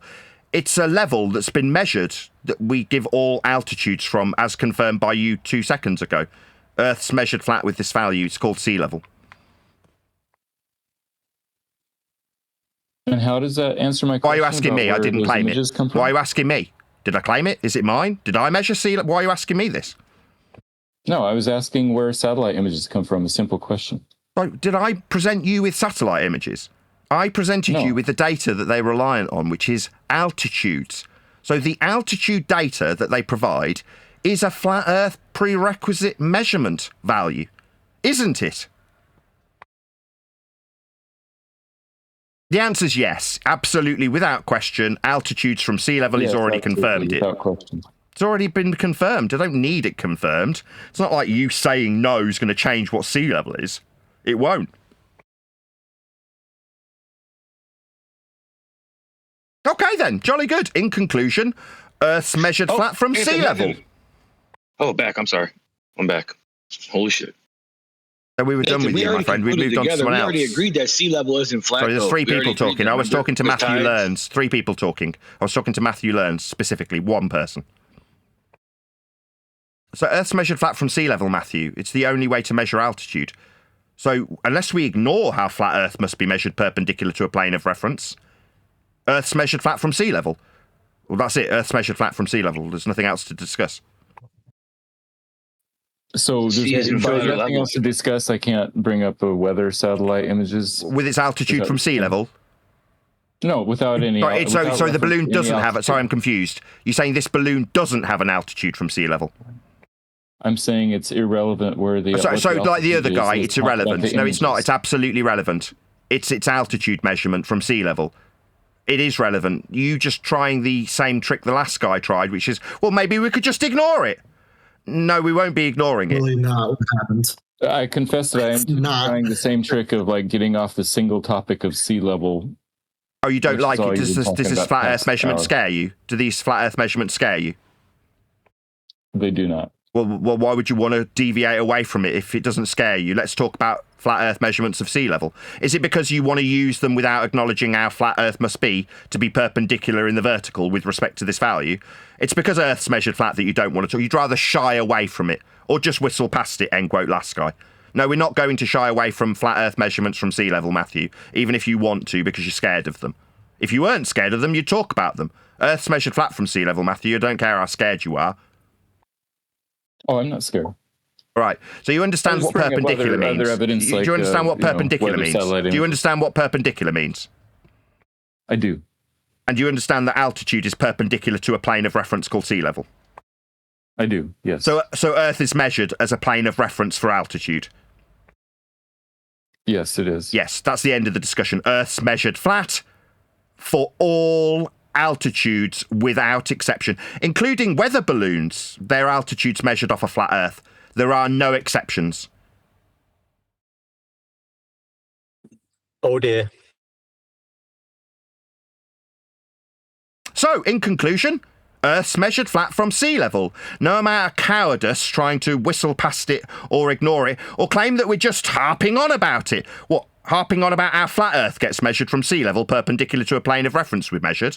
That's just Earth being unequivocally measured flat. It's not me harping on about it. I haven't measured it. It's reliant on by you guys when you use it. So, I mean, you can deny it. Maybe you can tell me we measure from the centre of Earth when we derive a radial value for a centre of Earth, also with a flat plane to derive it. All of these flat Earth measurements have been presented today are by the ball believers, by the way. I haven't had to claim a single thing. Every single person has presented me with flat Earth measurements, including Matthew Learns. Measurement of sea level. Perpendicular altitude in this instance. If Earth wasn't flat, we wouldn't have sea level measurements of altitude. We have to measure Earth flat, or we wouldn't have altitudes of anything ever. So Earth's measured flat. No getting away from it. Literally no getting away from it. Maybe beg me again that we can whistle past this, Matthew. Plead with me to not talk about how flat Earth is measured from sea level. Beg me. Yes, could we please stop talking about sea level and talk about other evidence? No, your bleatings and moans and cowardice is going to be denied. No. Given that I didn't bring it up, we're definitely going to continue to talk about how flat Earth is measured from sea level. Why would you bunch of cowards want to cower away from this, Matthew? I ask. Why don't you want to talk about how flat Earth is measured from sea level? Because I believe there are ways of coming up with sea level on a globe also. So that's a contradiction in terms, for my audience's benefit. Level means having no part higher or lower than another. If you're globe-shaped, you have specifically got parts lower than other parts. Now that would be curve. Now if Earth has curve, we'll measure it, survey it. Deviating in the vertical, that's curve. But in order to measure that curve, that's hills. We'd measure it with respect to a horizontal planar reference also. What would that be called? Oh, sea level! So if there's any curve when Matthew employs a contradiction in terms, globe being level? No, you obviously don't understand the difference between something being level, having no part higher or lower than another, and having parts higher or lower than other parts. That's globe-shaped. No, we definitely not got globe levels. That's a contradiction in terms, Matthew.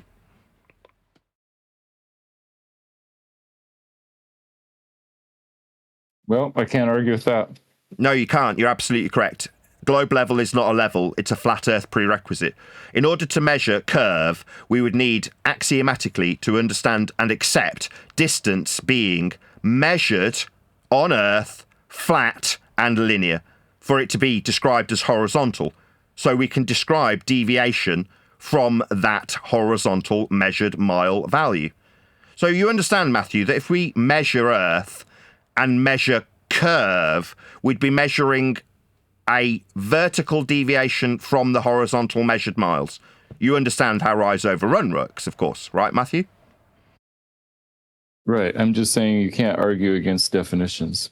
Yeah, so when we describe measuring curve, we require horizontal linear mile measurements to describe curve in the vertical deviating from. Second time I've asked you. It's called rise over run. Yeah, rise over run is slope. That's right. Right, so if we're going to describe the slope, we need mile measurements of Earth in flat miles first to describe the horizontal miles with the deviating vertical drop.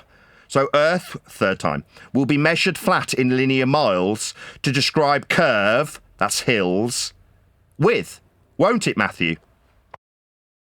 It will. With those definitions, I can't argue against that. There's only one definition of measuring curve. It's the deviation in the vertical from the horizontal. And if it's reference Earth and its curves, we've surveyed Earth to the millimetre accuracy. It's flat for the horizontal distance in miles. So if there's any curve, not contradiction in term level curve, because that's the stupidest thing anybody could ever say, Matthew. You said it, you idiot. No, we don't have contradictions in terms like levels that curve. That's stupid. Because as you've just conceded, describing curve, that's things that are globe-shaped as opposed to flat, would be a description in the vertical drop with respect to the Earth being measured flat with miles. So Earth's measured flat with miles to describe curve with. End of statement, end of argument, Earth is measured flat. I'd just like to say, Nathan, as well. I mean, you can disagree with definitions, actually, Michael, but you can't disagree with the actual measurements of Earth that are carried out, using in practical applications, like in surveying or celestial navigation. That's how it's done. Forget your definitions. That's how it's measured in a physical reality. Yeah, I see. I mean, if there's only one definition of sea level, then I can't argue against it. It's a measurement. It's not a definition. It's not an English category. It's a measurement category. They measure this. It's not up for discussion. It's not Socratic. You understand? It's not Socratic. It's a measurement. In which definition it's curved? Hold on. Can you find hold on. Sasha, shush. It's not you're in a category error. How it's defined, it's a measurement. We're measuring mean sea level. Cat got your tongue? You deaf? You need a few more seconds to think about it? The answer's yes. Okay, Yes, well, if you with can't that cope definition, after right. 5 seconds of thought.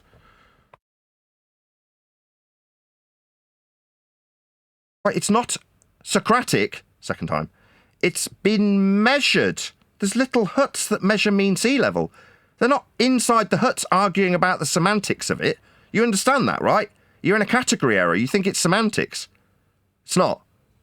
We're not going to have to go through the Socratic method. It's a measurement. You're confusing maths and English, Matthew.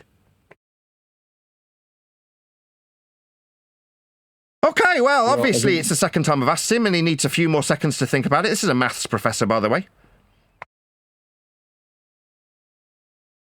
Hello, Matthew! You're in a category error. They measure it third time. Okay, well, I'll conclude. Other people mean different things by sea No, level. they don't. They're That's all I measuring can it. say. I can't Nobody's prove in the it. huts arguing about the definition when they measure mean sea level. They're measuring it with tools to measure.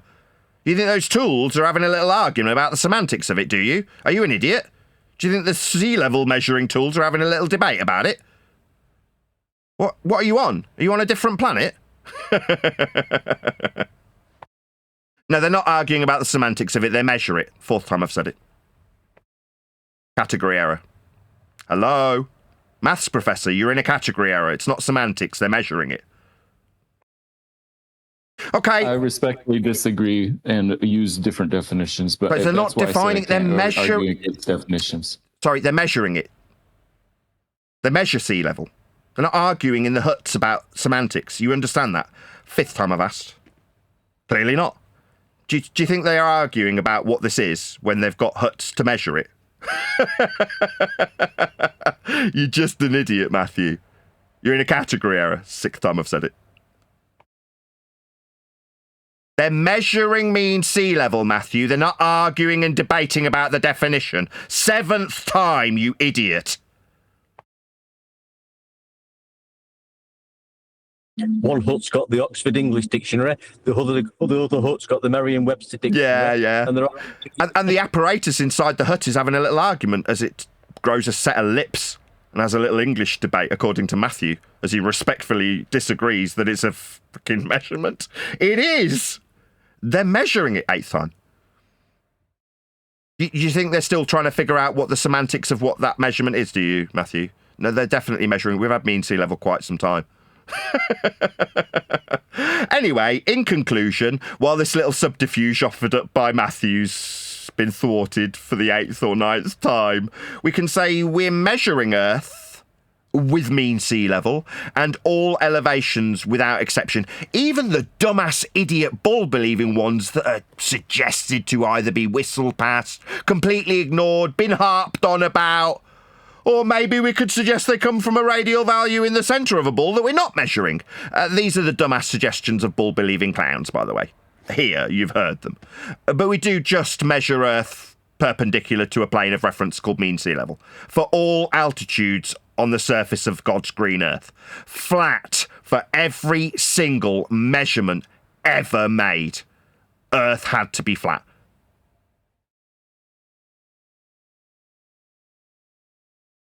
I wonder if Matthew believes that you can measure a plane of reference without having a plane to reference. Oh, obviously not. Yeah, welcome to Flat Earth. That's how we measure Earth, including but not limited to altitudes of weather balloons, satellites, aeroplanes, angles of elevation for mountains. Everything to do with altitude is all perpendicular to a plane of reference without exception. Because without exception, Earth's measured flat. For altitudes, what's that I can hear? Can't we just whistle past this? Can't we just ignore it? You've been harping on about it. Yeah, Right, so we Globers say that there's different planes of reference. So the plane of reference for level in London is different than the plane of reference in New York. That they're not perpendicular. They're not parallel. The direction of down is different in New York than it is in London. They That's are our planes. But in your belief, they are planes. Yes, not different curves. planes. One in London, Correct. one in New York. That's the end of the discussion. They are planes. We are finished. Right, I'm going to thank the politics server for having us. I was a bit rowdy at the beginning, talking through somebody promoting their other stuff, so I do apologise. Thank you for allowing me to be here. It's always fun to chat with you. I wasn't talking to you, Matthew. You have absolutely no control over this server. I apologise for being nice. It's all right. It's just you're a bit up your own ass, like you're more important than you actually think you are. Thank you, server operators. You've been really good to me personally. I am very grateful for you allowing me to be. I'm not being sarcastic either. Thank you, DJ, and I apologise for being a bit rowdy at the beginning. My apologies.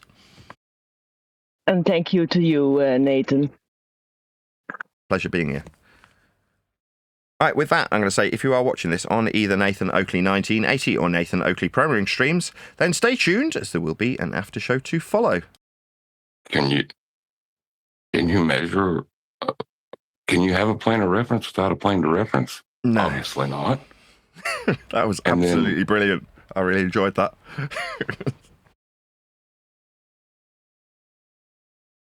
Just interesting thing. And then he wants to appeal to planes that he measures in other places. But they're planes, right? Yes. Then there's no discussion to be had. Yeah, but it's in a different place, John. It's just like mean sea level, you know, it's just a different level of levelness. But the plane is just a plane in a different place, you know. Oh, so it's curved.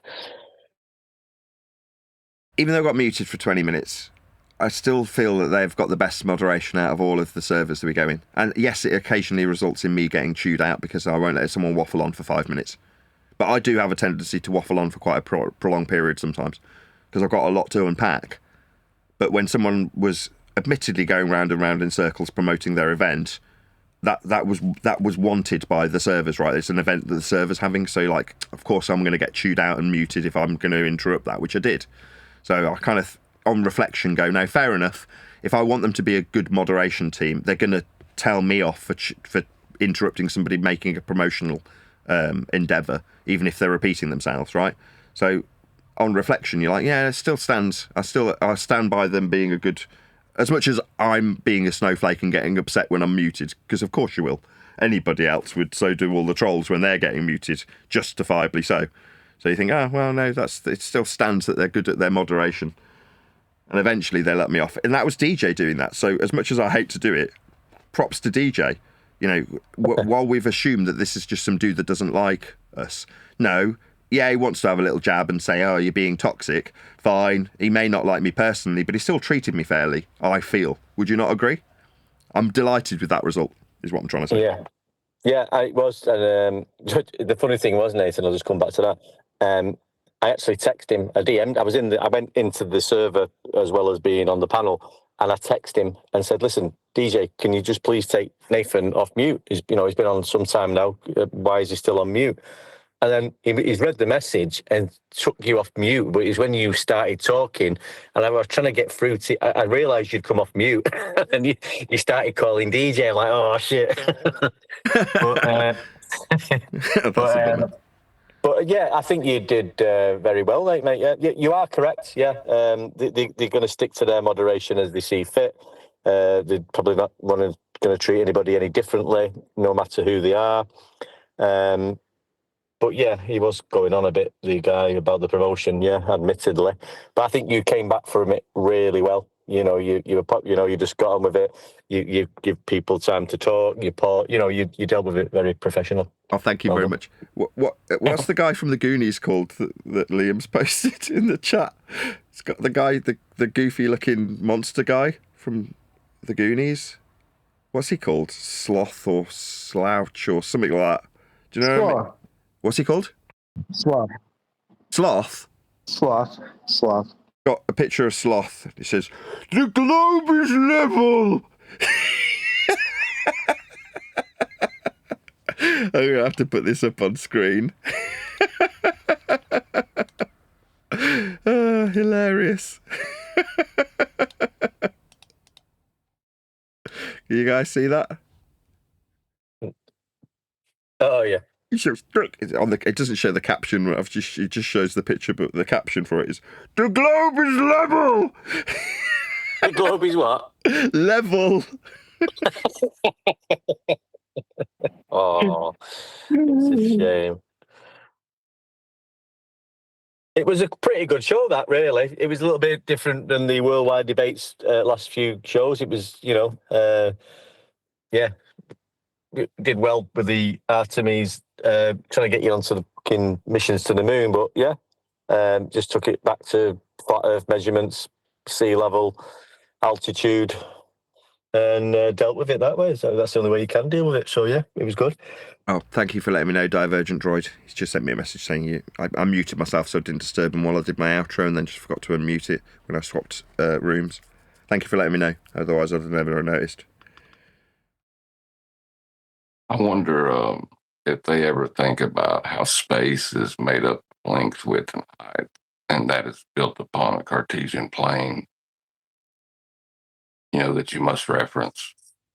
Yeah, but I think they already. I mean, what was Edeberg going on about? He was just conceding to everything, wasn't he? In the early, I can't remember. But what was it? But he was conceding to everything.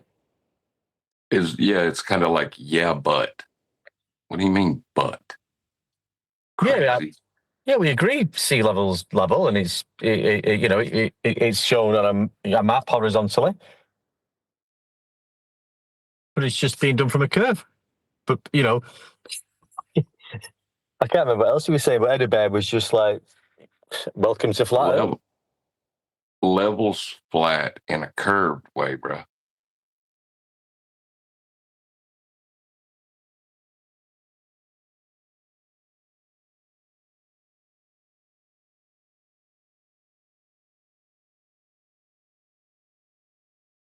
Yeah, Matthew, I can't believe he gave those concessions and still wants to whistle past them.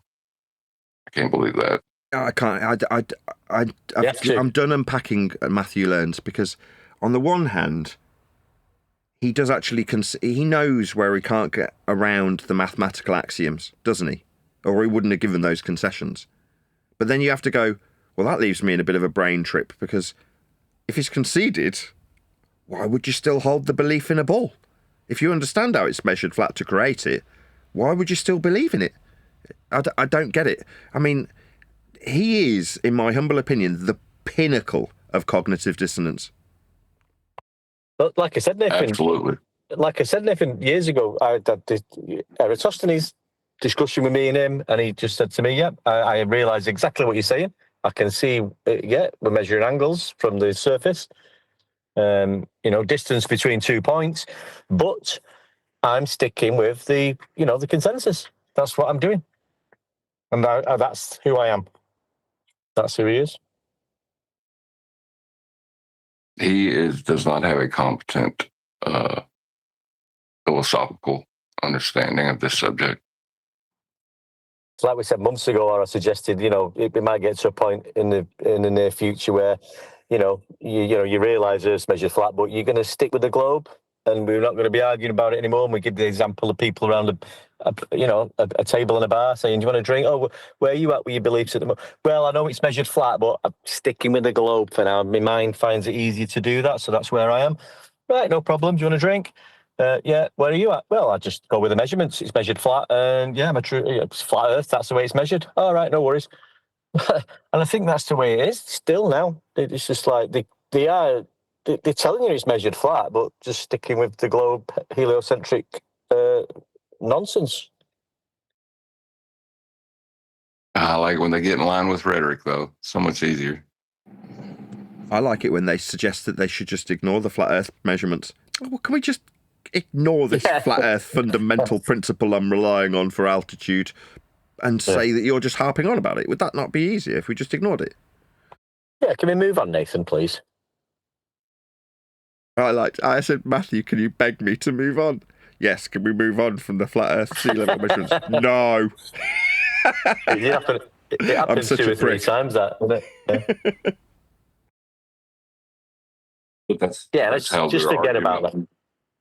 That's how they want the argument to work. They want everyone to accept the measurements, but then move on to argue about whether it's globe or not. That's what they want.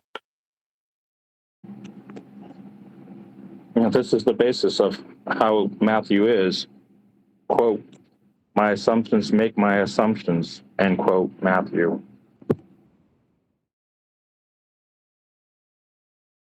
But his measurements are on point. He's got it, and he'll tell you about it. Oh, yeah, he gave you the reference. So, yeah, the Earth's measured flat, the Earth's flat. Even for your occult zealotry, the Earth's flat. Yeah, at that point, it's over. Like when he appealed to measuring a plane of reference in New York and one in London, but it is a plane of reference, right? Then we're done. You want to make an argument past that? Crazy. Go on about your silly business. Well, that's just the same as my mate with the, mean sea level. That's exactly the same thing. Well, it's level, but you've got different levels in different places. That's why we've averaged to level out. It's the same sort of thing, isn't it? Yeah, it's not, you've got different levels of level, therefore not level. Yeah, when Nathan brings the presupposed divergent levels, right? But he's going to use flat planes for those divergence. You know what I'm saying? That's absurd.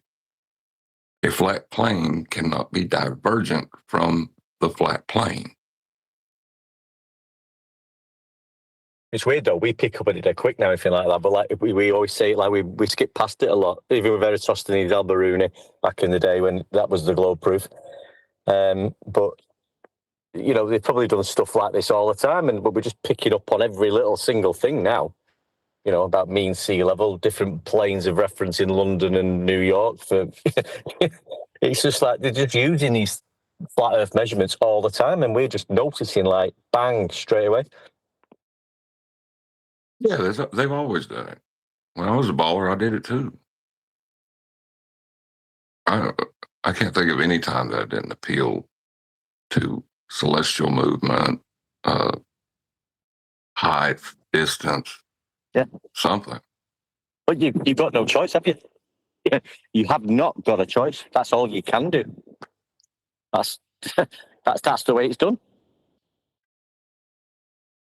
Yeah, it's one of those things about dealing with reality. When you measure something in reality, you kind of have to do it in reality. That depends on the definition, John.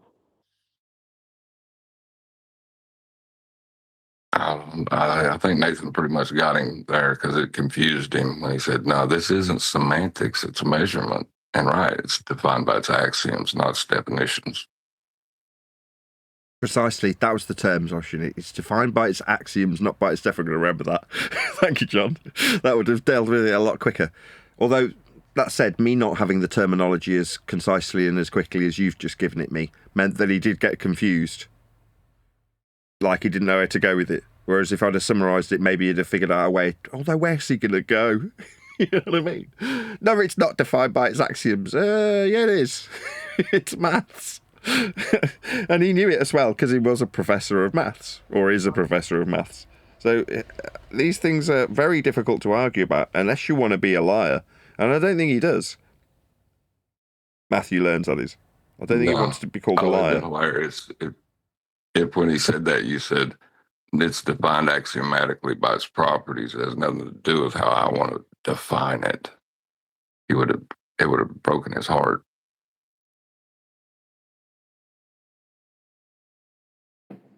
Like I say, it melts my brain thinking of how someone like Matthew Learns exists cognitively.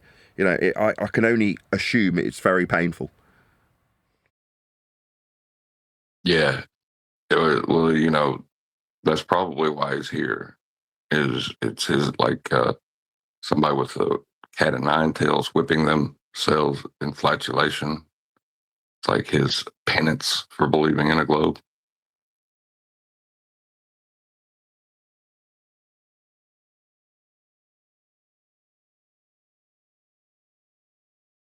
Maybe, because we've got such limited time here. And if you're going to spend time trying to wrap your head around a contradiction in terms for a chunk of your life, you're like, why would you willingly exist in that cognitive state? Especially if you're a trained mathematician. Again, I'm trying to wrap my head around it, and I shouldn't. I should just accept.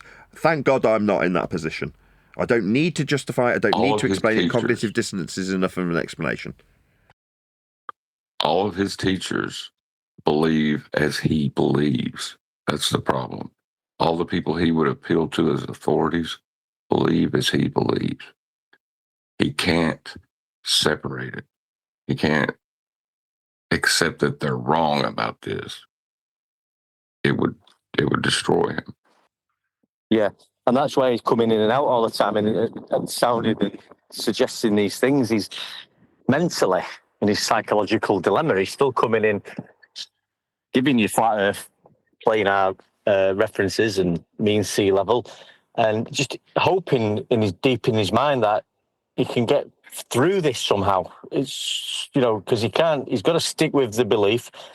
But he's going to keep coming in and talking nonsense, realising that he's talking nonsense, instead of just giving in to the facts and realising that it's a measurement and this is how it's measured, and saying, well, yeah, I can see that and I can understand it. That's what you've got to do in the end.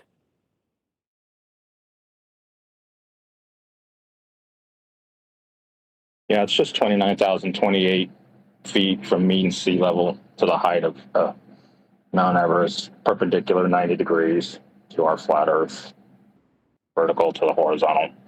Yeah, it's just that. Earth measured flat. Earth's flat.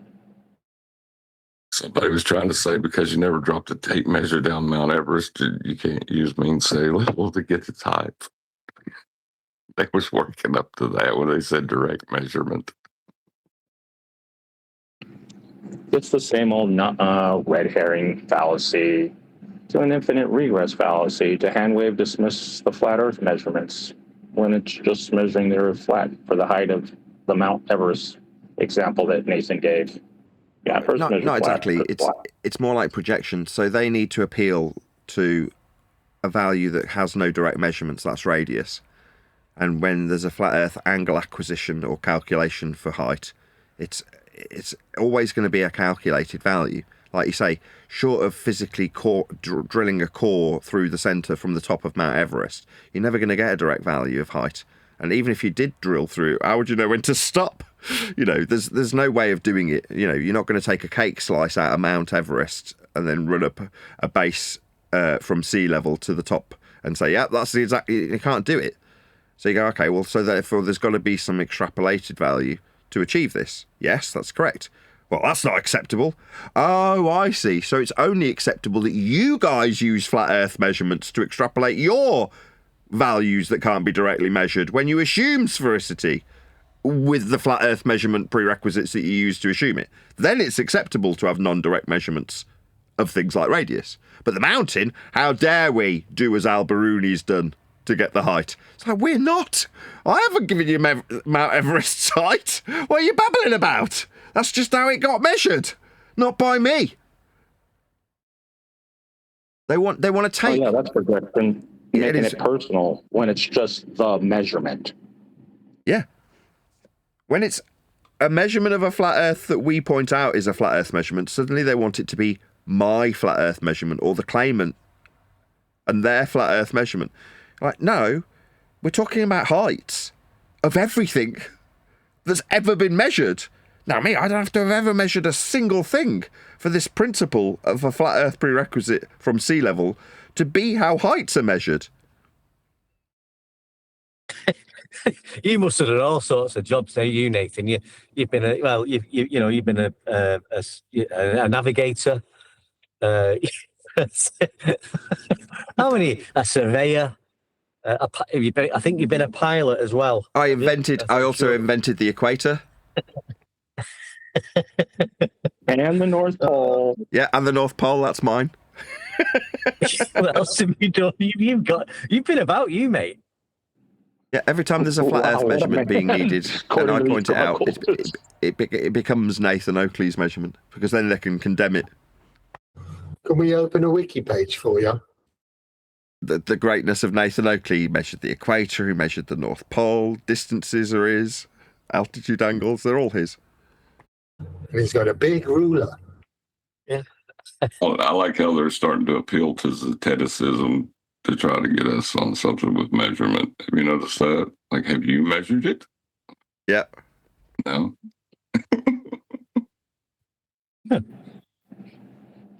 Especially like they've all fallen into the same trap as Simon Dan, where they mistakenly think that me steel manning their position, flat Earth measurements in tow, makes it my measurement or my claim. Like, no. At no point will you appealing to satellites and me saying, well, how high are they? The satellites you've just appealed to. Oh, well, now you're saying you've got a flat Earth measurement. No. This is your measurement of your claim you've put to us. And it's flat.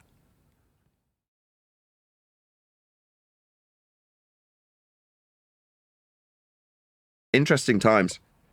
We've done pretty much all, other than Jenna's server, we've now been into all of them. Albeit for only 5 minutes, we did the English hub. We've now done politics. 24/7 we haven't done. But when I went in today, they had a bot replaying a show, and I didn't know, or didn't want to bother to find out how to get it to shut up. People were obviously in there enjoying listening to it, so I didn't want to interject. But I think that's the only one we haven't been in. And I want to refamiliarise myself with these servers, so that when the book comes out, I can go in and do the same thing again, but with me familiar with the mods. They know who I am, and they're willing to have me in and saying, you can read all about that in my book, rather than just, that's a flat Earth measurement. What about Gem Panda? I don't know about Gem Panda. I don't think I've even got him on this list. Let me just have a look. What's his server called?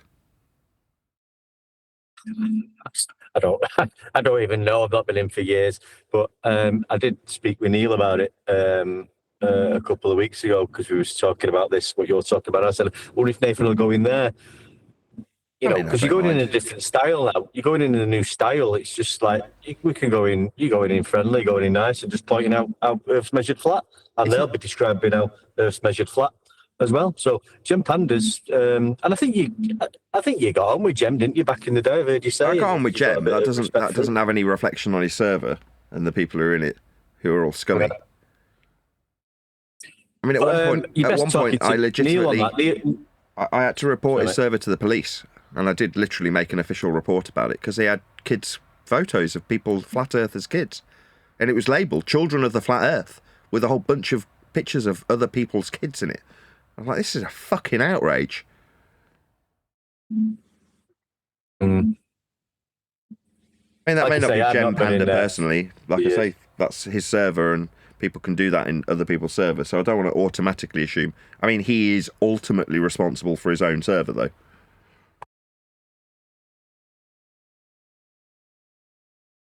Yeah. Oh, well, yeah. Well, throw it out there. I think Neil has a bit of rapport with him, so it might be best speaking to Neil on that one.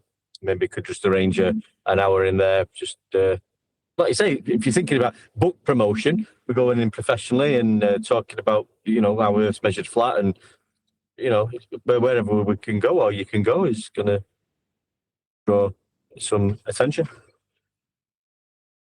Yeah. When's the book doing, Nathan? Anyway, I can only assume the publisher's on holiday. I haven't heard from him for about 2 weeks, so I can only assume he's on holiday at the moment. And I don't want to pester him. Like I said on a few other shows, people have been as generous as ever. So, as much as I am poor and I do want it to come out, I don't mind there being a gap. If there's a gap, so be it. You know, he'll get to it when he gets to it. It'll come out when it comes out. And I'm glad that I'm not in a position where I need to chase him and go. I did actually send him an email this morning, actually. I say that. I'm pretty sure I did. Hold on a second. He's gone on holiday so he can rewrite the whole book and then put his own name. Claim it as his own. I don't think so. I said to him... He hasn't got, hold on a sec. He hasn't got a garage. I said, hope all is well with you. How is the book going? Can't wait to start selling / promoting it. Please let me know if there is any more I can be doing to help bring it closer to publication. Look forward to hearing from you soon. Sincerely, Nathan. That was what I sent him earlier this morning. So I hadn't heard from him for about a fortnight, maybe a little bit longer. So I thought I'll leave it at least 2 weeks, and then if I don't hear from him, I'll just give him a quick tug. But if he takes another week to get back to me, I'm not going to be heartbroken. Like I'm glad that the work. It was hard when it was work, you know what I mean? When Paula and I were doing it together night after night, it was a real slog, and it was really taking its toll on me. Now that bit's done, yes, I keep getting it back and making minor alterations to it, but it's nothing compared to actually writing the thing and editing it. So I'm just glad that bit's over, and when it comes out is kind of moot. It'll come out when it comes out. I hope it'll be. I can have a guess though. I reckon it'll be about a couple of weeks. I think it's been a good build-up to the book. I think it's sort of, even though it's not purposely been like done, and it's took a bit of time and back and forth. I think people said, "Oh, when's the book coming out?" And we're thinking, "When is the book coming out? And is the book coming out? And where's this bloody Chuck? What's he up to?" But I think now it's like, come on, we want the book. And I think when it comes out, we're like, yes, it's out. Let's get the book. So it's been a good build-up to the book. Unintentionally for sales purposes, probably. But I think it will help in the long run. Tell you what, after hearing Matthew concede to everything, pretty much end the debate, but still want to argue, I don't hold out hope. Me neither. There's always going to be people who can exist in that cognitively dissonant state. Even the highest of trained professionals like Matthew. Now, more power to him as a mathematician, but even with the axioms and principles of Earth measurement being accepted and conceded as flat Earth by definition and prerequisite, he still will retain his globe faith. So, isn't he a teacher? Yeah, he's a teacher. What's that with the answers? Everything. They have to be right. And when you ask them whatever question, doesn't matter what the answer is, they will still be right. It's his job. Yeah, or to be the infallible source. Yeah. No, but you're right. Yeah. We know what he's like. Learns. He's admitted it. He'll admit it himself. I told you before. He'll admit it. I did this joke the other day, but in Red Dwarf, the computer called Holly has got an IQ of 6,000, and they're talking about his high intellect. And he says to the crew, "I'm the closest thing to infallible." And Lister replies, "You mean infallible?" And he goes, "Exactly." Yeah. Anyway, you meant she, not he. Oh, that Holly. The one before the blonde hair. You what? Holly. Oh, Holly. It was the first 2 seasons, Holly. I can't remember the actor's name now. It'll come to me in a minute. But the one before the blonde, before Hattie Hayridge. Rob something or other his name was. Rob Lovell, something like that. Yeah, I was just being facetious as usual. Like Matthew, though, back in 3 years ago, that would have probably wound a lot of us up. Like, shouting and screaming wound up. Like, because he's telling you that he totally understands how it's measured flat. And then still telling you that, this can be done on a globe. But I don't think we're reacting in that way now. Or Nathan isn't so much. We did sort of go over it with him a few times and ridiculed him a little bit. And made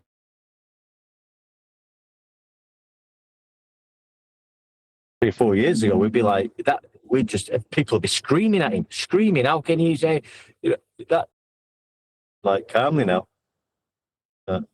Yeah, it's a recognition that it doesn't make any difference. All right, you accept sea levels, our Earth's measured flat. Yes, I accept it. Doesn't mean you're right. Before, that would be a really irritating reply. Because if there's a debate, it's important to get your opponent to concede their incorrect assertions to strengthen your argument in debate. When you realise there isn't a debate, does it matter if you concede? It doesn't matter in the slightest, does it? Suddenly it becomes inconsequential. Oh, you don't agree? Oh, well, it's still flat Earth measurement. Doesn't matter if you agree or not. Yeah. Yeah, and I think but now, like John's brought it up a couple of times, it's like, we're not, shouting and screaming and showing our frustration in that way. But it's like, wow, you're realizing it, pardon the pun, on a different level. Like he's conceding to everything, and it's like I can't put it into words what I'm trying to say, but John's pointed out a couple of times. He's using different level planes in different areas that are a certain distance apart directionally, and telling you it's from a plane, and somehow that's something to do with curvature. And you point that out to him, and he realizes that, it is. I am using two planes. But it's like, how can you? It's just cognition, isn't it? I mean, that's how you can put it down to, really. A psychological dilemma and a belief, some sort of belief system that you can't. It's a religious heliocentric belief that you cannot break the tie with, no matter what. Bloody deep, that, isn't it? Because you can understand that with certain religions, because people have. Well, I don't know if you can or can't, but it's you say it's a religion, and it is a religion, but there's no actual sort of character involved with this religion. It's just the shape of the where we live. It's not a person like Muhammad, Jesus, whoever else you want to say. It's not this. Barry. Yeah. So it's a different thinking. How can they have this belief in the shape of where you live?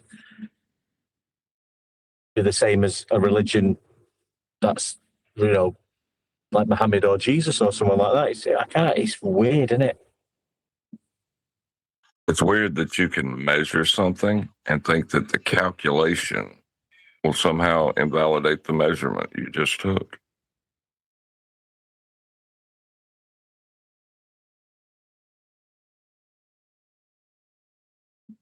Yeah, but they've done that a lot of times, John. They'll jump straight in with you don't know your math and calculations, jumping past the measurement. They'll throw math in and calculation to you. That they want to talk about the math and the calculation. That's how it's calculated. You don't know your math. If you pass the measurement again. That's just pure projection because they're using math that runs contradictory to their belief. That's what it is. Yeah, that's the main problem. The math is planar angle measurements to create the ball, and where you said earlier that they lack the comprehension of their planar requirements, well, that's the magic trick. They think they're standing on the outside edge of the protractor that their measurements are based on. They don't realise that they're fundamentally required to be inside a ball. Half of them think they're on it, and that's how they phrase it. On a ball, on a ball, on a ball. Whoa, whoa, whoa. There is no on a ball. Like this diagram on screen, right? There's only in a ball. Just like before, I was going to, when you were talking to the guy you wanted to talk about the Archimedes, I just did a quick search, and it does actually tell you what you were telling him. And the one of the things that I got up on a quick search was in space exploration, sea level, #sea level is a uniquely Earth-centric term, depending on whether you are asking about the spacecraft's height above the Earth, its height above the moon surface, or its planned landing elevation. The altitudes for the Archimedes mission vary significantly, but it's telling you it's an Earth-centric term. It's from the center of Earth. And then the other one was at launch, the rocket begins its ascent from sea level at the Kennedy Space Center and passes an altitude of approximately 530,000 feet before the core stage shuts down. So he was wanting to, that's why I looked at it, but I didn't want to interrupt because he was just sort of on a roll with him. But he wanted to look at some data. There you go. They're telling you it's presumed you're measuring from the center of Earth. It's an Earth-centric term. And we've got altitude. So at 20,000 feet from the center of the Earth, they're retarded. Yeah. But he's telling you what I've just read out. In space exploration, sea level is a uniquely Earth-centric term. It's just a term. Earth-centric term. So the center of Earth, yeah, Earth-centric, center of Earth. Yeah. So they're relying on measurements and everything coming from a measurement from the center of Earth on the equatorial plane. Yep. Oh yeah, they don't hide it. You just gotta know what the words mean, I guess. You know.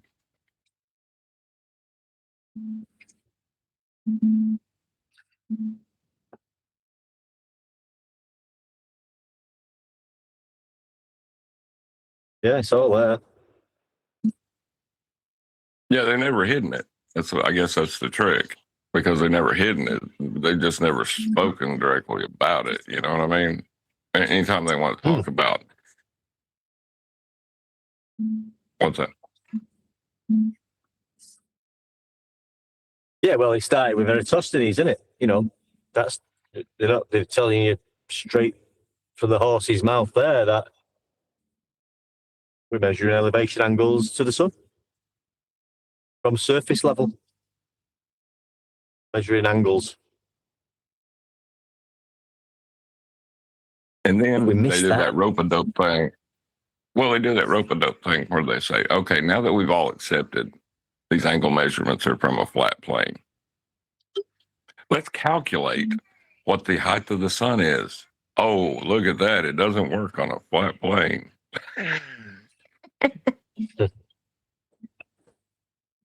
Yeah. Yep.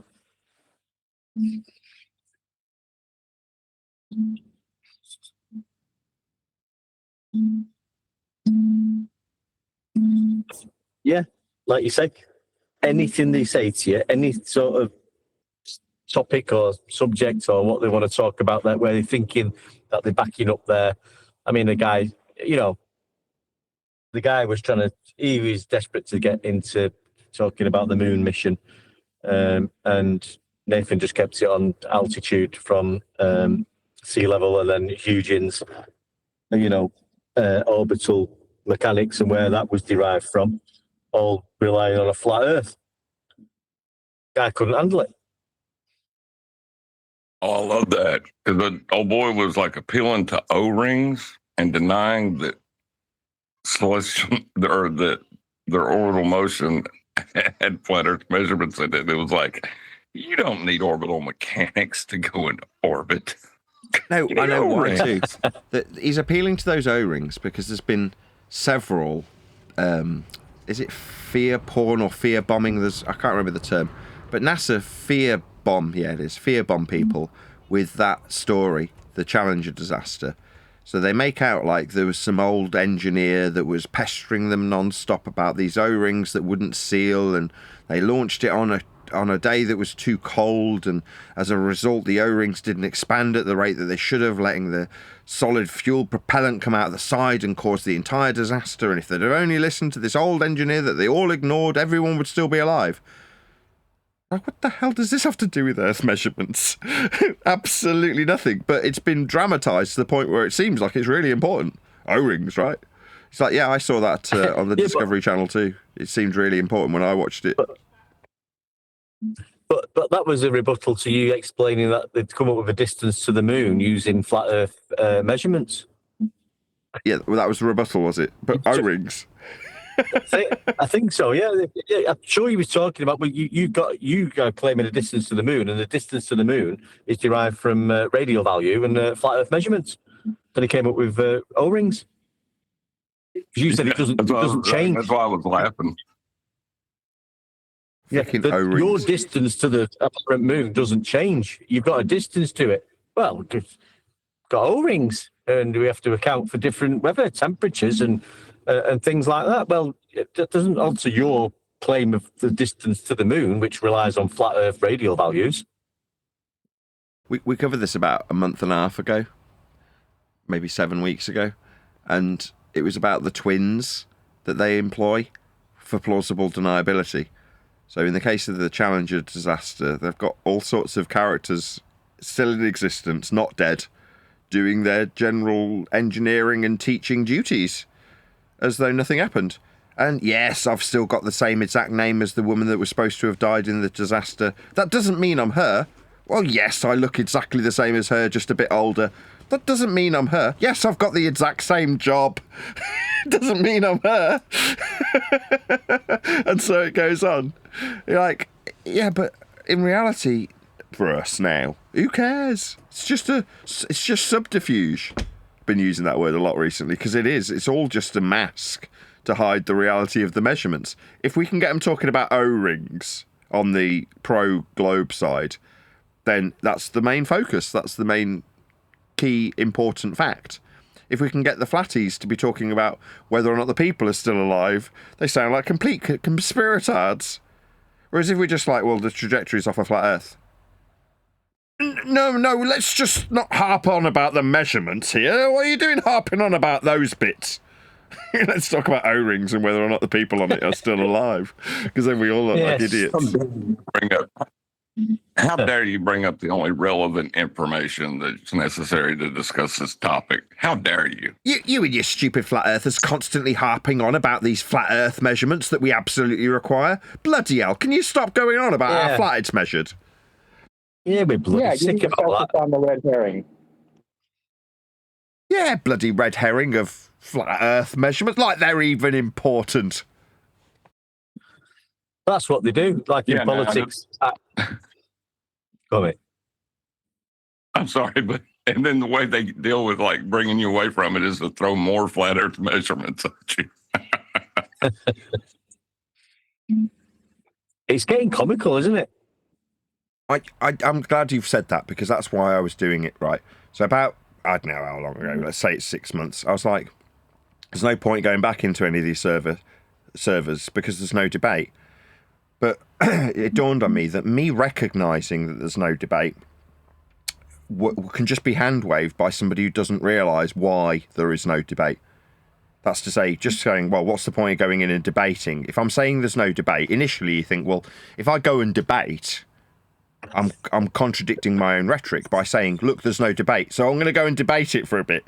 But then you go, well, no, for people to realise there's no debate, you need to go in and have your opponents present you with flat earth measurements over and over and over again. Then people will go, oh, yeah, there really is no debate then. No, there never was. But they need to actually see that in debate, as ironic as that may sound. No, I think I noticed it. I might have even said something along the same lines, Nathan. It's good we're going in there and you demonstrate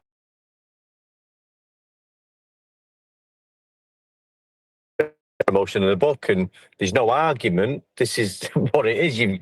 It's in, you've got no say in the matter. How Earth's been measured already. Yeah, and I like it when it comes up when they're like, you expect me to believe blah blah blah blah blah, and I'm like, it doesn't matter if you believe. We here do not matter.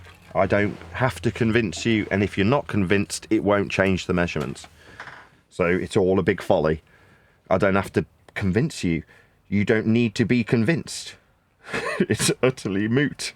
And it is. Matthew come in there. Oh, sorry. No, Matthew come in there at the end and crapped all over them guys. Yeah, because he's suddenly wrapped it up in a nice bow, where I've been saying, well, this is a flat earth measurement, you can't disagree with it. Yes, I can. I disagree. Well, here's why you can't disagree. I still disagree. O-rings. And then Matthew Learns comes along and it's, well, you have to concede that this is perpendicular to a plane measured. Yes, I can't disagree. Well, okay, that's the end of the discussion. Not that there was one. I think the best Matthew offered was, I still choose to disagree. I think that was the best he had, the closest to a rebuttal. Well, I still don't want to agree with it. No, he still chooses to believe in a globe, not disagree with the measurement. Yeah. At which point you're like, well, you're entitled to believe whatever you like. If you want to believe that you're on a ball, I am not in a position to tell you not to do that. And I don't need consensus behind me for my point to stand. That's the point. I don't need the consensus. They do. So therefore, that's why they've had to create this debate, so that the consensus can look at it and go, well, it's still a ball because there's a debate and the flat earthers are really stupid. So winning, losing points are irrelevant. It's just a ball by default, just even if I've watched any debate. So by contrast, you go, well, actually, no. Regardless of debate, it's always measured flat. There was one thing that he was having trouble with, and that was you could get level from a globe, because he knew that level was horizontal. He thinks that a globe can be horizontal. Yeah. Well, they've got a definition. That's why he was saying, well, if we just agree based on that definition. Like, what? Because you want to go to Merriam-Webster where it says levels having globe parts. You know, like, I mean, having it written down won't change how big a contradiction in terms it is. It's going to be a contradiction if you say something that's capable of having its description from level and would be required axiomatically to be described from level. You can't suggest that that deviation from level is level. It's utterly absurd. But that is what Merriam-Webster alludes to. Like, when we've had that recently, I have questioned the education system, having gone through a subtly different education system. That is to say, when I was educated in a private school, they didn't teach the same way as when that school eventually shut down and I did the last year or two in a normal school. You know, the difference is, I mean, at the time I was really pissed off about it. I wanted to continue in that school, as you'd imagine. But when it closed down, it closed down. And I had to move into a different school. But what it did was offer me a unique perspective. This is how very different the comprehensive approach is versus the private school approach. And at a fundamental level, this highlights that difference. To me, you know, your ability to recognise things like contradictions through, you know, just thinking about it. In a normal school, in a state school, you're taught the opposite. You're not taught to think about it. You're taught, listen to what we have told you. Did you understand what we told you? Can you repeat it back to demonstrate that you understood what we told you? You can repeat back what we've told you. Then you do understand what we've told you. C+. On you go. Not, well, how did you come to that conclusion? Well, you got it from that person. How did they come to that conclusion? They got it from this measurement. Well, how was the measurement before? You know, that's the sort of trail of thought that you're taught, or I was taught at least. And it is in stark contrast to most people's, well, I've read it now, so it's right. Like, my God, the state education leaves you in a state where you'll watch the news and go, yeah, right, I'm informed now. Now I know. You're like, what? The news isn't there to inform you. It's there to keep you well and truly under control. Create a consensus that benefits someone that's not you. You're like, why aren't you recognising this? Well, because people haven't been taught how to think. They've been told or taught what to think as opposed to how to think. So when it comes to a contradiction, most people go, yeah, that checks out. What? This complete violation of its own definition? Yeah, that checks out. It says it. It says it right there. Like, no, but just writing it down doesn't mean that you can comport to a violation of the law of non-contradiction. If it violates the law of contradiction, it can't be correct. You can't be both level and bent simultaneously. But because it's written in Merriam-Webster, these dickheads are like, yeah, it could be level and bent.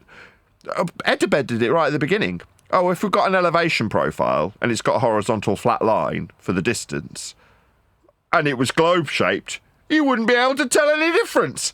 You're like, what you're telling me is that if you've got a football in front of you, you wouldn't know if it was punctured and completely flat and two-dimensional. You wouldn't tell the difference. You're like, yeah, you would. You definitely would. But because it's written down in a dictionary, you wouldn't be able to tell the difference between a straight flat line at sea level versus a bent line that you'd have to describe from sea level. therefore the sea level itself is bent. Like, man, my God, these people are retarded. But they're not. They've just been educated through a state system. Here's a perfect example, right? So, Craig, you there? You played Pokemon Go. I found out what's in it for Pokemon Go. Who here has played Pokemon Go? If something's free, you're the product, right? Your use isn't for your enjoyment of what you're enjoying for free. And Pokemon Go exemplifies this beautifully. So what's Pokemon Go? It's a little game where, with augmented reality, you walk around your streets and your back passages and your paths and your alleys between the houses, in people's back gardens, in all sorts of weird places that you might not expect to be. And you take out your phone and you point it in a very specific direction at an item, a Pokemon. And then you pause there for a few seconds while you whirl a little Pokemon ball at the item that you're collecting. And then you collect the Pokemon and you put your phone back in your pocket and on you go. And you've had a lot of fun for free on Pokemon Go. What was it actually doing? Well, it was training algorithms in AI to know exactly where to send the bots with the packages when they go out. That's what it was for. Well, wouldn't it be useful if we had a whole army of about robot height people? Oh, what about children? Yeah, that'd be perfect. Well, how do we get them to film the exact locations that we need? We'll put Pokemon there.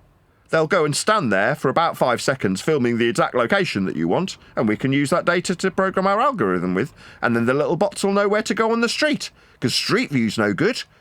Google's going on the street in a car, and you want these these little bots to go on the pavement to deliver the packages. So that's how they've trained the algorithm, by little kids standing around collecting Pokemons for free. Well, they trained an algorithm. I think they do have one of the biggest maps of physical picture maps. You cut up. Say it again, one more time. Yeah, no, I was saying they have one of the biggest maps with pictures, visual maps. Yeah. Even to rival Google. Yeah, it does rival Google. That's the point. It's better than Google. It's far better. And you still get rewarded for updating if you go and update your pictures you took before. Yeah. But that's the equivalent to people going through the school system. You're like, why do you think they're educating you for free?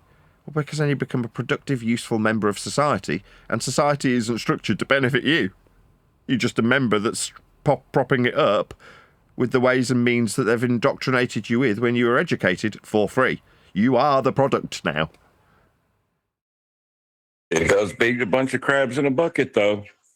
Certainly does. Just saying. I always feel like it's crabs in a bucket when I compare myself to other flat earthers in the same arena. The ballers, I expect that they want to stamp you down, right? They're the fishermen in their mind. They're stamping you down as you try and climb out of the bucket. But the other crabs, to me, are the flirfs. The guys at the beginning of the show, as much as they probably will listen to this back and hate the fact that I'm saying this about them, at the start of the show when we were in politics earlier, people were being told about that event and they're saying, oh yeah, I can steel man the globe, there's no curvature. And I just rolled my eyes. I'm like, this has been engineered so perfectly that even when someone's being told that they can oppose their opponent's position and their opponent will do vice versa, all they'll ever do is talk about whether or not the world's a globe.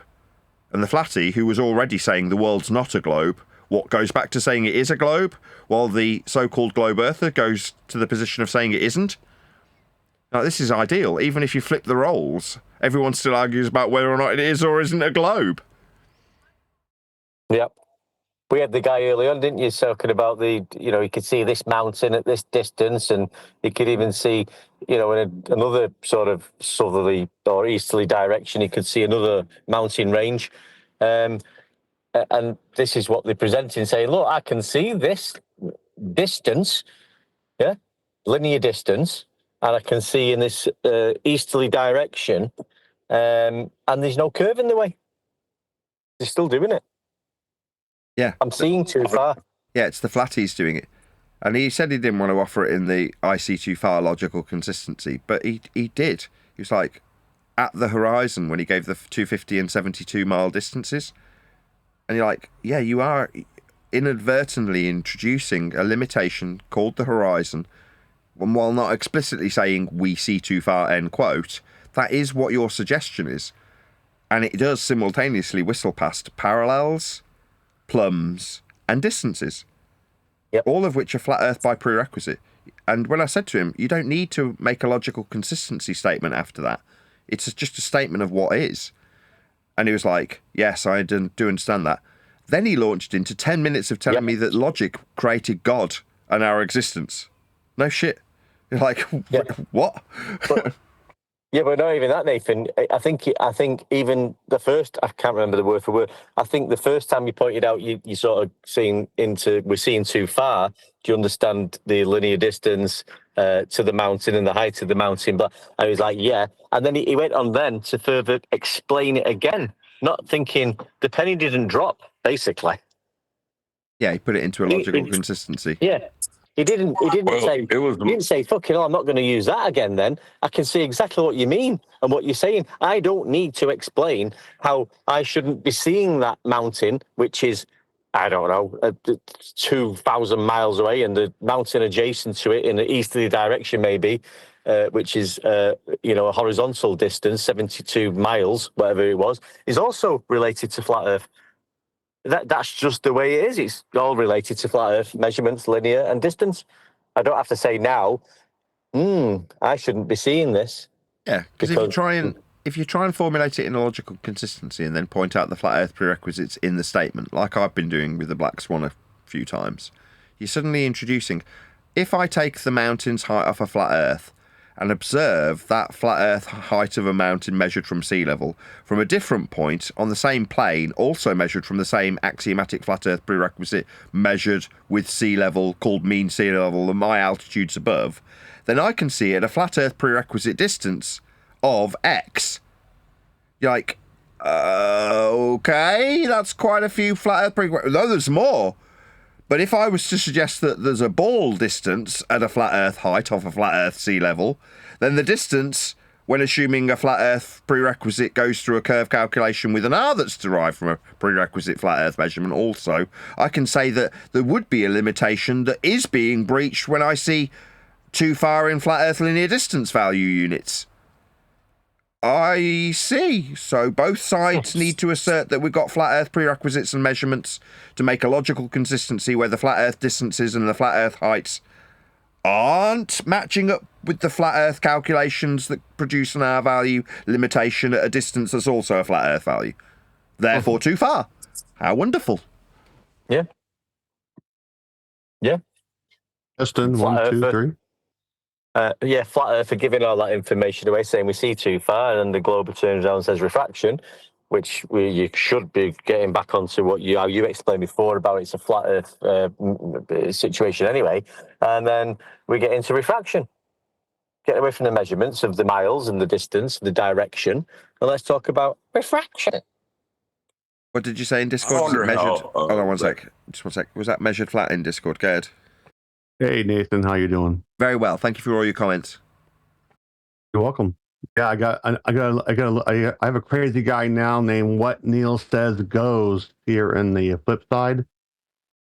He's talking about miles and equator and circles, and he's going on and on about things that I don't think he understands. I suspect that it's Eldebear or Eldebev. I think it is Elderbear. It sounds exactly the same. Yeah. I know exactly who you're talking about. Yeah. I think it's just Elderbear. Oh, Anyways, yeah, that's the I just guy want that to tell says, you guys, I agree with him. I'm going to leave And- and go back to work. I just want to say you guys are doing a great job. I enjoy the show. I'm glad that Neil's still here, and I'm glad the rest of you are still hanging around despite all the crap that's happened the last couple of years. So keep up the great work. Oh, thank you very much. Elderbear, he's the guy that says that because I agreed with one statement he made, all of the crap that comes out of his mouth is correct. That's that guy, right? Yeah, you're the arbiter of everything now. Well, John said so. Hey, if you want, I can pull a Neil and read what he says if you like. right now. I'm staring at it right now. Is that cool or no? No, you're good. Okay. I'll try to do what Neil does in my best way possible. What about 24,901 miles, 3959 miles? Where are they expressed in flat Earth measurements? So I said, you expressed a measurement in miles, a flat Earth measurement. And he says, the equator is a circle. Is that straight? Which is a crazy thing to say, in my opinion. Circles aren't straight, as we all know. Where are the original first order flat Earth measurements lost on stone tablets? And I say equator and I laugh because he's using the equator is not a real thing, right? It's not like a line that says the equator is here, But this guy is just crazy. Repeating a mantra is a baseless assertion. And I said, oh, true. So why do you do it? Well, the measurement. Hold on, I apologize. And Nathan says, Nathan calls it a latitude measurement, a circle of equal elevation. You cannot be questioning a subject matter expert, surely. And that's where he stopped. So what he's doing is he's taking the position that a globe head has, which is that there's a value called the equator. Well, the circumferential value is expressed in miles, but couldn't be measured in miles because it's non-linear. That's to say it's the circle. Well, they extrapolate that value, 24,000, from the radial value. Now, when you say, well, is the radial value measured? No, that's also a globe Earth calculation derived from minimum elevation angle measurements and the concept that we use for the nautical miles, 1 degree for every 60 nautical miles. So if you take the value the globe Earth ascribes to the equator as an angle measurement minimum, you can extract out the one step further that it's disappeared from, if you're going to put it into a value, and then times that by the number of segments that you'd have had when you've reversed your way back from Polaris. So it's a calculation that gives them a requirement for a linear distance in miles. So although linear and miles, that's not a measured value. Number one, because it's suggested to go into hell, so it's never going to be actually measured. And number two, the extracted value comes from a minimum elevation angle value and a convention that gives you 1 degree for every 60 nautical miles. Ergo, the radius is never measured at all. It's derived from flat Earth measurements of angles. So it's a calculated into existence value that then can be further extracted into a circumferential value. So neither are measured. But that means that there's a massive failing on the part of the globe Earth to back and quantify what they've got as their suggested values that haven't come from measurements. Now, because they haven't come from measurements, there's now a suggestion, given that I've just summarised this, that this is Nathan's failed value? No, it isn't. It's the globe Earth's extracted, calculated radius and subsequently further calculated circumferential value at 24,100 and 3959 miles, respectively, after measuring minimums to Polaris to give us that value. But that's nothing to do with you. You don't have to explain this or justify it. And if someone wants to turn around and go, well, that means the globe's a failure because it hasn't got actual direct measurements, okay, yeah, fine, chuck it away then, globe's crap. Yeah, I agree. What a load of shite. That's why I always say, I apologize, Nathan. I always say, though, this is the math. The globe only exists in the math. I've been saying that for many years now. I never got the measured flat part right, but I think I was on the right path because the globe only exists in math. There's no actual globe to do anything with. Anyways, I apologize for interrupting you. The globe only exists in the misinterpretation of the mathematics. It does not exist in mathematics.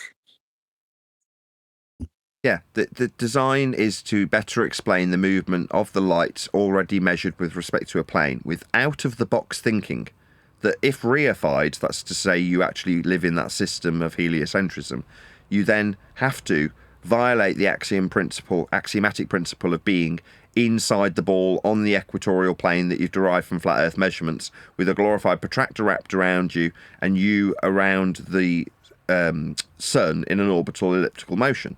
That's very outside of the box way of calculating the movements of the lights to better explain retrograde motion, formerly known as epicycles. That's it. That's what elliptical orbital motion gives you. That's it. But to suggest that you're actually standing on the outside edge of the protractor that the system's created with is to violate the base principle. To suggest that you're standing inside an equatorial plane with a globe wrapped around you is to violate the principle of standing on a surface rather than inside a ball. To put that motion of flat Earth derived values in motion around the sun is to violate the very flat base measurement that you've used to mathematise light movement and better explain epicycles. So understanding why the church did this better explanation of epicycles is to understand how flat Earth is measured to create the values, to then have people like Copernicus and Kepler think very much outside of the box to try and explain God's handiwork.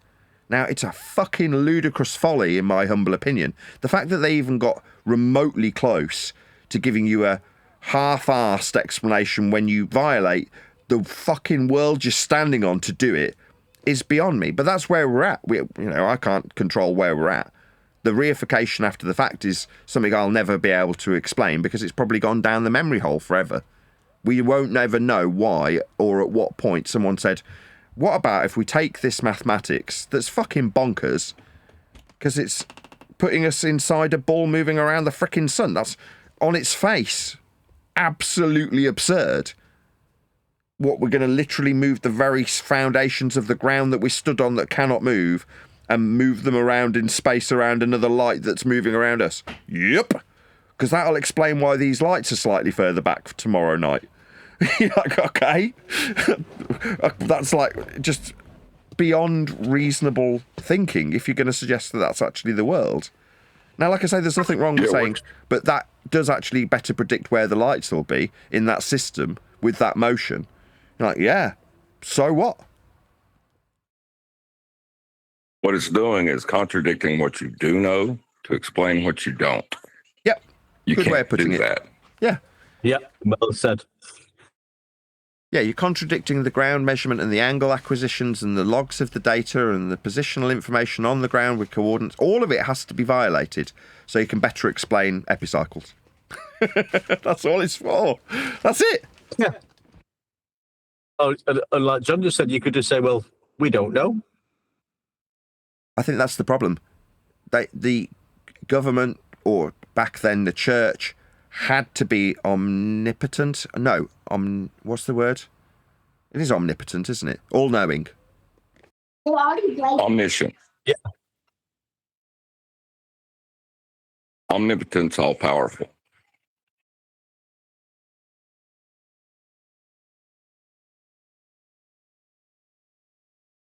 Don't know the word, but yeah, Nathan's going to explain how they had to give these reasons and examples and explain everything, so that they're the all-knowing eye, and this is what's happening. And the only way they could explain it in the end was if we turned the place where we live into a ball, because it was just easier to explain that way for some strange reason. Yeah, there's the initial special pleading fallacy. But just going back to the latitude and all that, I've never heard a glober step up and say and explain how latitude is measured. They're always asking us about the distance to this and why there's 69 miles and the gaps in between the spaces, and how do you measure this in the south, which is a horizontal direction. You never hear them come in and say, well, this is how latitude was measured, because all you got to do is a quick search and it will tell you it's an elevation angle. Well, they do try and trick you in some of the searches, saying it's a distance from the North Pole to the equator, but they try not to tell you how it was actually measured. But globers don't like speaking about how it's actually measured, so they make What they do is they start after they've already employed their logical fallacy to violate the measurement and begin with a globe. Right. These measurements are from a globe, or just use that. Let's skip past that part and just start with the globe. That's what they want to do. Yeah. Yeah, the equator. How is latitude measured? It won't tell you. You can get it, the answer, and we know how it's measured because it's an elevation angle to and from Polaris. But yeah, like you're right, John. In the description, it'll mention the the North Pole to the equator of the spherical Earth. It's the distance between that. It doesn't tell you how it's measured. It just tells you it's the distance, which is ironic as well when they're telling you the distance between 2 points. But yeah. But you don't get Edebear coming on and say, no, Nathan, your latitude measurements are incorrect. I measure it with a curve measuring tool. I don't measure it with a sextant or a theodolite or a quadrant. I've got this tool measuring curvature and curved sea level. They do apply quadrant mathematics, but those are still, Cartesian coordinate systems. That's the system they apply. It's just Cartesian in nature, and they ignore that part. Yeah, they've got to ignore all the actual, the physical measurements that's being made and jump the gun. Get around that problem. That's why we have thousands of globe projections as flat maps, to get around that problem. So you can still use the Cartesian grid, but when it has errors or you're drawing a line between 2 points that curves, because the grid that's flat and square isn't the curved values that longitude and latitude have been derived from off a flat Earth, they're now in a grid. So when you draw a curved line representing a straight line shortest distance, you can say, oh, that's because it's been distorted from the globe, and obviously the globe is the correct system. And then you don't have to look beyond what you've just been told at a surface level inquiry, that the globe itself has then also been projected into existence from the flat Earth measurements that match the original coordinate data that's measured off a flat Earth also. So to have it work after the globe conversion, you need it to be on a flat map for azimuth and altitude and coordinates.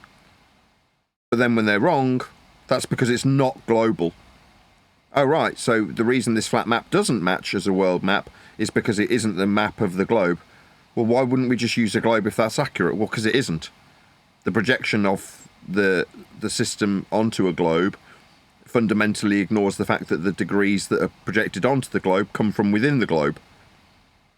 But again, like I say, if you can remove it once by having a load of maps that are all wrong and blame the distortion on the fact that it's flat rather than globe-shaped, like, why would we need to project it at all?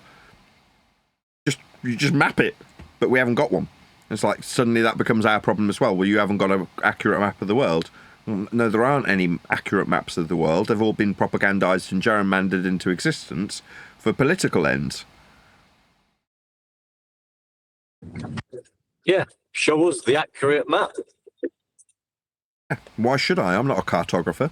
But every system that ever was used to ever produce any map ever relies fundamentally on flat Earth foundations. Right. So, yeah, by demanding that we show them an accurate map, they're asking for a reification that represents reality. Well, we ain't going to be able to do that. They can't do that either, though. You know what I mean? Like, they're asking us for something that they don't have. Yeah, which results in a draw, which is why I'd rather say, well, how does your map get made? How does the globe get created into existence? And if its origins are flat Earth measurements, regardless if you say, well, that's wrong, you're like, okay, but what other measurements do we have? If the answer is, well, there aren't, there's only the flat Earth measurements, that's all that can be foundationally adhered to. Not any projection, not any calculation thereafter. If that is the origin, that was like I said, that's how I was educated. There's a point when you do primary source research where you get to the end. You go, oh, that's what was measured then in this instance, if you're looking at primary source. Again, it's a category error because it's a measurement. But if you've been led to believe that you need to go through the science of it, and you go, well, let's figure out who did what and when they did it, and you get back to a point where you go, well, this is what was measured. Even if it's a bullshit story that was probably created just to throw in the mix after the fact about 2,000 years ago, sticks and shadows or wells, they still rely on the same axioms, don't they? Doesn't matter if they throw the claim of a globe creation back 5,000, 10,000 years. You still have to apply the same axioms to the measurements. Yeah, and that's where the mean sea level is great, and that's being used because, like we've said, that was just there, ready for us to use. We had no other choice but to use that. You know, the sea level. Well, this is the base foundation now, going forward. Whenever that started in history, I don't know, but that was the base foundation. We've got this body of waters that, and we've got a mean average level of it, and that's what we're going to utilise for all mapping and navigation and elevation profiles on Earth. We didn't sort of say we'll have to make this sea level. It was just level in the first instance, and that's all we had to deal with, and that's just as simple as that. Well, yeah, you got to have a plane to reference. If you're referencing a plane, it doesn't mean it's a plane that you're referencing. Yeah, well, you might have a plane in London, John, and one in New York. I mean, come on. They are planes, but let me give you some really crappy story after that.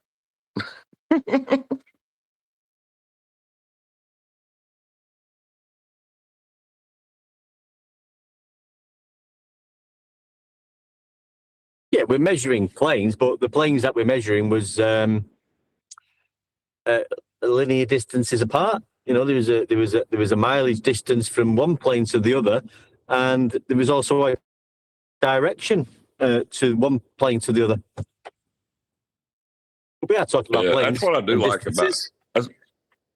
That's what I like about Matthew, though. You can defeat him in an argument like within the first sentence, and he'll concede to it. But he'll keep disagreeing. But it is just a scratch. Keep fighting.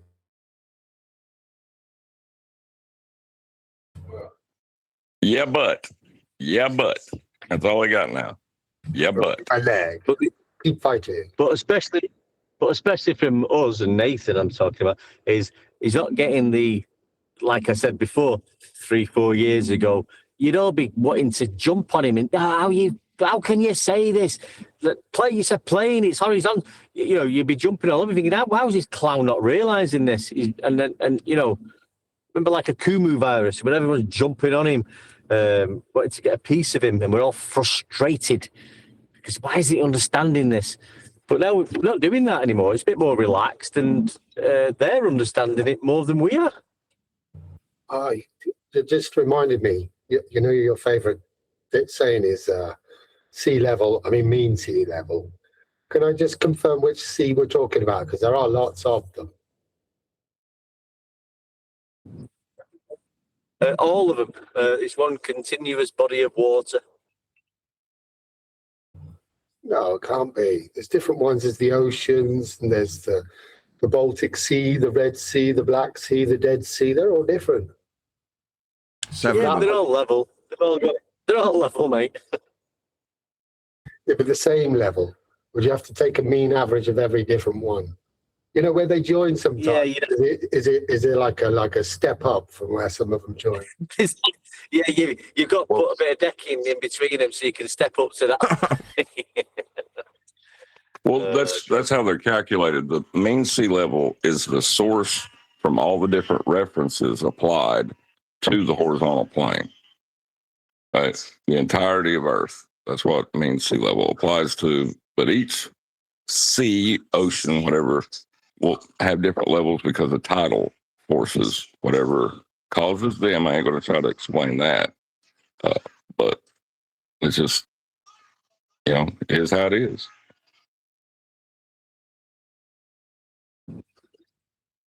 Yeah, but it's sea level, but it's not level. Pilots won't be making altitude adjustments based on different sea levels. They'll just have one sea level, won't they? Otherwise, halfway through a flight, they go, "Oh well, we need to adjust our sea level." Yeah, shit. We're going to the Atlantic Ocean now. Drop 5,000 feet. Right. That's when you use the source plane of reference as your plane of reference. when you're talking about flying a plane or something. You know what I mean?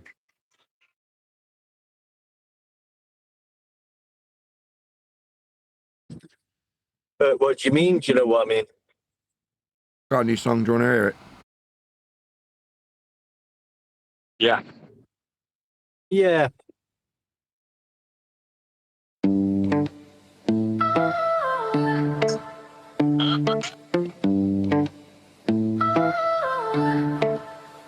Living on a flat world, always flat, so I've heard. Level maps, direction turns, parallel flight we've discerned. I know, you know, we know, and they know it's flat. Measured in degrees as a mud sat, table for degrees, staring at the map, wood for the trees. Cause I know that you know, and you know that they know. Earth measured and it's flat.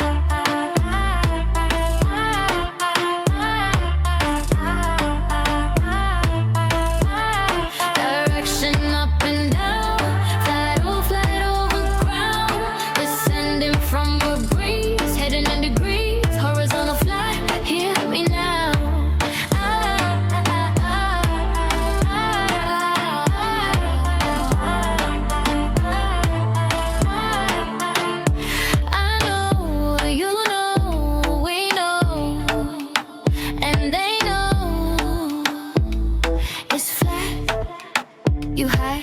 Altitude sky, you that toilet paper guy. Nobody will deny flat measurement to fly. Let it go, don't be sly. Ground and sea level for us to fly high.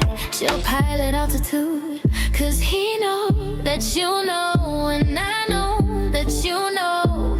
Earth's measured and it's flat.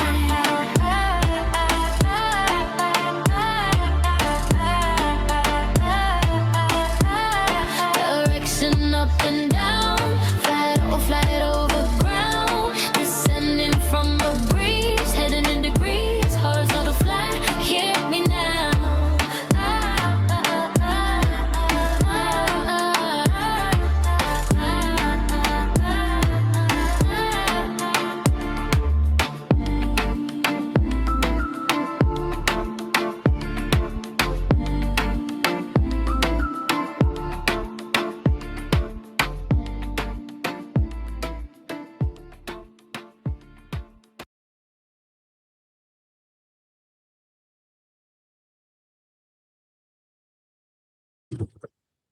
Sounded all right from what I could. It's hard listening when you're on the thingy, but I got the drift of it. Yeah, sounded all right, mate.